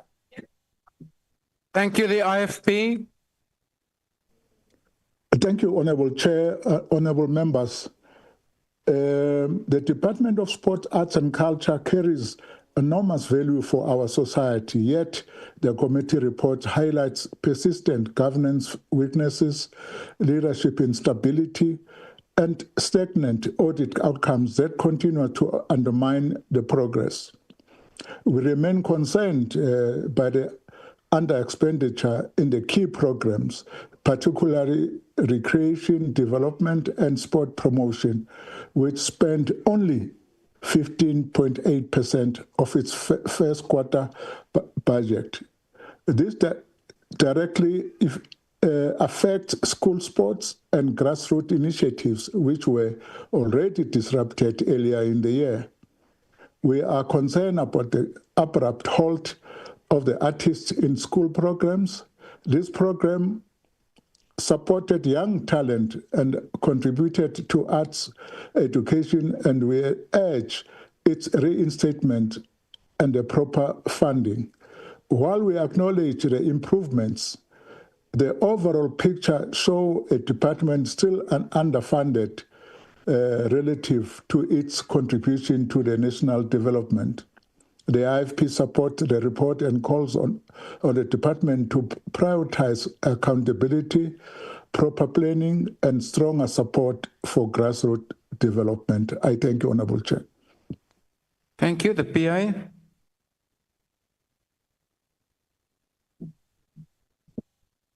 Thank you, House Chair. Honourable members, members of the public, today we reflect on a department that has for far too long been held back by a backlog of operational irregularities that undermined efficiency, weakened accountability, and delayed critical services to our people. When the new leadership assumed office, they inherited a system burdened by years of administrative lapses, outdated processes, and various governance shortcomings. However, Chairperson, what is important is not only what was found, but by what is being done. The current leadership has confronted these challenges head on. They have taken decisive steps to identify weaknesses, strengthen internal controls, and restore compliance with laws and regulations. They are addressing the backlog with urgency, discipline, and transparency, because the people of South Africa deserve a department that works, not one trapped in dysfunction. We support the Minister. Thank you. Thank you. The FF Plus. No declaration, House Chair. Thank you. Action SA.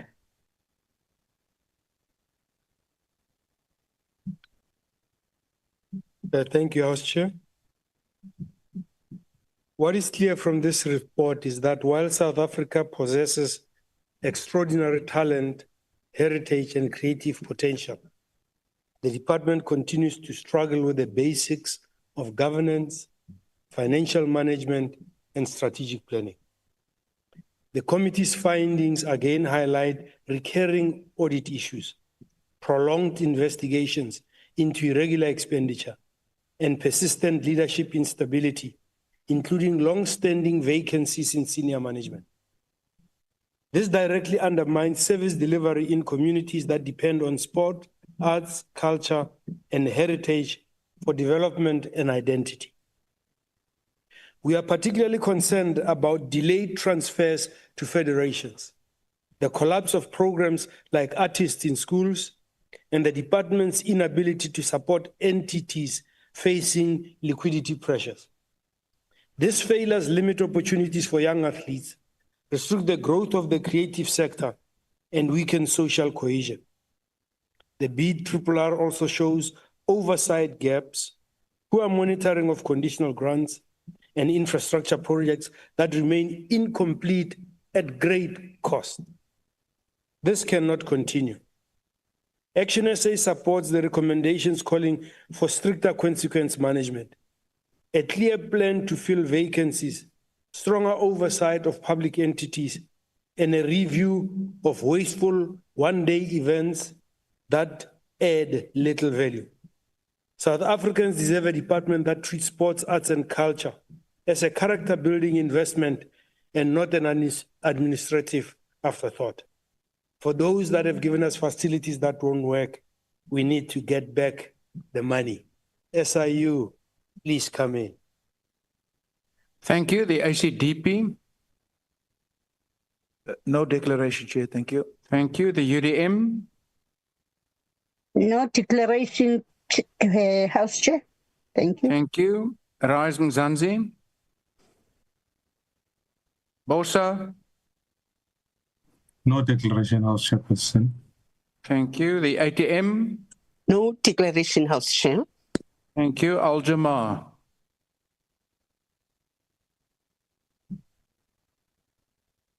Honorable Deputy Speaker, honorable members, Al-Jamar supports the budgetary review and recommendation report of the Portfolio Committee of Sports, Arts and Culture.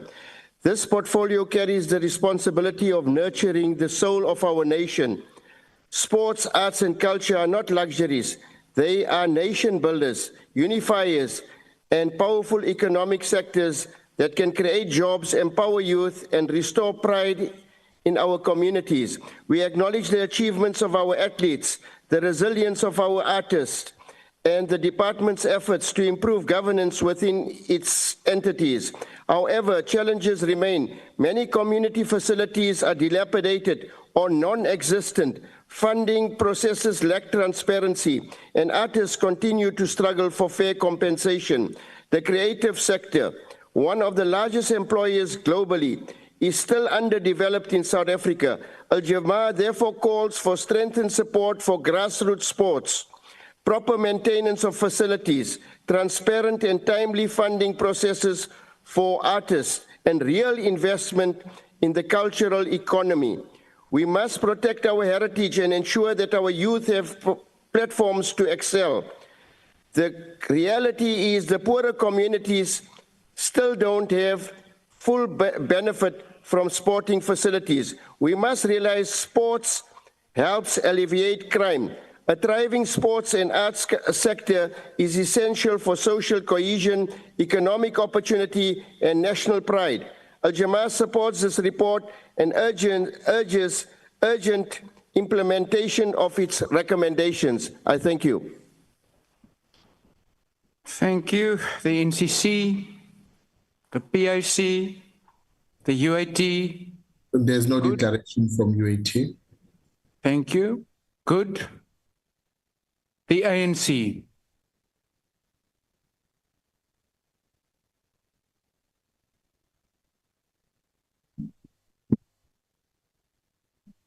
Thank you, House Chair and honorable members.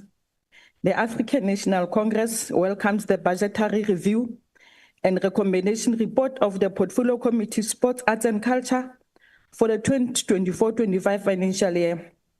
We particularly commend the report explicit recognition that the sports, arts and culture sector have the potential to thrive social cohesion, nation building and employment creation while breaking through barriers that entrench racial, class, gender, and spatial division.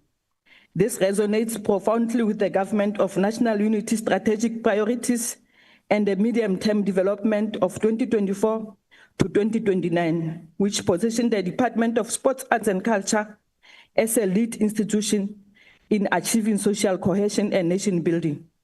ANC notes with satisfaction the department demonstrated commitment to creating work opportunities through employment programs in creative sector, promoting and protecting South Africa's diverse language and cultures, and investing in shared spaces that enrich our communities. This initiative directly addresses our constitutional mandate to unite South Africa around a common program to eliminate poverty and reduce inequality. We acknowledge the committee's rigorous oversight in demanding improved governance, financial management, and accountability across the portfolio. And we commit to supporting the implementation of these critical recommendations to ensure that this vital sector delivers meaningfully on its transformative potential for all South Africans. Thank you, Chair. Thank you. Honourable members, I put the motion again. Are there any objections? The MK? The MK objects. Thank you. The EFF? The EFF objects. Thank you. Thank you. Any further objections? With those two objections? The UAT object. Thank you. With those three, the addition of the UAT's objection and those three objections noted, the report is agreed to. Honourable members, the last item on the order paper is a decision of question on the draft resolution in the name of the Honourable Ntlangwini. I wish to remind you, honourable members, that this draft resolution was debated in a virtual mini plenary last Thursday on the 13th of November, but that in terms of our rules, a decision thereon can only be taken in the full plenary. Honourable Michalakis, why do you want to be recognised? Thank you, House Chair. House Chair, I wish to move an amendment to the motion. The proposed amendment in terms of Rule 121, the proposed amendment was circulated to the chief whips and party whips on the relevant group. It has also consulted with the member in whose name the motion was submitted. And I would like, with your permission, to table this before the House. A signed copy of the proposed amendment has been delivered to the table. Yeah, thank you, honourable members. I confirm that indeed a signed copy is in our possession, and that it has been, the amendment has been verified as required by the rules, and that it doesn't amend the scope of the original motion, and that therefore the amendment technically is in order. So, Honourable Michalakis, please proceed to move your amendment. Thank you, House Chair. I hereby wish to move the following amendment to the motion of Honourable Ntlangwini in terms of National Assembly Rule 121, that the following words in paragraph 8A be deleted. 8, resolves to establish an ad hoc committee in terms of Rule 2531A to A, conduct a comprehensive assessment of, close quote, and replace with, quote, 8, mandates the Portfolio Committee on Police in terms of Rule 2271E to A, conduct a parliamentary inquiry into, close quote. Then to insert a new paragraph 8A Roman 4 as follows, conferring with the Portfolio Committee on Social Development and committees in the security cluster where necessary to formulate proposals for solutions to this problem, and, close quote. And then finally, to delete paragraph 8B and C. The effect of this amendment on paragraph 8 is as follows, quote, mandates the Portfolio Committee on Police in terms of Rule 2271E to conduct a parliamentary inquiry into the causes of these violent crimes in Cape Town and the impact these have on society by 1, reviewing government's response to this type of crime and identifying the weaknesses and areas for potential improvement in the policing and prosecution of these crimes. 2, conducting comprehensive public hearings to elicit community views on the genesis of and current factors contributing to the escalation of violent crimes in the city of Cape Town, as well as potential solutions to the crisis of violent crimes in Cape Town. 3, reviewing the legislative framework within which crime fighting is located and propose changes, if any, that would enable the criminal justice system to better deal with the problem of violent crimes in Cape Town. And 4, conferring with the Portfolio Committee on Social Development and committees in the security cluster where necessary to formulate proposals for solutions to this problem. And 9, sets the deadline by which the committee is to report to the House as 30 June 2026. I so move. Thank you. Honourable members, in terms of our rules, we are to put firstly the amendment to the motion. I now put the amendment to the motion of the Honourable Ntlangweni as moved by the Honourable Michalakis. Are there any objections? No objections agreed to. In the circumstances, it therefore follows that the original motion is properly amended and passed and will not be put to the House. Okay. The motion as amended is also put to the House. Are there any objections? No objections? Agreed to. Honourable members, I request you to stand and wait for the presiding officer and the mace to leave the chamber. That concludes the business of today. The House is adjourned.